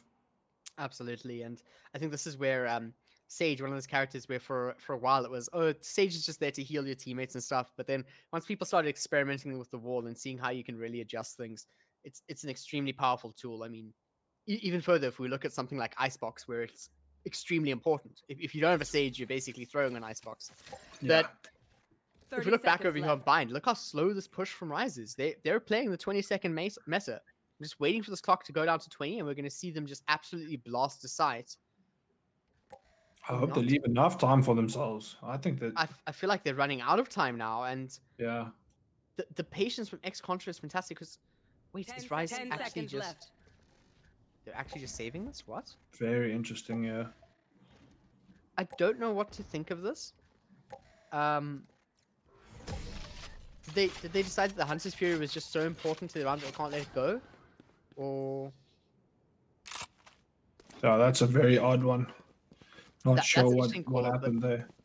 But I don't think a call like that would be made without a strategy. Like, there must be a reason for them to do this. I'm just not privy to what that reason is. But looking at what X-Contra is bringing now, with that, not losing a single player, no damage The being dealt to economy. them, their Yeah. economy is just booming. So Rise have to make that save work. It was a 4-man save. Get out of my way. Given a weapon over to Svalia. We've got both Blade Storms. Well, I mean, there's only one Blade Storm. We just heard it twice. But now that's on the table. And a pistol currently in their hands as well. Balls. Oh, there we Wait see for that fucking nade. headshells. Yeah, yeah. Yeti actually in the pick on Flawless. Oh, Rice coming in though, and this is why the Hunter's Fury was so important. It opened the site up for Rice to Oh, push Timmy through. spraying. Timmy sprays, the orbital strike gets rid of the attacking Killjoy lockdown. The defender lockdown comes through following that, stalling them out just a little bit longer. And it looks like we're still going to see Look at Rise try and Yeti push though. B. If you look at Yeti just holding the teleporter Point exit drawn. on the A side. Enemy Just in case we see some movement there. Spalia's revealing area. drone getting destroyed. We do see the incendiary grenade as well, just off the edge of the sky smoke, making sure there's no push, and the stalling out is working also well for X-Contra, and Turret I'm out. enjoying this. I like the pacing that they're playing in. It's absolutely throwing Rise off at every occasion. Yeah, they're playing very 30 disciplined. seconds And left. that's when you play a team like that that are so well disciplined, it's very tough sometimes. Yeah, Spalia going down, but Obliviate at least getting the trade, and now Nightmare falling means that Caesar has opened up the site enough for a potential plant. Both players in X-Contra are quite far away from the site, but they're gonna have to push through Hookah thanks to Teleporter. Spike's down. Spike comes down, and Obliviate needs to get that utility out really soon, but opting for an aggressive... Swarm grenade. Oh my word, I love this. The aggressive swarm grenades That's- instead, but But we they don't get have any both. spray into Hookah. They get I was both expecting not to look dinosaurs away. as well. Yeah, whilst they were looking away to get rid of the nanoswarms, Chill out. that's Oh, when you good. have your teammates spray. But oh, what a jump from Yeti! And Lumo follows up with a 2K. Oh, That's the distraction you need to create, which is what those swarm grenades could have been. yeah, Caesar was not ready to 100%. keep. Caesar missing some shots there, and unfortunately getting taken down, and the trades come through, and Luma last one standing and getting the defuse for his team. Oh my, and now Rise as well. I mean, Caesar, Obliviate, Svalia, their economy is not quite there for them to buy up. Yeah. Lawless at least going for the Spectre, knowing that it is possible to work with that. But even then, I feel like potentially over-investing into this when, once again, X-Contra so far ahead, their economy looks so good. And this is not the Rise that we saw previously on Bind. No, definitely not. And a very good start here from X-Contra. Playing a really strong game here. Williams does get detected, and that detection goes through the Lear. Timmy gets taken out by Oh, nice Williams. shot by a Williams. second one, but not able, actually opting for the Devour instead of the Dismiss, which means that they will fall and weapons will be granted to the remaining fragments of Rise. Caesar doesn't get a weapon upgrade, rather just playing with the Spectre. Okay, you can see it's been called now that there are definitely weapons for them. But yes, you're going to be pushing in X-Contra, not opting for a pincer attack, just everyone coming in through spawn. Oh You no, have to push through the swarm grenade, but The all timing's knowledge on is this. there. There's no information missing for EX-Contra now, and One yet he gets to enemy peek remaining. Lumo, takes down Obliviate, now it's all up to Caesar, who currently he's not able to spray Oh, through this because the no. angle it's planted in. And that is all so dire for Rise. Very tough there for Rise. Plays just not working out. Okay, it was a save round on their side. But yeah, that's a tough one. They're putting themselves in great situations where they're able to take rounds, but unfortunately they just can't clutch it up. And X-Contra doing so well again. Yeah, I must say, just to repeat what you said before, X-Contra, so disciplined at the moment. I am really enjoying the way that they are currently playing the game.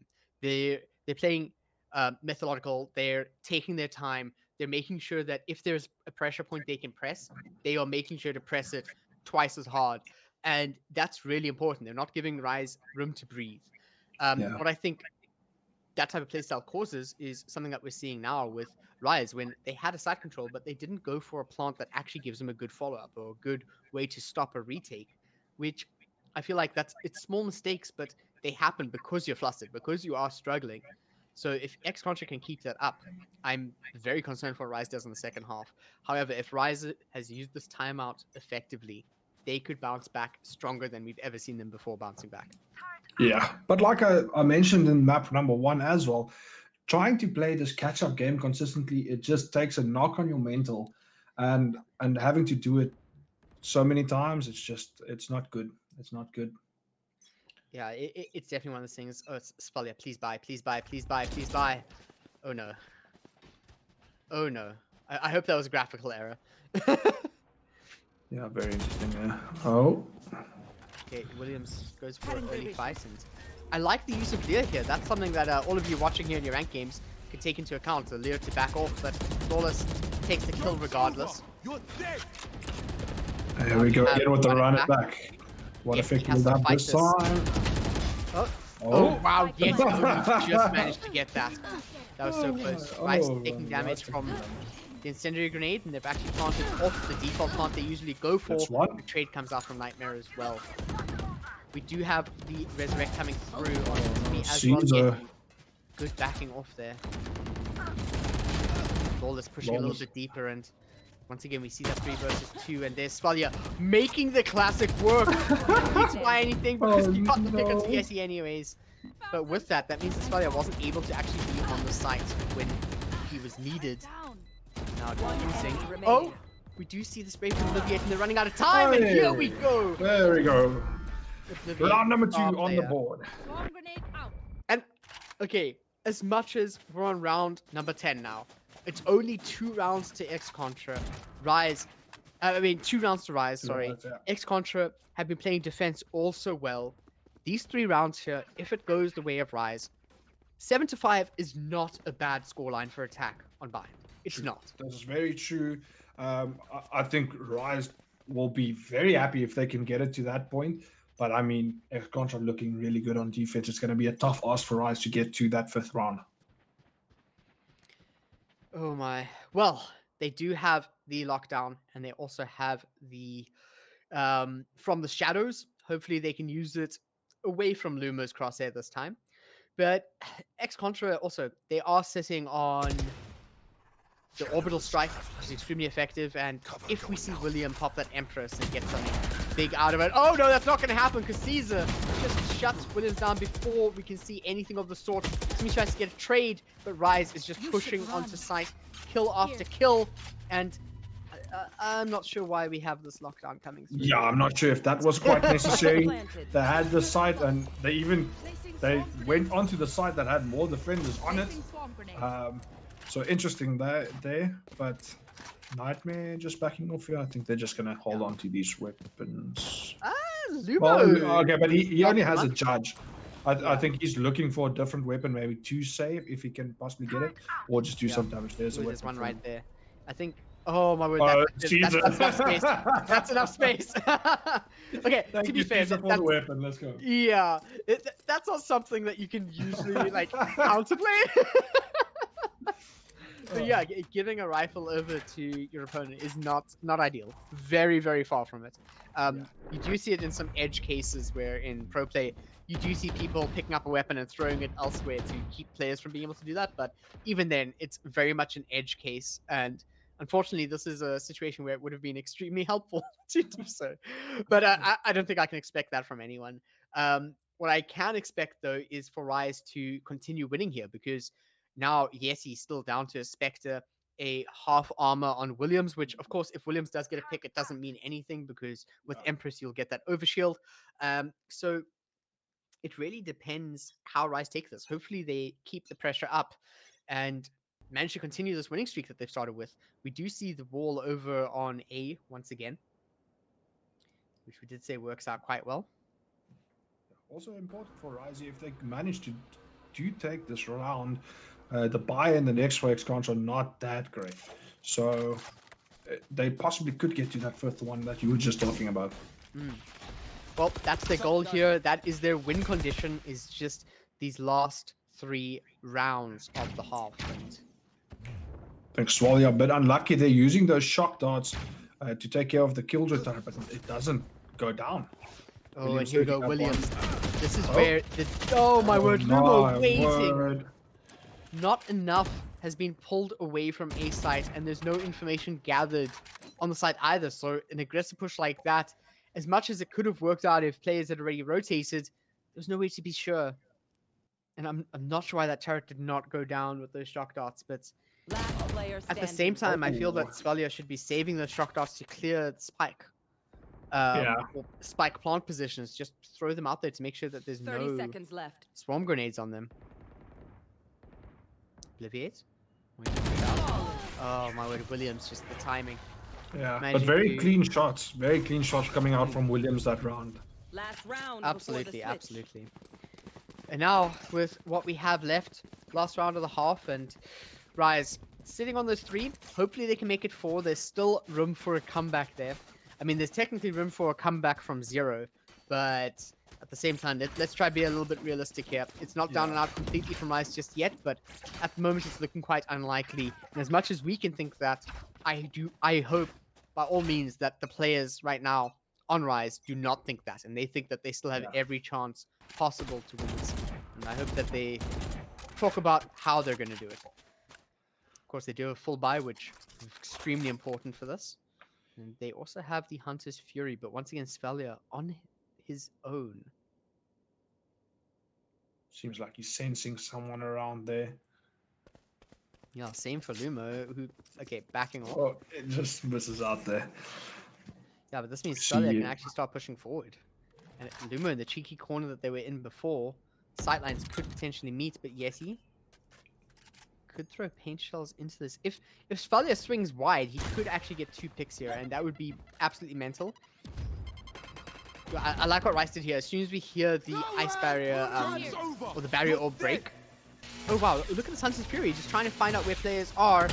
And that's off the back of a run it back, knowing that there's a player on site at pipes. Out comes the Owl drone, trying to find some more, and Caesar. She's just Oh, gonna leave some Lumo. guys out of there. Lumo, just an absolutely cracked player today. Yeah, Luma doing 30 really seconds well. left. And the spike dropping there, this is the worst situation Rise could be in, but Lawless makes sure that a bad situation has a little bit of a silver lining. And wanting to push this instead of grabbing the spike and leaving is quite interesting to me as Caesar not able to survive this no. little orbital strike. Revealing Keeping enemy. players That's going to be a off tough the one. spike. Left. Running out of time now.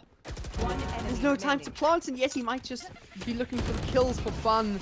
But Williams is the one who takes it down on Lawless, and 9-3 is the scoreline we're going to be finishing this half off with. Switching Rise sides. moving over to the defense, and the chances are slim, but there is still a chance nonetheless. Yes, very impressive first half there from Contra here on Bind map number 2.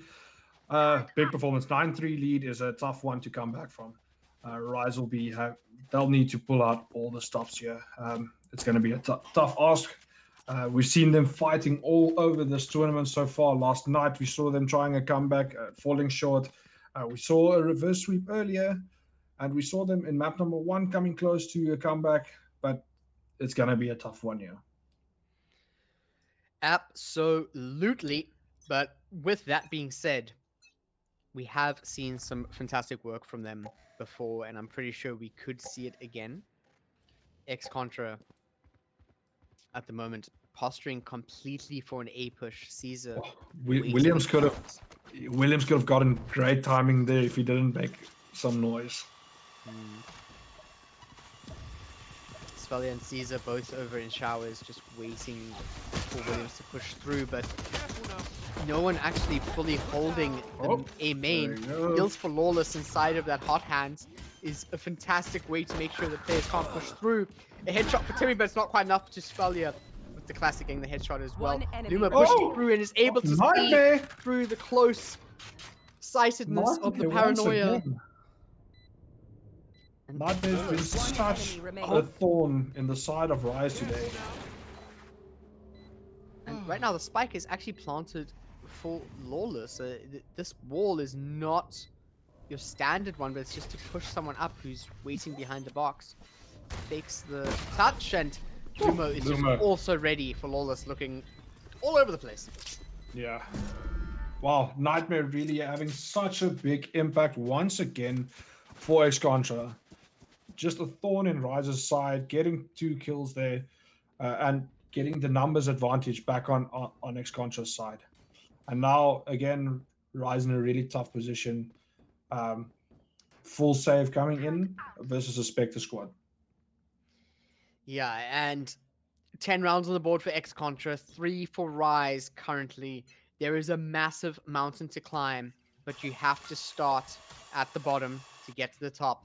X-Contra know that they need a minimal amount of rounds to take this, but now this massive pincer maneuver coming in from Rise is just... there's no one there to see it. There's no one there to hear it. They're singing to an empty stadium, and B-Side's just completely under the control of X-Contra with this superior weaponry. It's going to potentially find 2, and that's exactly what they do. There's a third in Caesar flanking around, but now Williams is going to do the same and cleans it out all so easily. A triple kill here. All 5 players taken down by just 2. A single player in X-Contra falling, and now we are heading over to the most intense round, I would say, is usually when you're about to get to match point. Rise have the full buy. X-Contra are on the bonus. What does Timmy opt to do? Are we going to see Timmy stick to the classic with the full armor to make sure that the economy is solid? Because then, of course, we will see Rise have to make this work. Rise have to win this round. Yes. No, 100%. It should be game over if they lose this round. And they need to do it with losing as few players as possible as well. And oh no, that's not a good start. Rice. Not the start you wanted, yes. Rice going down first, and oh my no, word, Lawless yes, with overall. another peek. Bunch of Lawless. And here we go, the rotate well read by X-Contra, and they're just out of there.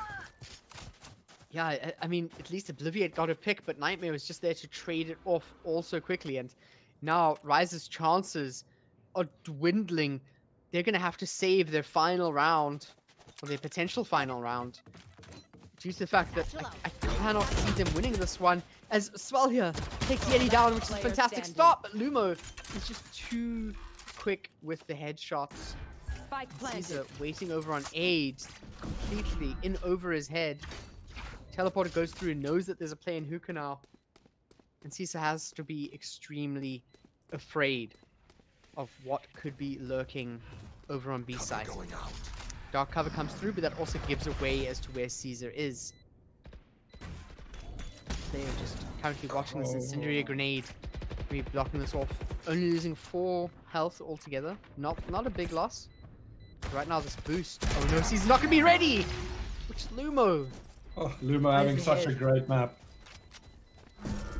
Lumo, absolutely, and I mean, whenever you think of Lumo in the local South African scene, you definitely attribute this player to Jet, but I have to say I'm gonna have to do the same to Sage now as well. Yeah, well, he's putting on quite the show on the Sage, and having an incredible map here as we go to map and series point. Yeah, Rise on the verge of being knocked out here. I'm sure if you've heard, this is not what you want to see, but I have to give it over to X-Contra. They have been playing their absolute minds out. Now, of course, given away as to where Svalhia is, yes, he just runs in. Could potentially be taken, but Rice decides to peek out instead of playing it safe. Gets my word! Over on William. Tries to find some more, but Timmy just pushes out of long. And now Obliviate has to do something amazing. Finds the head, but only 2 shots land, not all 3, and that's not enough for the Bulldog to apply things. Nightmare just throwing out the lockdown to make sure that Caesar is extra flustered in this absolutely mental 1v3 that they have to play. Not caught out by the lockdown. That was very close, though. It's extremely close. Has to look down. This is... Oh no, just gets double peeked! Attackers gets the kill. You have it. Unfortunate to see Rise Blue drop, but X-Contra really showing us that they are playing to win. They deserve to be here, and they deserve to move further forward in the brackets. and I have to give it credit. Your guys played absolutely amazing. Both squads really pushing it to their limits. But at the end of the day, definitely gonna have to go back to the drawing board for a few things. Of course, we do see X Contra winning Bind out 13-3, and that does mean that they will be moving over to the loser grand finals, which will be happening tomorrow, following the winners bracket finals between Punishers and the Punishers Academy. So either of those teams will take on X Contra. But Pred, after that match there, the 2-0, I know that you probably have some stern words to tell your boys, but other than that, I do hope that you are proud of them for what they put out. We did see some amazing plays and some great teamwork throughout. It's just back to the drawing board to make sure that. Definitely, there's a lot of positives we can take away from it as well. But yeah, back to the drawing board, stuff to work on. And I don't have to say anything to them. They know what they have to do. But yeah, we'll be back with a bang as well. But you can't take anything away from X Contra. They played some magnificent Valorant today. Yeah. And big ups to them. Yeah, I have to say this is the best that we have ever seen X Contra. Yeah. The rendition of the squad they have right now and the way that they've been playing this qualifier, I honestly think that this is one of the situations where, yes, X Contra did not qualify for Havoc through the regular season, but coming to the qualifiers and playing at this level means that depending on how they play against Punishers or Punishers Academy now, is going to be a telltale sign as to whether they deserve to be considered as reaching that top 4 that we have in the scene in total. The WRG, the Socks Up, the Who Asked, and the Omnius Gaming. Can we see one of these 4 being dethroned by the likeness of X Contra or Punishers Academy for that matter? But time will tell. And I'm really excited to see it watch from the waysides. I definitely want to get my voice in on as many of them as possible. I think that would be. I think if we've enjoyed today, tomorrow is going to be fantastic. The first match we have Punisher's main team versus the Academy team, and that's only going to be a best of 1 in the upper bracket final. That's going to be an amazing match because I know Punisher's main team is real strong. But the Academy is looking so good at the moment and so well rounded off. And then the loser of that match needs to go play this X Contra team, which is incredible as well. So we're going to have a lot of good Valorant. And then, of course, the grand final match as well tomorrow evening. Yeah, of course. And also just to talk about that, as we have the bracket here now, you can get exactly what's happening here. You see X Contra taking the 2-0 and moving forward. So first thing that's going to happen tomorrow, of course, is the Punishers versus Punishers Academy in the winners bracket. The losers of that will be going up against X Contra, and then that will be who we see in the grand finals. Just for an overview of the qualifiers in total, of course, the 4 teams I mentioned earlier that are currently in Havoc from the standard season is WRG, White Rabbit Gaming, Socks Up, Who Asked, and Omnius Gaming, which then will be joined from the likes of the top 4 teams here, which of course that does mean that Project Rise Blue has solidified their spot into Havoc. EX Contra are going to be in Havoc as well as the Punishers and the Punishers Academy.